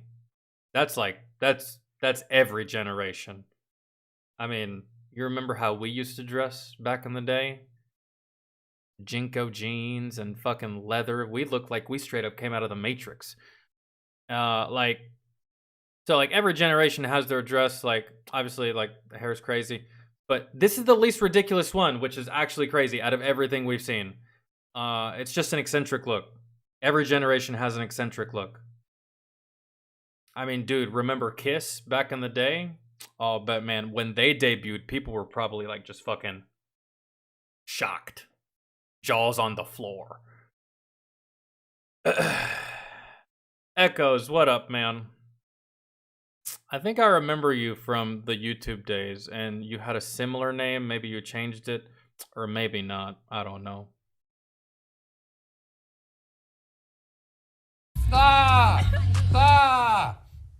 Fix your teeth. Christ. Hi, my name is Asa. I am a member of a DID system and DID system. I don't.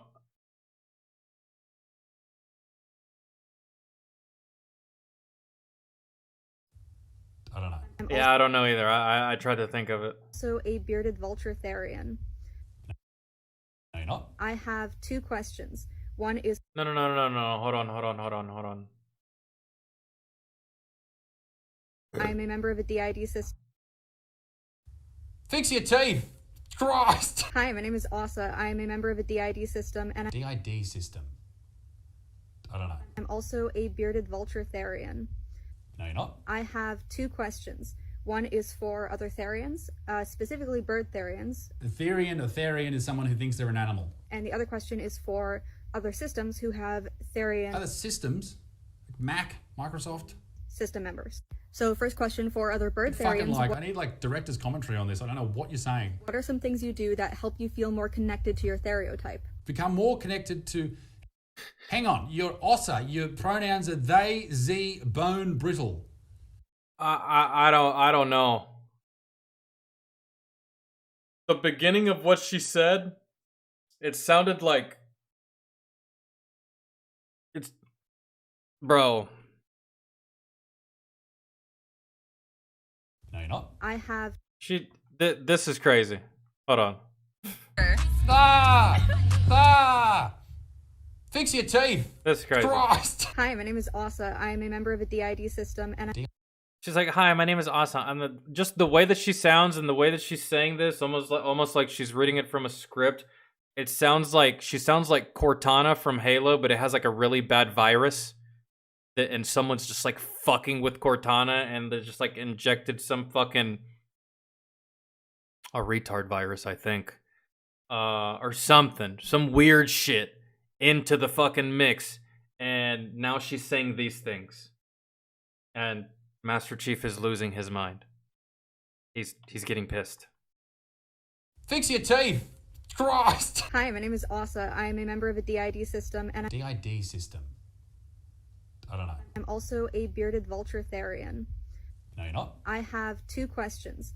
One is for other therians, specifically bird therians. A therian is someone who thinks they're an animal. And the other question is for other systems who have therian Other systems?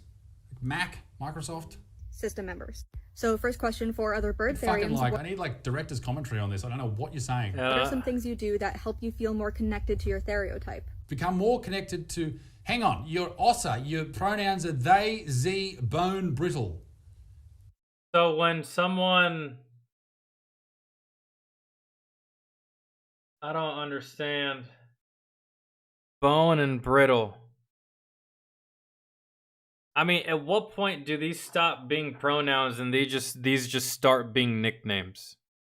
Cause like bone and brittle. I mean, come on, bro. Come on, man. That's just like hey, tell Brittle to come over here. Instead of saying, hey, tell her to come over here, tell Brittle to come over here. At what point do these stop being pronouns? They just start being like weird nicknames. I don't know, man. I don't know. I feel like we have a really big problem in society where people are just like taking the whole create a character thing very, very seriously, bro. Like, very, very seriously. Like, when I play a game, man, I usually just, like, make my name. Maybe I do the color of my eyes. And maybe I add a beard and some tattoos. I hit apply, save, call it a fucking day, start playing. And Gen Z is just taking the create a character concept and they're just taking it to a whole new level, bro. They are. With DLCs and monthly updates and everything. It's just, like, in real life, man. Just be making shit up. I don't know, man. It's weird. It's very weird. Have some calcium. You fucking nutter. Like, I know that for people whose stereotypes are four-legged, they can do quadrobics, and that helps them a lot. But obviously that's not applicable to bird therians. I also want to clarify for anyone who doesn't know, quadrobics does not automatically equal therians. People can do quadrobics and not be a therian. And second question is for systems with therian alters. Do these alters appear human in our world, or do they appear as their stereotype in our world? Or is it kind of a combo situation? Like, we have someone in our system who is both a guy and a vulture at the same time. We don't consider him a therian because he doesn't consider himself a therian. He just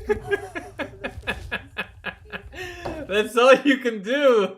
That's all you can really do. Like, holy shit, man. That girl didn't take a fucking breath, man. She didn't breathe one time. That was word after word after word. She spoke with poise and professionalism, and she damn near almost sounded like a fucking college professor, except she was speaking complete nonsense, and we had no idea what the fuck was going on, man. Hence, the duck.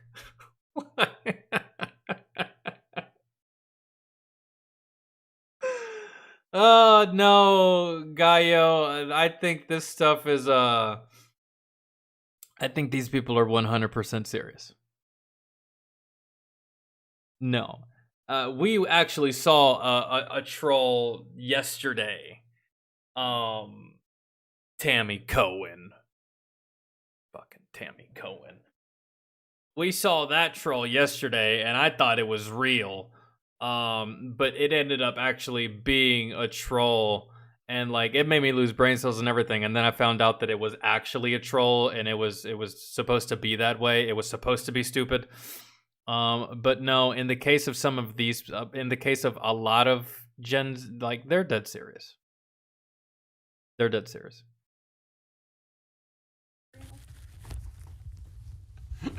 Yeah, I don't know. Ladies and gentlemen, thank you very much for watching the video. There's no way you had your dick out. There's no way. Hit subscribe and check out Isaac. Stupid. Okay. Yeah, I don't know. I don't know what's wrong with Gen Z.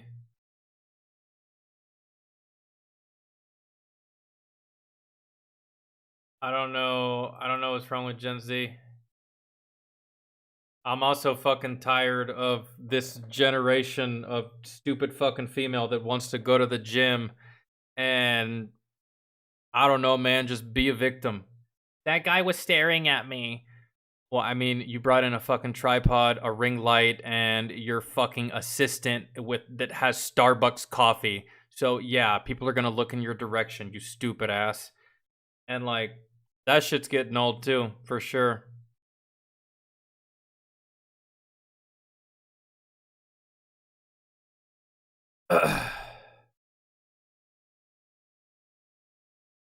No, country girl, I'm just saying, just if the shoe fits, wear it. That's all this is. That's all this is. If the shoe fits, wear it. But I don't really think.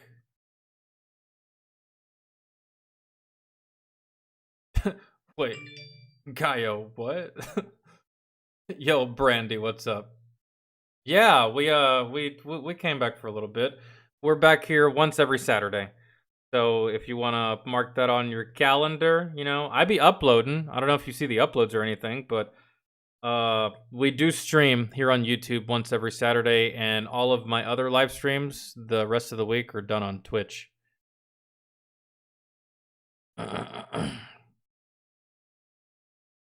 Oh, it pisses me off when the 4 out of 10 start saying that. Oh yeah, dude. Yeah. Like the ugly girls. The ugly girls talking about that guy was staring at me. Girl, no, he wasn't. Please. For real? No, he wasn't. I can guarantee he wasn't because I wasn't. That nobody is. You want to know why? I don't know, man. You look like the bottom of my fucking shoe. That's why. I don't know what to tell you. Stop lying. No one's looking at you. And especially like the dude, I've seen like older ladies get like kind of pressed about the shit too. There was like, but they're just like being ridiculous. There was this one old lady I saw. She was like, these young men are looking in my direction. And I guarantee that the young men were looking in her direction because she was probably doing something wrong on the machine. They were probably laughing. These young men are looking in my direction, making me feel uncomfortable. And blah, blah, blah, blah, blah, blah. I was like, ma'am, they're not doing anything. And they're definitely not looking at you in that way. I can assure you that. You're just go to a different part of the gym. Not that big of a deal. Holy shit. Like, when you go to the gym, what are you supposed to look at, bro? Like, holy shit. I look at everything when I'm at the gym. I look at the staff. I look at the people. I look at the mirrors. I look at myself. I look at the equipment. I look at the people working out. I look at other people working out. Maybe if I see a guy on a machine and he's doing sets, I'm maybe looking at his form. Maybe I want to do that machine and emulate the form that he's doing so I can get the most out of it, right? I look everywhere. I mean, now I understand, bro. Like, if you're just like literally sitting here just staring at a girl that's doing squats, don't be a fucking creep, right? I understand, but I look at everything. So, I don't know. These bitches be on something else. They just try to get clout on TikTok, bro. Really, is all it is. If someone has no spotter and they're lifting, I stare. Yeah, so you can quite possibly go over there and help them if shit goes sideways, which the motherfuckers that be lifting without a spotter, like, I get it if you don't have a homie, but you can at the very least ask someone, bro. They're not going to say no. If someone asks me to spot them, I will. I will, because I'm not going to let you do that shit by yourself. I'm not going to be a dick. I'll spot you for your reps and then I'll get back to my workout. It's not a big deal.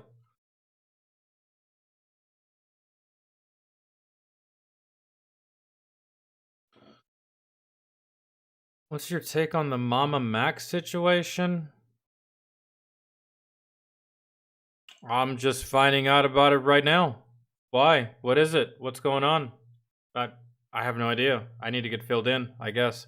There's a lot of shit that I've missed, man. The whole shit in Texas, which I did get caught up on finally. And then what else did I miss? How much can I deadlift? Bro, I don't know, man. And I haven't been to the gym in a minute, and I don't even lift weights like that. I stay on like abs, core shit, and fucking really just like arm stuff. I don't power lift. If that's what. But yeah, Pamela, I have no idea what the Mama Max situation is. If you'd like to explain it, feel free. Let me know, or I can find something on it. I gotta see what's next on the list, though. Next up is Zach Rushing. Bro, I haven't watched a video by this dude in so long. I think the last time I watched a video by this guy, we were actually still streaming on YouTube. It's crazy.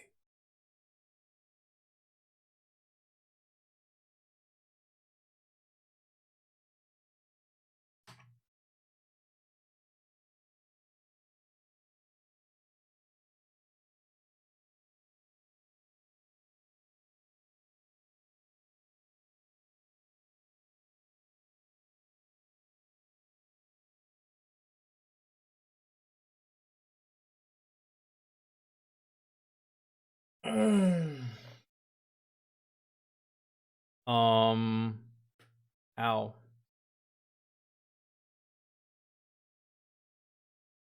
Something about a group of vampire pedo cannibals or something. Vampire pedo cannibals. Where do they do that at? What is that? Is that on YouTube? Do I have to go to Google for that shit? Or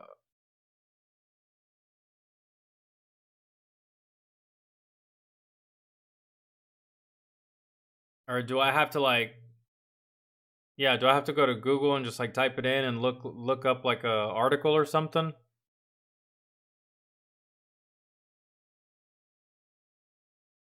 Wasn't there a werewolf cult involved? What the fuck?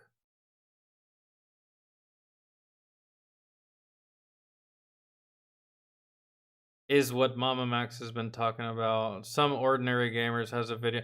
Oh, okay. Maybe. I mean, maybe. I suppose we can watch a...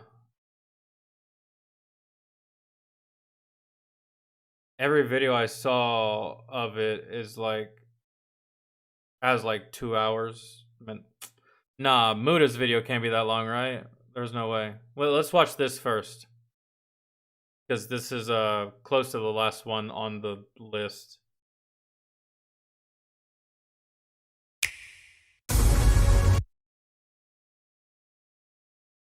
Yeah, if I end up checking that out, we can watch some Ordinary Gamers. He's typically my go-to for commentary on stuff. Oh, he looks mad. All right. I have 100% got a lawsuit coming for me, and I 1000% don't give a shit. Let me tell you what the hell just happened to me. All right, I went down to the home supply store. All right, you can take your pick. It's either blue or orange. You got a 50% chance of getting this shit right. And I went in there, had to give me some 2-inch Deckmate T25 screws. I got a little project I'm working on at the house. Had to go in there and give me some fucking screws. I went in there, and I'm walking up and down the damn hardware aisle. All right, and there is this very, very elderly old man, and he's walking up and down this damn aisle.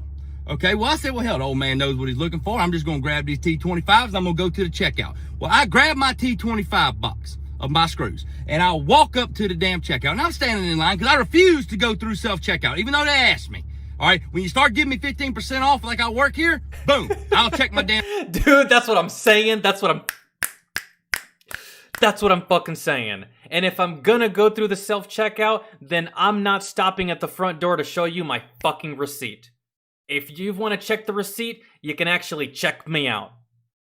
All this self-checkout bullshit, that's what I'm fucking talking about. Yes, I agree, 100%. Don't ask me. All right, when you start giving me 15% off like I work here, boom, I'll check my damn self out. Until then, I'm standing in this line. So I'm standing... And if I check myself out, then I'm not showing you my fucking receipt. Like I said, if you wanted to check my receipt, you could have done it at the register. So, no, I don't work here, and I'm not going to do your job for you. I agree. Yes. God damn it. I'm so glad someone else feels the same. Boom. I'll check my damn self out. Until then, I'm standing in this line. So I'm standing in line. About that time, out the end of the aisle on the hardware aisle, the old man walks out, and there is a younger person standing there with one of that company's vests on, standing there doing absolutely nothing. Okay? He walks out, and he asks him. He's within ear distance. I can hear him. He asked the young man. He said, "Excuse me, where are your plastic cap nails at?" He said, "Right down there on that aisle." And the old man say, "I've been walking up and down that aisle for a few minutes, sir, and I can't seem to find them." And the young boy turned around and looks at it, "Down there on the right. You'll find them. Go down there on the right." And the old man's done been up and down this aisle for like 10 minutes. So the old man said one more thing to him. He said, "Well, son, my old eyes just ain't as good as they used to be. I guess I just couldn't find them. Can you please show me where they're at?" And the young man, wearing that company's vest, turned and looked at the old man and said, "Old man, I ain't showing you where them damn nails is at. All right, they're down there on the right. Walk down there, put your glasses on, and find them." Well, all of a sudden now, I need plastic cap nails. I didn't need them when I come in the store a few minutes ago, but now there is nothing more important to me than plastic cap nails, because I'm finna test this little son of a bitch's metal. So I walk over to him, get out of my place in line, walk over to him, and I said, hey, where's your plastic cap nails at? He said, they're down there on the right. Just follow the old man. I said, no, you work here. Show me where the plastic cap nails are. And he said, I'm not showing you where the plastic cap nails are. So I took this hand right here. You see this big ass hand? The one to make a double D titty look like a Granny Smith apple? And I grabbed that little son of a bitch by the back of his fucking collar. And I, against his will, drug him down this damn aisle. And I stood him up right by that old man. And all of a sudden, he's as helpful as can be. His eyes are about that big around. He's pissing on himself. Okay? And I said, where's the plastic cap nails at? All of a sudden, he knows exactly where they are. He has no problem showing me where they are. And I released him after he gave that old man them plastic cap nails. Dude, I swear, Zach Rushing could quite possibly be the real life Jack Reacher. He really could.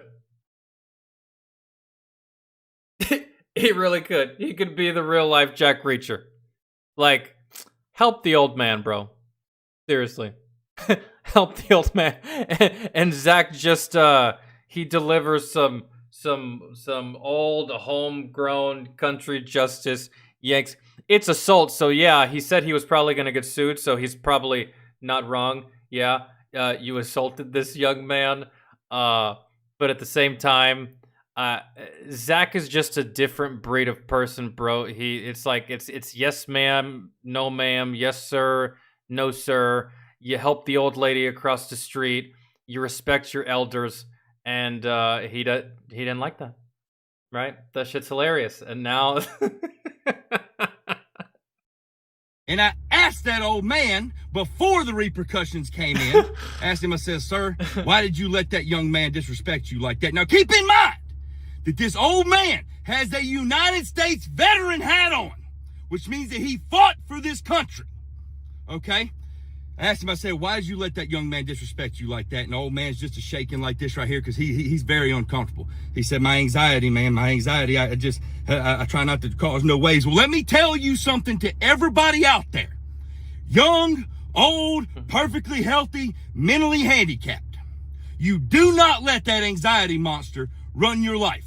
If you are ever disrespected, you say exactly what you need to say in order to gain your respect back. Because I can guarantee you that somewhere within 10 foot of you is somebody that will protect you from being disrespected. Okay? Believe I've that. seen Do it not happen believe the time hype and time again. of the damn media and all this shit where everybody's got to be nice to everybody and all this other type of stuff, and you can't stand up for yourself. There is a whole bunch of me's out there that will. I give zero fucks. Zero. About bro, when he says that there's a whole bunch of me's out there, he's not lying. A buddy I used to know, buddy I used to have, is exactly like this. Bro, he's the type, he will do some shit like this. Straight up, that's just the way he is. And if he gets arrested for some shit, he gets arrested for some shit. And if he gets in trouble for some shit, he gets in trouble for some shit. And if he gets banned from the Home Depot, he gets banned from the Home Depot. I know dudes like this. For real. I mean, I can't be going out in public and doing shit like this. I typically just mind my business for the most part. And if anything, I would have just went and helped the old man instead of the employee. Like, fuck that employee. He eventually will get fired for being a piece of shit anyways. Because eventually someone will make a complaint instead of, just yoking him by the collar. But he's not wrong. He said there's a lot of dudes out there like me. He's not wrong, bro. I've met some of them. I know some of them. I've seen some of them. Like, yeah. About the repercussions of my actions. I regret absolutely nothing from what I just did.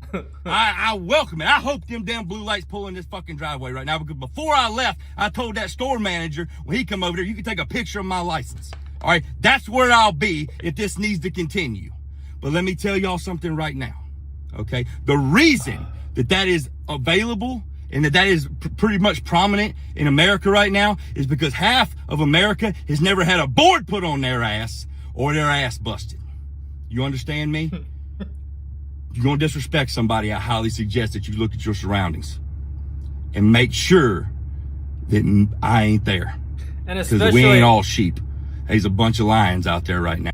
And especially just like a veteran dog, he has his veteran hat on. He's an old man. Don't be a turd, dude. Don't be a turd, man. I see these guys, and I've seen these guys out, man. And if they ever need any help, if they ever need any assistance, if they ever need me to reach up and grab something for them, if they need me to show them something, and hell, if they even just need me to walk them out to their car, I will, bro. Especially like these older veterans, man. The ones in like, you know, their late 60s, 70s like that. As an employee, I can't imagine being a dick to that person. Not as an employee, but just as anybody.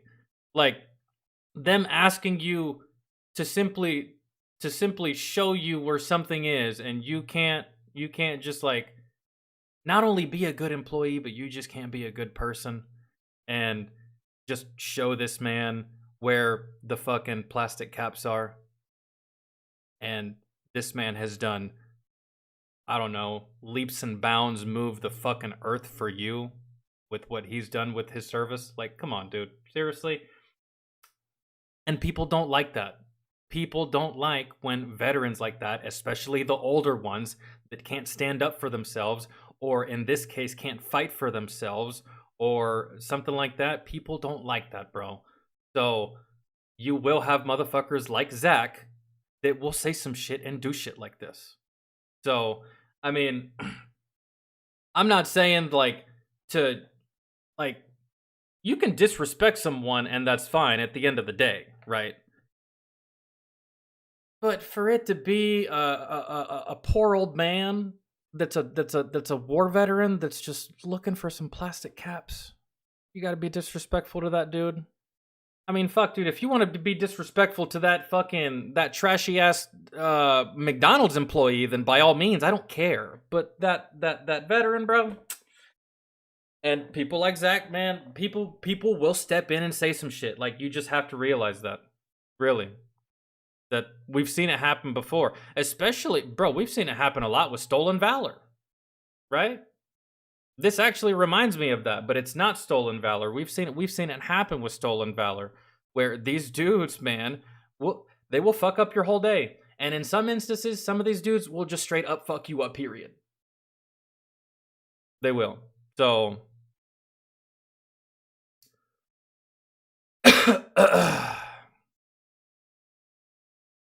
Yo, Candy, take it easy, man. Have a fantastic evening.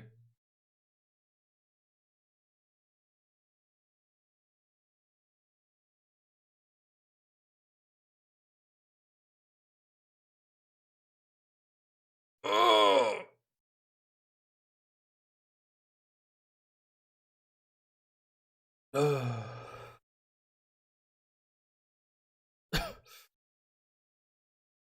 Dude, surely there's like, this had to have been either Home Depot, Lowe's, or Ace Hardware. And all of them have camera footage. And bro, if he ends up getting sued, then it was 100% real. And I'm pretty sure he'll show paperwork. At least I think. Just, if he gets sued, he'll probably show receipts. So, we'll see. I mean, some people say you're saying it's fake. I was just listening to the story. Kind of feel bad for the poor old dude that was looking for plastic caps. I would have just helped him look for the plastic caps and not bothered with the employee. But we'll find out if it's true or not. Well, this was a month ago, so I mean, did it end up being true? Did he end up getting sued? Did he at the very end up getting the cops out to his house? Because at the end of the day, that was assault. So if the employee wanted to press charges, maybe he could have. But I don't think so, bro. If it happened inside of a hardware store, I doubt that employee is making enough to go to court against Zach. So, because I don't know how well off Zach is for money, but I think he's okay.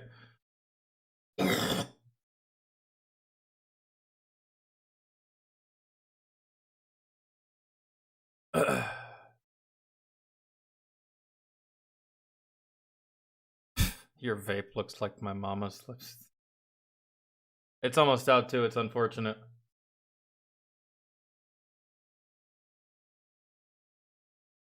Well, Cassidy, that's because I don't really fuck with employees. I don't. Like, whenever I go into a store, I don't ask employees where anything is. I don't. At all. Why? Because whenever I used to work retail, I used to hate when motherfuckers would ask me where shit is. And I'm just like, motherfucker, you just walked in. It's literally right in front of you. I know you see that 12-pack of Coke right fucking there, yet you sit here and ask me, hey, where the Coke's at? Like, are you fucking kidding me? Open your fucking eyes, you buffoon. But no, man, when I go places, I will literally tear that entire store apart looking for what I'm looking for before I ask an employee. Because I just don't like bothering people, man. And I know it's their job to tell me and their job to point me in the right direction, but like, if I can find it myself, I can find it myself. I don't really need to fuck with the employee.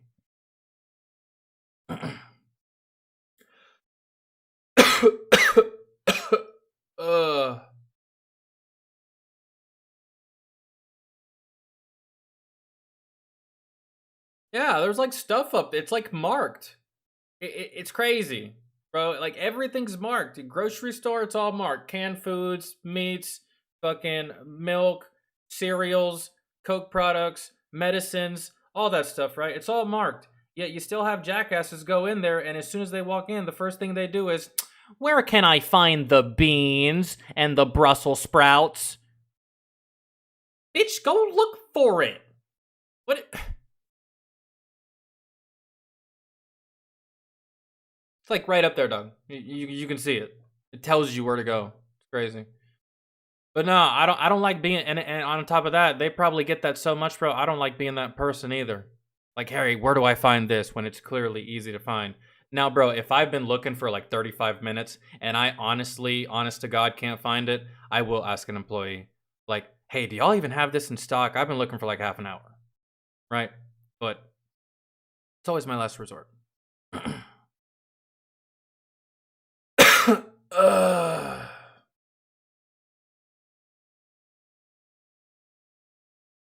DeRozier, maybe. Maybe. I'm not sure what I'll upload just yet, but maybe.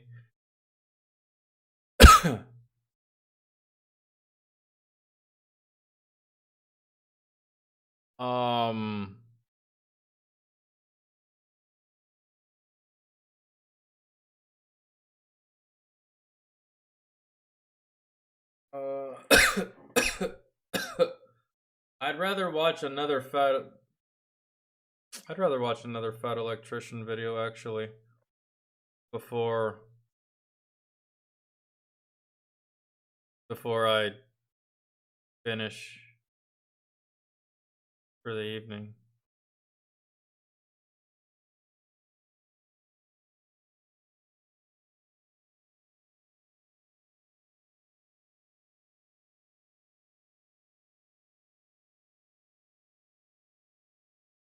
Hold on.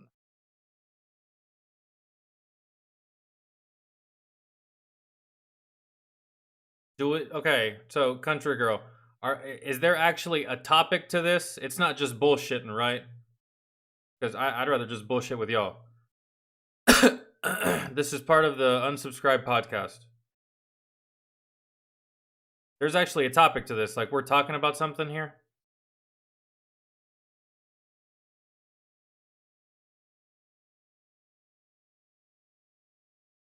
If it's featuring the Fat Electrician, we should just watch the Fat Electrician, because I'm pretty sure, just like the last unsubscribed clip that we saw, Fat Electrician did the most talking.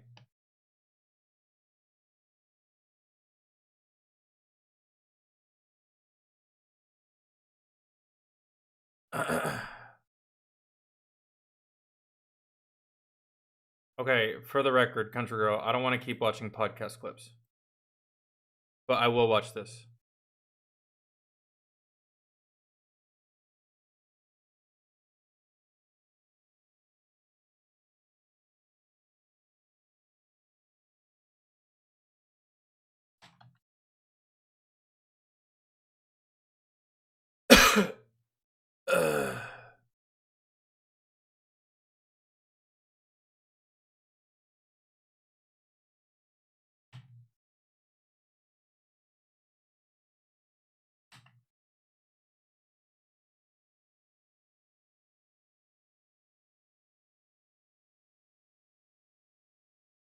Jesus Christ.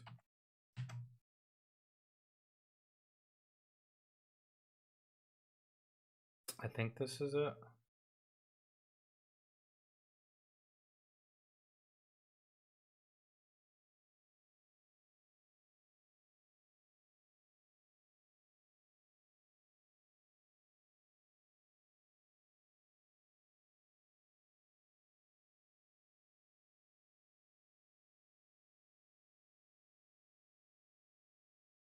Yeah.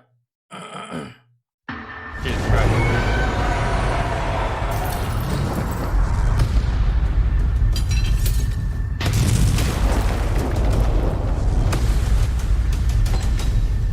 I went and I had.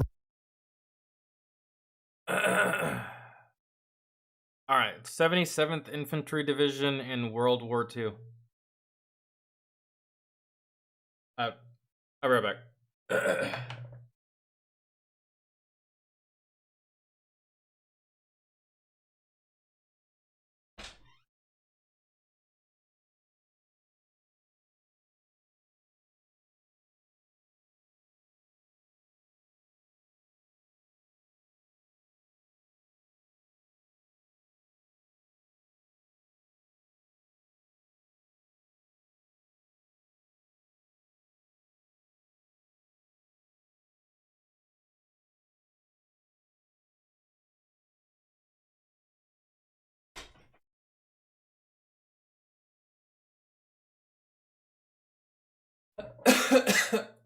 Shit. I went and I had breakfast with like this random guy that emailed me recently because he was passing through Mason City, which immediately sketchy. And every time I bring a gun, sketchy. And every time it's like a 70-year-old man that just wants to say hi to me. It's the most adorable thing on the planet. I'm looking for I walk in immediately, open the door, step left with the wall to my fucking back, scan. Every time it's a 70 to 85-year-old man. Mr. Fat Electrician, sir. And it's like, oh, this is adorable. So I meet this dude. And Nick's audience base is like you have 80% and 75 and over. It's just old people watching. A lot of older people, actually. It's a lot. I imagine. Dude, it's kind of funny, actually. It makes sense that Fat Electrician would have a lot of elderly fans. Because he's essentially telling their stories. All the time. For the most part. Except for like a couple that are like, modern time stories. But like World War I, World War II, Vietnam. There's probably a whole bunch of old dudes that are just like love Fat Electrician because he's telling their stories and he's like, man, I fucking love this guy. That was me on that boat. It's crazy. Hey, man, what's going on? That's so cool. Like him just telling his grandkids, I met the man on the talking box on the wall. Yeah, that's really cool. That's really cool, Grandpa. That's really cool, Grandpa. It happens. So basically this guy he comes in he had Fat Electrician. I'm your biggest fan, right? It's like that's books. He had fucking newspaper clippings, and he's like, he told me this whole story. His dad. I think it's time we talk to him about that community we looked at. Right? He's already talking to the TV's talking back. Oh, this is the sweetest story. No, but I did. I really met him. I feel spry as a spring chicken. But no, this dude, he brought like a book that he wrote and then a bunch of newspaper articles and sources. He just wanted me to do a video on the unit that his dad fought in World War II. And I was like, fuck, okay, tell me about it. I can only do so much. Yeah. And this dude had all the research done, and it was the 77th Infantry Division in World War II, and it was like basically an experiment. It was the first unit in World War II that was comprised of all draftees, and the average age of them was 33. So like it was literally an entire division of middle-aged men with families and kids that they sent into World War II as like an experiment to see like, okay, can a 30-year-old still hack it? They were, don't quote me on this. The best coffee. Bro, so listen to this. Very they were supposed to be pissed off at live, too. I think D-Day there was 11 divisions that stormed the beach at Normandy. Bro. I think there was supposed to be 12. This was the 12th. They like nah, we're not sending you there. So they were the first Army division to go over with the fucking Marine Corps in the Pacific, and they were just fucking shit up. And the Marines started calling them the 77th Marine Division because they were so fucking good. And they started calling them, their nickname is the Old Bastards because it was a bunch of 33-year-old men just fucking not about being here at all. Yeah, because you got a bunch of 18, 19-year-olds. Yeah. They're like, Yo, the faster we kill these fuckers, man, the faster I can go home. I'm so sick of this. And that's essentially what it is, man. A whole bunch of me's at this stage in my life with my temperament and my attitude. Oh my God. And you cut them loose in that war? In World War II? Yeah. They're shooting indiscriminately and very, very straight, and they're aiming high. Literally grown-ass men with kids going in and fighting this war. And that one, like, the name came from a 19-year-old Marine that famously said, like, look at those old bastards go as they were storming a beach on a Japanese island during an amphibious landing. And so they fought all throughout the Pacific. And I love that visual, that image, because it's just like literally the actual fucking war veteran showing the younger troops how it's done. Just fucking storm it, bro. Just go up there. We're fucking Marines. Get it. Go right now. And there was one island that was holding out after the Japanese had surrendered with like 5,000 Japanese troops on it, because that was a huge issue at the time, because all the Japanese guys were like, that's propaganda, it's not true. Japan would never surrender. And they're like, eventually they're like, okay, fine, we're going to surrender, but we're only going to surrender. They had gotten island hopped, and they're like, we're going to surrender, but we're only going to surrender to the 77th Infantry Division, because those guys were kicking our asses so hard that if we are going to lose, we only want to lose to them. So they had to actually send representatives from the 77th Army Division over to accept the surrender from these Japanese officers. It makes sense. They're a bunch of older guys who fucking hate anime and want to go home and fuck their wives. Yeah. Those men definitely use racial slurs. Dude, they were the dudes. I mean, it was the greatest generation. They kind of fucking all did.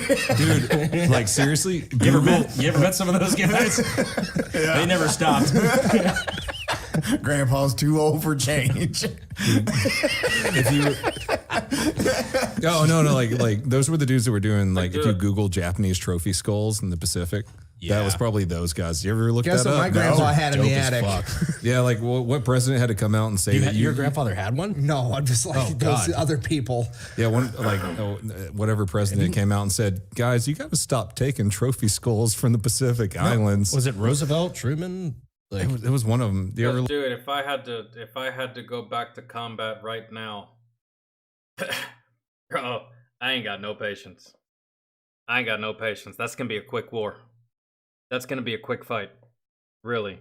Show me who it is and where they are, and it's gonna be over very, very fast. That's it. With whatever group, whatever outfit I'm in, like, that's just... And especially if it's a whole bunch of me's, at my age, man, like, man, they probably weren't about the bullshit, bro. Like, we're actually gonna go in here. We're gonna mow everything down, dude. We don't have time to fucking pussyfoot around and like make a battle plan or a strategy. No, the battle plan is fuck everything up from here until there's no more anything to fuck up, really. And that's how they did it. That's how I would be doing it. I have time for this shit. It'd be on some Lethal Weapon type shit. Getting too old for this shit, man. Ugh. Look that up, because so many dudes were Yeah, so many. They would boil the fucking skulls and then paint them with like their unit icons and shit. Like there is still some Japanese skulls out there with like Marine Raider insignia they painted on them to send back home to their girlfriends. And it got to a point where the president at the time had to say, guys, you can't do this anymore. This is fucked. Hey, welcome to the barbershop. I wish we could have taken shit from Afghanistan. I would have brought back so much. But we couldn't take anything, bro. Fucking nothing. Fucking nothing. Giving the mailman PTSD, knock it off. Jesus Christ. There's this famous picture of like the girlfriend getting one in the mail. They used to, oh my God, that was what they'd send their spouse. She doesn't look like she dislikes it. It's kind of hot. Dude, Japanese trophy skulls were a thing. Your guy fucks at war so hard, he's sending you back Look what he did to make it back to me. I'm just saying, man. I love the skull you sent me. It's so white. Yeah, bro. That was a dude, nah. I don't think so. Bro. That kind of trophy, I think I'm gonna keep to myself. I'm not gonna send that shit back to my significant other. Y'all are some fucking savages, man. Y'all are savages. I'm not that particular type of trophy I'm keeping for myself. I'm not giving that to a That's redonkulous, bro. That actually happened. That's redonkulous. I don't really care so much that it was allowed to happen. I'm just more so mad that and upset that they did it. Like, bro, use your brain. Why would you send that to your girlfriend or your wife? The hell? But hell, the women back in this time were a different breed of woman too. So, I mean, I don't know. They probably liked it. They probably were just like, he's so romantic. I love when he sends me presents. Right? So, I don't know. Bleach. Jesus Christ. What do you write back to your spouse that sends you a fucking skull? Yeah. Also, I want you to put a third baby in me. Random fact about this. I had a whole comment thread on one of my recent videos roasting me about how fucking stupid I am because I said that He sends me all kinds of cool, cute accessories. Couple of fingers. War II ended when Japan surrendered. And apparently a significant portion of European countries don't recognize the Pacific Theater at all. It's just not taught in their education system. And World War II ended to them when Germany was defeated. And I was a stupid American capitalist pig for implying that Japan had anything to do with World War II. And I was like, that's really interesting. Yeah, no, I'm not even mad. I'm just interested. You're half the fucking world away from a big fucking problem. You know we had to nuke those bastards twice, right? Mm-hmm. They did probably the worst war crimes. That's a lot of people. No, not probably. They did the worst war crime. Sorry, stand corrected. The raping of Japan. Nanking has entered the chat. Yeah. Unit, what was it? Unit 731. 731. Those, you just need those two stories and be like, oh yeah, they were the bad guys. And when they're like, yeah, we didn't do that, they tried to cover up that piece of history from their own people. You're like, oh, you guys fucked up. The George Bush Sr. thing, all kinds of shit. That and the Damn, dude, I always thought that it was the Nazis, but I guess Japan committed the most amount of war crime atrocities. I don't know if I should have known that, or if I should feel dumb for not knowing that. But I mean, can you blame me for thinking that it was Germany?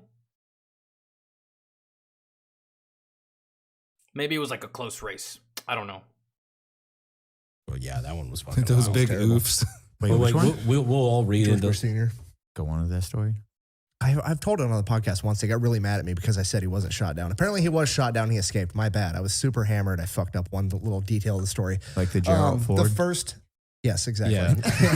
Dude, the comment section. Henry Ford versus Gerald Ford thing. Yeah, fucking You me, guys caused super him drunk. stress. What's weird is you said Gerald Ford, but I immediately knew that you meant Eric. Well, and I had just made a video talking about Gerald Ford, so I had said Gerald Ford 500 times in the last 2 weeks, so it just came out that way. It was Henry Ford, my bad. Anyways, George Bush Sr. was a combat pilot in World War II, and one of his first missions was like at the ass end of the Pacific, and him and his entire squadron got shot down on this Japanese island. He was the only one that escaped. Everybody else that got captured got eaten alive by a cannibal group of Japanese soldiers.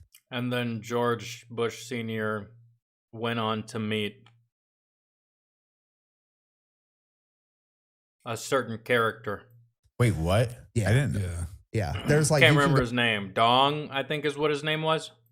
You can go on YouTube. Yeah, everybody else in his squadron got eaten alive, and then like 40 years, not 40 years, whatever. However, later he was president, and he like, there's a video of him like passing out and vomiting because somebody's eating something, and he like has an episode where he remembers because he didn't find out about this until he was like already president, and he finds So out if like, the oh, Japanese by the were way- just a little hungrier, 9/11 would have been prevented.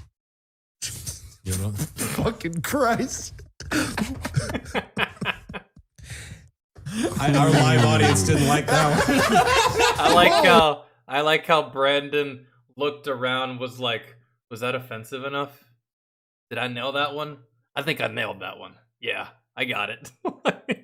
Fuck. You just heard one person like,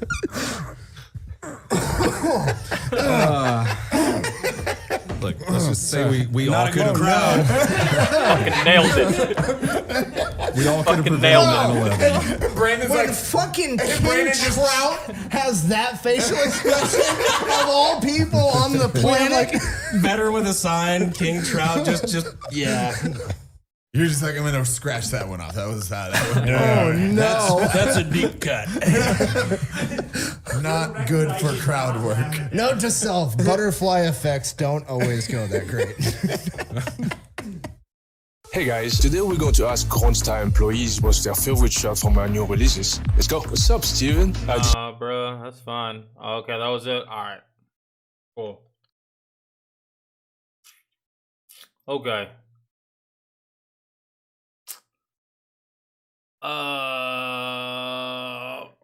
That's it, dudes.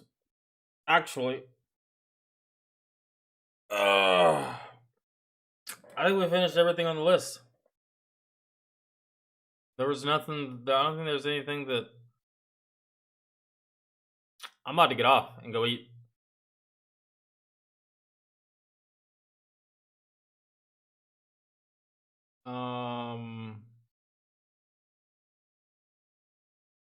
Wait, U.S. Immigration has a fucking YouTube channel? No, that's just the name of the YouTube channel.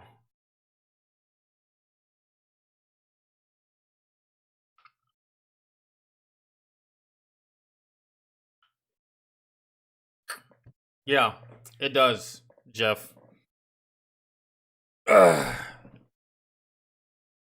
It does indeed.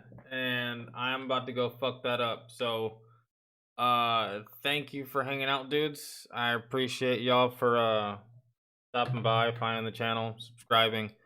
Those that donated, I appreciate it. Tomorrow we're going live on... Actually, I don't know about tomorrow, dudes. I'll let y'all know in the Discord. May or may not go live tomorrow. It's quite literally 50-50, so I will let you know. But Monday, we'll be live on Twitch again, alright? So it'll be Twitch the rest of the week, and then again on Saturday, next Saturday, we'll be streaming here again on YouTube, alright? So, thanks for hanging out. I appreciate you dudes and gals. And yeah, I'll see y'all tomorrow. Y'all have a fantastic evening and have a fantastic weekend. And if I don't see y'all, then I got all these right, y'all. And if I don't see y'all, then have a great weekend and I'll see y'all next week. All right. Bye, guys.